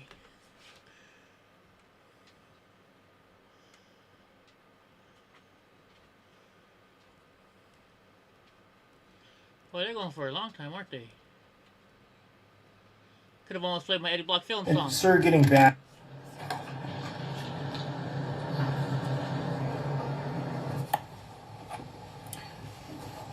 Thank you, Your Honor. And sir, getting back to some of your duties as a shift sergeant in conducting force reviews. When you conduct a force review, you typically visit the scene, is that right? Yes. Interview witnesses, correct? Yes. Gather all the information, body-worn cameras, correct? Yes. And review that footage, correct? Yes. And make a preliminary determination as to whether or not it would be necessary to forward this for a review by internal affairs. Is that right? Yes. And if you review some body-worn camera footage and find there's nothing to review, you wouldn't forward that to internal affairs. If I was doing a force report, I believe it would go down there anyway. All force reports do. Would also go to internal affairs. Correct. If you review body-worn camera footage and determine that use of force might have been excessive, do you make a recommendation to internal affairs? Yes. In that case, you'd have to contact internal affairs. I submit the foundation, Your Honor. Okay. Another sidebar.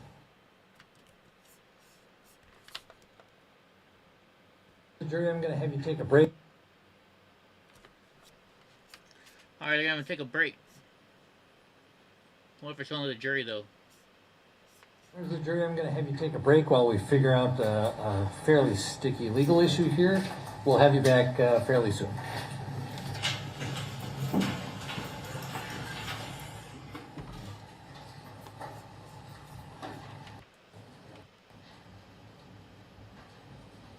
The jury, be seated, please.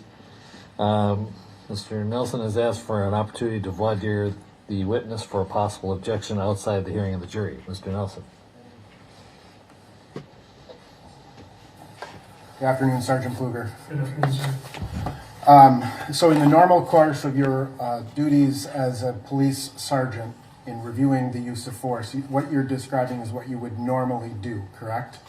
Yes. So if a use of force is reported to you by an officer, in those circumstances, this use of force review occurs by the shift supervisor, correct? Yes. And the shift supervisor would first and foremost report to the scene, correct? Yes. After that point, you would interview the officers that were involved, correct? Yes. You may interview the person upon whom force was used, right? Yes. You may interview witnesses to the use of force if they exist, correct? Yes. You may review body-worn cameras, other evidence, photographs, whatever else may be a part of that process, right? Yes. And it is much greater in, it's a limited, but it's a bigger scope, right? Yes. When a use of force incident becomes a critical incident, however, does your role change? I would no longer do a use of force in a critical incident, nor would I do it if someone had suffered an injury, if they were handcuffed. That goes up the chain then to lieutenant and internal affairs. Okay. So in certain circumstances, you would not be required to do that, right? Correct. And also, in addition, Your Honor, or Sergeant Pfluger, I apologize, you did not do any of that use of force review on May 25th of 2020, did you? No. You didn't speak with the officers in depth about what happened, correct? No. You didn't interview any of the witnesses that were at the scene, did you? No. And you didn't review the body-worn cameras that night, did you? No. In preparation for your testimony, were you given the entirety of the case file for this case? No. I mean, do you have 50,000 pages of police reports? No. Have you reviewed any of the interviews from any of the witnesses? No. Have you reviewed any of the statements that were given relevant to this case by any of the involved officers from those who did give statements? No. All right. So in this case, in preparation, were you allowed to watch the entirety of all of the body-worn cameras? I think I did. Okay. And that was in preparation or while you were being interviewed with the state prosecutors, right? Correct.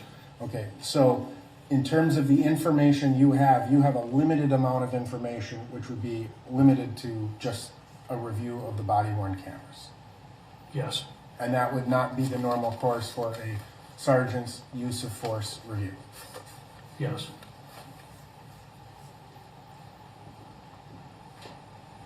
I'm still not clear as to who made the decision in this case. So, Mr. Swisher, I don't have very much of a foundation for who gave this opinion, or gave an opinion in this case. Could you follow up with? I'm sorry, I had a hard time hearing. I don't think I have a foundation yet. It sounds like on a critical incident, it gets passed up. Who made? I don't know who made the decision on use of force. Well, there wasn't. Could you maybe inquire, see where? I can, Your Honor. I want to just clean up one part of the record first. In terms of reviewing the body-worn camera footage with the state, I think the question was state prosecutors. You didn't review them with the state prosecutors, but you have reviewed those with prosecutors. Is that correct? Correct. Right. Other prosecutors, not associated with this particular case. Right. Is that right? Yes. Now, to answer the court's question, in terms of whether or not you did a use of force review pursuant to the policy, in this particular case, you did not, correct? Correct. Right? You passed the scene along and followed the critical incident policy, per the critical incident guidelines. Is that right? Yes. However, in the course of your duties as a shift sergeant, you do force reviews. Is that right? Yes. You follow the policy in conducting supervisory force reviews. Yes.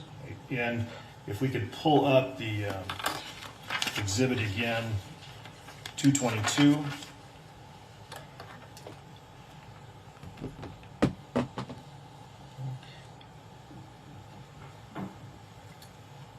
You can go to Any the more next money, page, please. Texas? In conducting a force review, if you could please call out Roman I.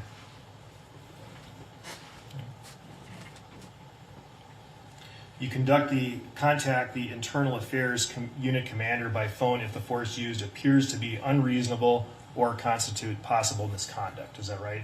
Yes. So you make a threshold assessment of whether or not force is excessive or could constitute possible misconduct. True? True. And if you could go to the next page.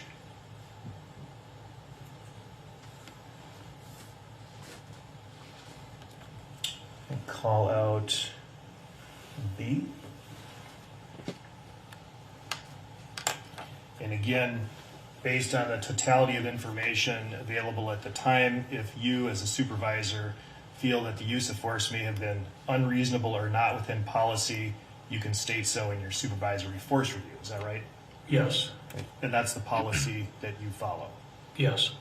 So, Your Honor, I don't believe that this is a lack of foundation. He has clearly qualified to give an opinion, and a limited opinion, that based on his preliminary review, as stated and disclosed, he believed that the restraint should have ended very shortly after Mr. Floyd was taken to the ground, handcuffed, and no longer resisting. And that's the sum and substance of the opinion I intend to offer. If I could just follow up a couple questions.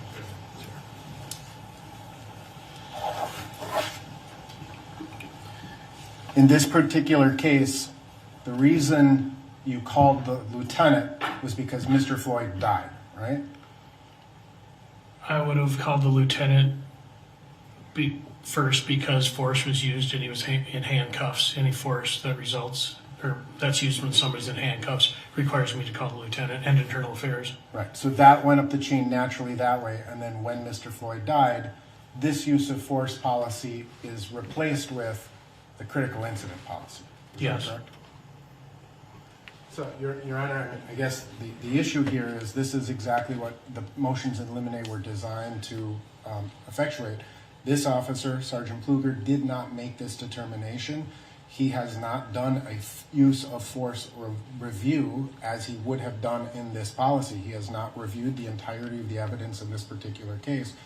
And while he may have seen certain body camera footage and made some determination based on that limited information, he hasn't seen everything else.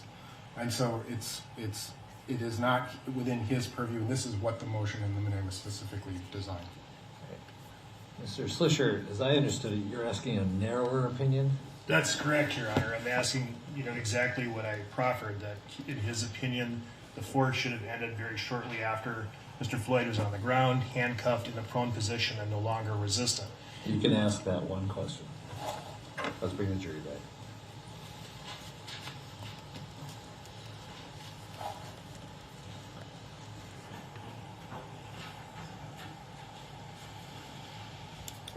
This is probably going to be our last witness. How long is that? Another one in the hall. We could get him done in a half hour. Okay. Sure. Okay. We'll see how it goes.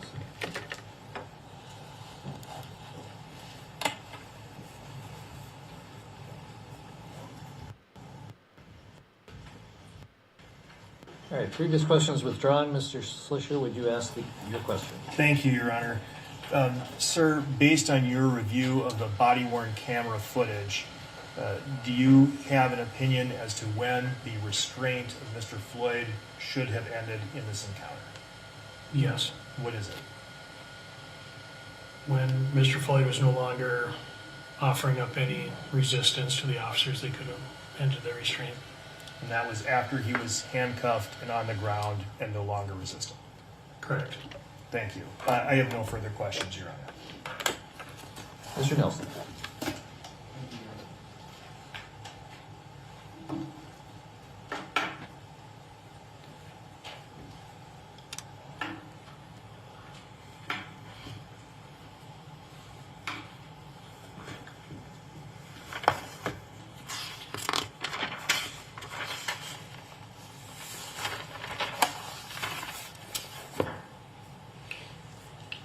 Good afternoon, Sergeant Pluger. Good afternoon, sir. Thank you for being with us today. A few questions that I had to follow up on with you. When a police officer under your command uses force, are they required to immediately notify you? It depends on the type of force. Okay. Are there certain circumstances where you may get a phone call or a radio dispatch immediately? Yes. Are there certain circumstances or situations where you may get a phone call or a report of a use of force within 10 to 15 minutes? Yes. Are there circumstances where you may get a use of force report or from an officer from an hour or two later? Not one that would cause me to have to go to the scene. That would be more immediate. They'd want to let me know right away because I need to get out there and interview the subject. Right. But it could happen within more than, say, 10, 15, 20 minutes that you get that notification. Yes. It would be fair to say that in certain types of use of force, there may be other, or use of force cases, there may be other activities that the officer needs to do after the use of force. Would you agree with that? Yes. So they may use force against suspect number 1, but then they have to apprehend suspect number 2, for example, right? Yes. And they've used force on number 1, but they get number 2 detained and it takes some time, then they call you, right? Yes. Or, for example, an officer may use force on someone, conduct some additional investigation, whether it be interviewing witnesses or gathering evidence, and then call you to report the use of force, right? Yes. Is there a policy within the Minneapolis Police Department that requires an officer who uses force to do that through dispatch channels? No. They could call you on your cell phone. Yes. They could send you a text. Yes. Basically, their requirement is that they need to reach out to you and say, hey, we need you to come to the scene, right? We Yes. use force. Now,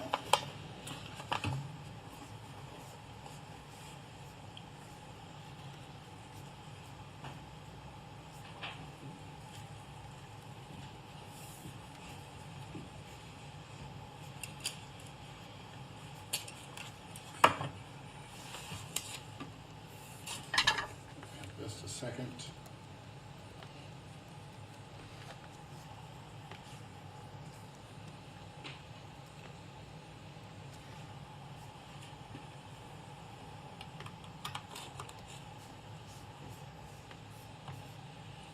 Showing you Exhibit 221. Policy 5-306 regarding medical assistance. What do the first 4 words after medical assistance read? As soon as reasonably practical, right? Oh, Yeah, that's that's fine. 4. Ha! Sorry, you got me.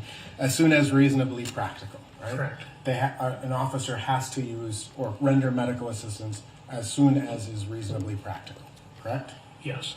Now, are you familiar generally with the Minneapolis Police Department's critical decision-making model? Somewhat. Essentially, when a police officer is engaged in a situation, would you agree that an officer is constantly taking in new information, processing that information, comparing it to what happened before, and making decisions based on information as it comes in? Yes. And information as an officer is dealing with the situation can change, right? Yes. And that information that they take in may change or modify the behavior in response to the situation, right? Yes. So for example, sometimes an officer may decide to use a taser or a conducted electricity unit, right? But then realize, that's not enough, I better get my gun out, based on the threat that they perceive, right? Yes. Or vice versa, they may have their gun drawn, realize that's too much force, put it away, and take out a different tool that they have, right? Yes. So officers are constantly assessing and reassessing a situation based upon the information as it comes to them. Agreed?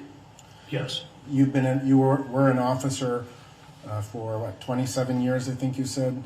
You've, I'm assuming, arrested hundreds, if not thousands, of individuals during your career. Yes.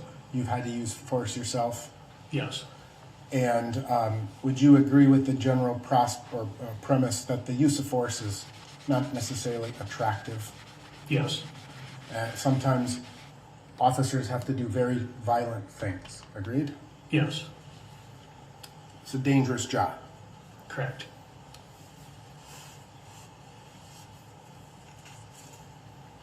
Have you ever heard the term hold for EMS? An officer says, I held him for EMS. I'm not familiar with that. Okay. So if you are involved in a use of force situation and an officer calls for medics, right? And I'm going to strike that. An officer decides to use the maximal restraint or the hobble, right? But a medical emergency arises and they call for EMS. Would it be consistent with the critical decision-making policy to say, I'm not going to hobble this person because I know EMS is on the way? Objection, Your Honor. Sidebar.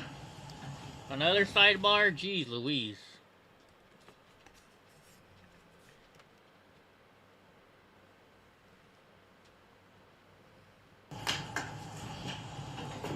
Rephrase. I'll rephrase, thank you. Assume an officer was engaged in a struggle with a suspect and decided to use the maximal restraint technique, but then the suspect had a medical emergency.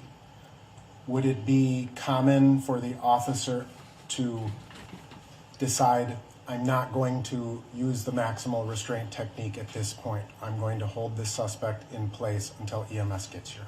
Objection calls for speculation. So your scenario is an officer's planning to use the hobble and hasn't put it on yet, and then the suspect has a medical emergency, and then they decide not to use them, just hold them? Right. Yes. When a maximal restraint technique is applied, the suspect is essentially handcuffed behind their back, and through a series of belts, their legs are bent at kind of an upward angle and then connected to some sort of device right, around the waist. I don't think they bend back towards the back anymore. They like to keep them straight. Straight. Right. So, but there's a tie between the ankles and the waist, essentially. Correct. Right? And if EMS is on their way, the restraint, you've got to take that off and can delay medical care. Agreed? You're saying I'm sorry, would you just repeat that? If an officer uses the maximal restraint technique and EMS has to come, the officers have to remove that potentially, right? Correct. And that can delay medical treatment. Sure.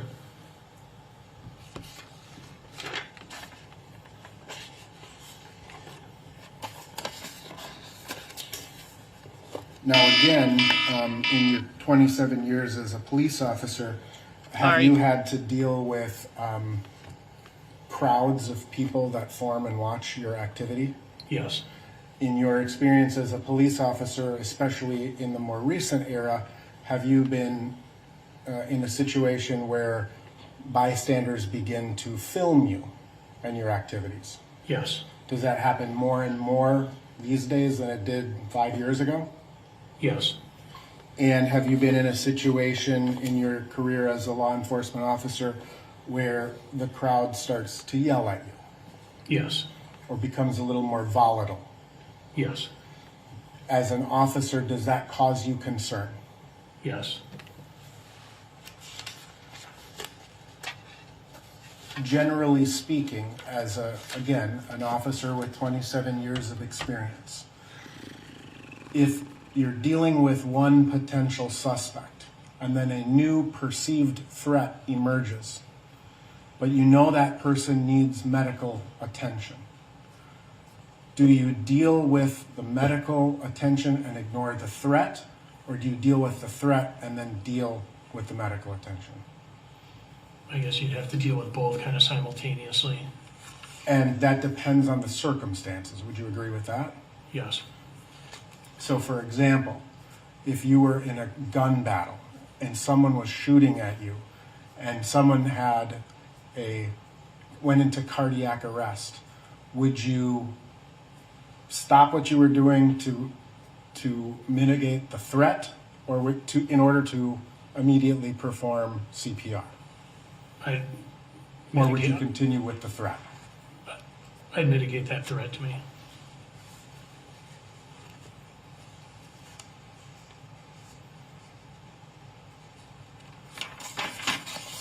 You've gone through all of the standard training of the Minneapolis Police Department? Yes. You had to deal with suspects who've been rendered unconscious? Me too, Paul. Occasionally. You're aware that the Minneapolis Police Department, where the training indicates that you need to be careful because when someone comes back out of unconsciousness, they can become more volatile than they were before? That can happen, yes. You were asked a series of questions about about the sergeant's use of force review, right? A force review. Yes. And in a force review, there are certain things that you're required to do, correct? Yes. That would include having a conversation with the involved officer, right? Right. That would involve potentially having a conversation with the suspect upon whom force was used, agreed? Yes. Review of the body-worn cameras, right? Yes. Review of any other evidence that may exist, such as witness statements, photographs, phone records, whatever it may consist of, right? Yes. It's not a huge, very thorough investigation. It's kind of a cursory look, right? Correct. And, but there's more to it than simply watching a body-worn camera, right? Yes. In this particular case, when you arrived on scene, you initially spoke with Officers King and Lane, and Mr. Chauvin was present in that scene. Right? Yes. And he was listening as Officer King and Lane told you what had just happened. Yes. Now, when, in your experience as a police officer, when a supervisor's use of force, well, strike that. When one group of officers goes to a scene and a second shows up to assist, whose arrest is that? Is it the original officer or the assisting officers? Should be the original officer. And so when you're reviewing a circumstance, is it going to be, would it be your policy to talk to the arresting officers or the assisting officers first to find out what happened? I guess I wouldn't care one way or the other. Whoever wants to tell me the story. Okay. And if one officer is responsible for it, you're going to go to that officer, right? Right. And if two officers, you're going to ask them both. Correct. And if all of the officers are standing around and they're talking about it, that's what you need to do initially, right? Correct.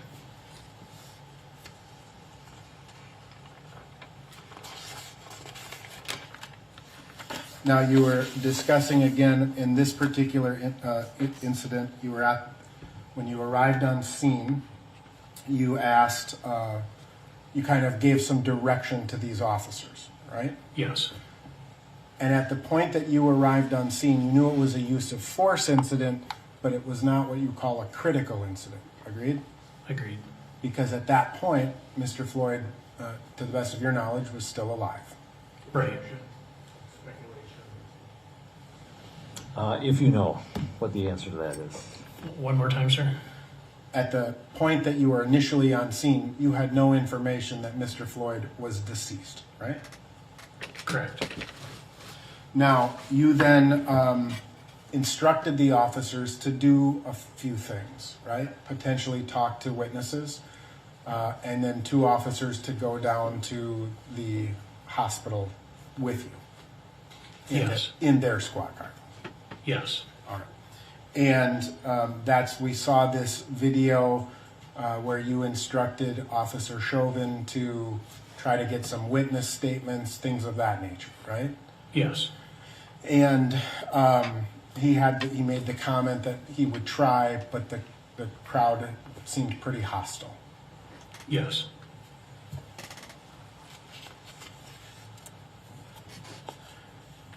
Officer Chauvin and Officer Tao ended up at the hospital with you? They did. And Officer King and Officer Lane remained on scene, right? Yes. At some point when you learned that Mr. Floyd had died, the use of force review was no longer reviewed by you, correct? Correct.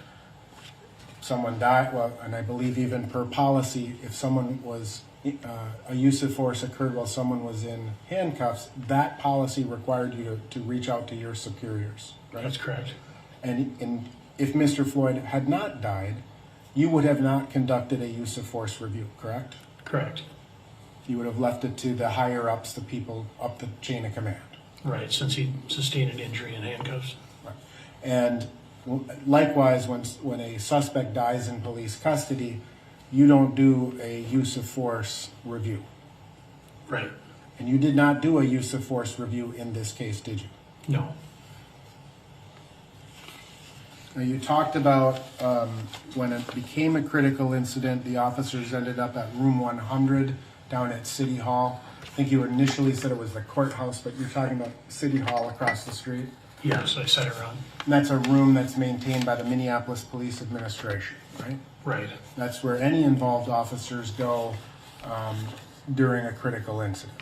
Right. Or officers who are involved or potentially witnesses to a critical incident. Correct. And you understand that the four involved officers were each individually transported to room 100, right? I believe that was the case. And you referenced that at that point, kind of the critical incident policy takes over and certain things have to happen pursuant to the critical incident policy, right? Yes. A whole host of things have to happen, right? Yes. You referenced interviews of officers. You have no idea if interviews of officers occurred in room 100 on or about May 25th, 2020 or May 26th of 2020. I'm not positive, no. Right. That's one thing that could potentially happen, right? Yes. but not necessarily. Right.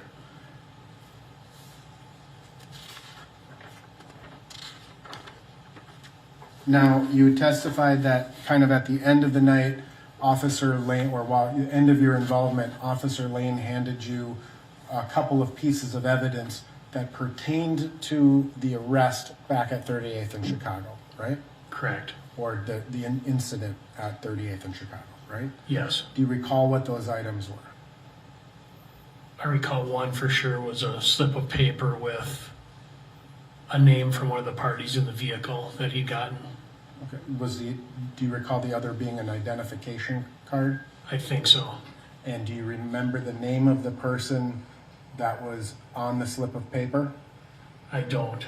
Would it refresh your recollection to review your report that you drafted that night? Yes. May I approach the witness, Your Honor?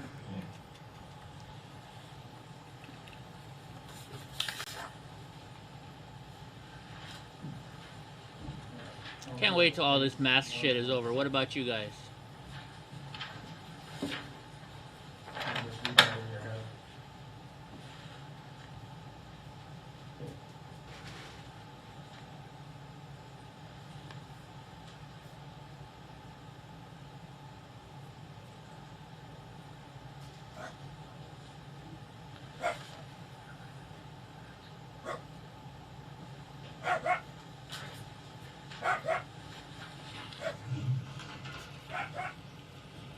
Does that refresh your recollection? Yes. What was the name on the piece of paper? Shawanda Hill? Shawanda Hill. And the other item that he handed you was an Minnesota identification card, correct? Correct. With the name of William Smythe? Yes. What, Donnie? It's not dinner time yet. Why are you all wet?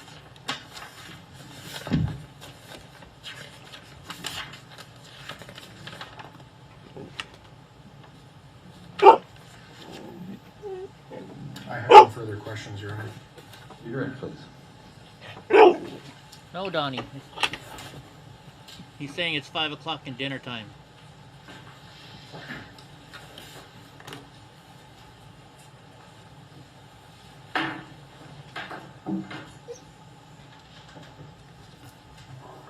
Thank you, Your Honor.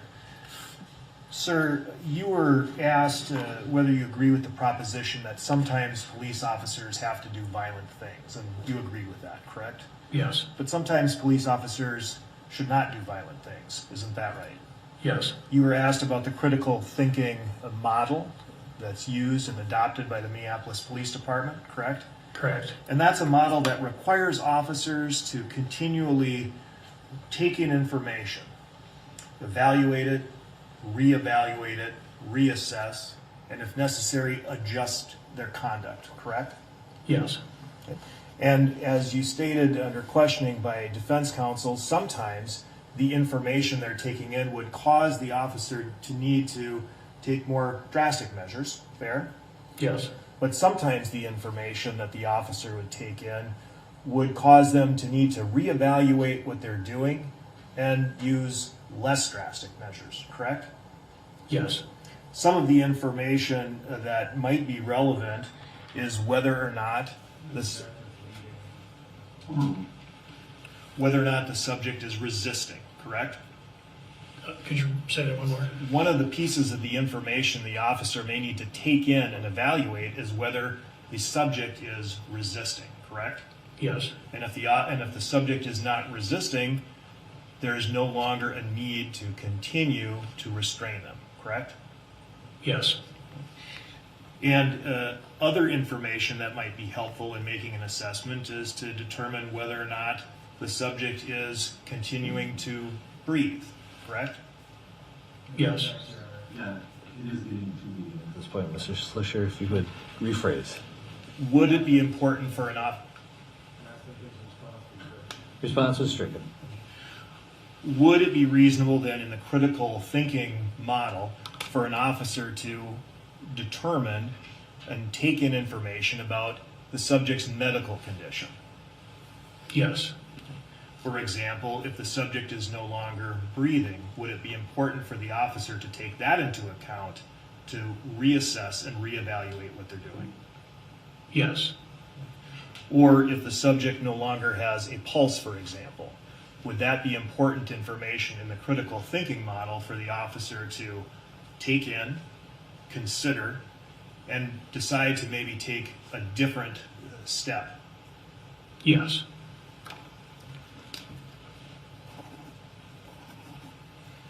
And in such a case, would it be possible then that the officer would not need to do something violent, but would need to do something less violent? Yes. Like render medical assistance? Yes. You were asked about a threat assessment, is that right?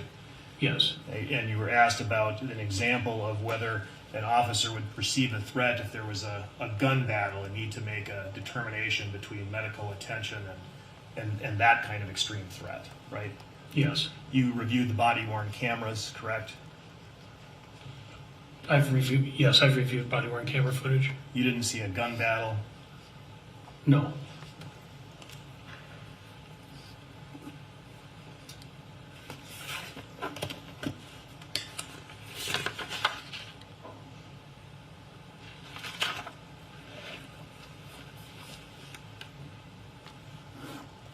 Nothing further.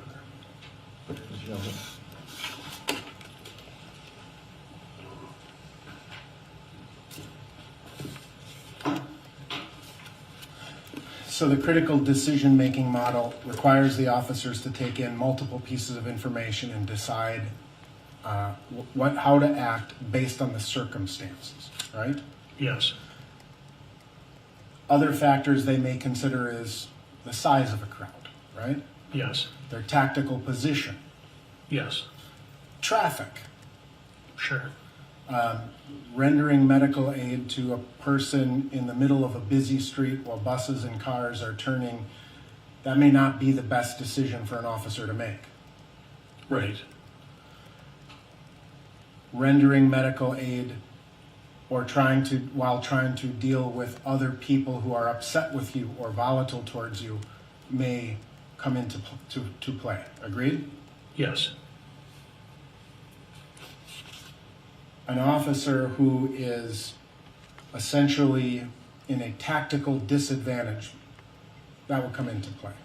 Yes. Officers have to look at lots of different bits of information and decide how to proceed based on the totality of the circumstances and not just one single fact. Agreed? Yes.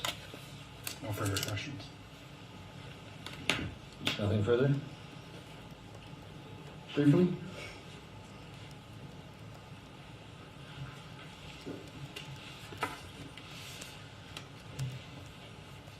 And an officer needs to consider whether other sources of information might be relevant to the need to render medical aid, correct? Yes. Including people telling the officer that a person was in need of medical assistance. That might be important for them to consider. Sure.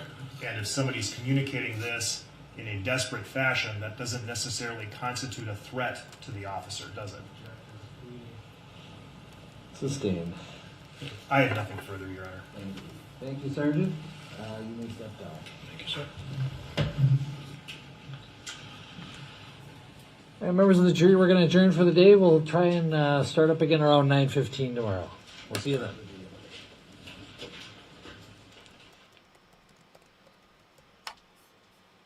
Alrighty, guys.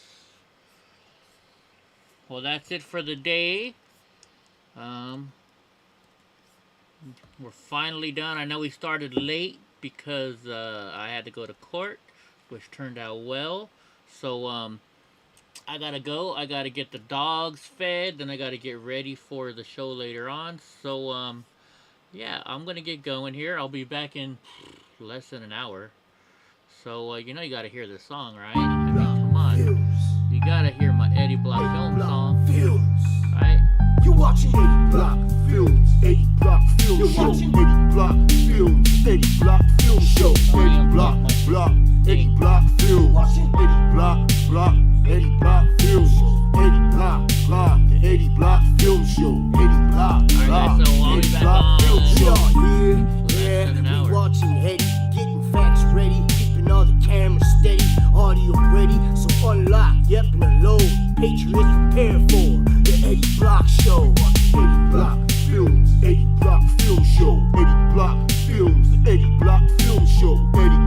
Block, Eddie Block Films, Eddie Block, Thanks, Eddie Pastor. Block Mr. Nice Films. Guy made it for me. Alright, guys, I'll be on in less than an hour. See you then.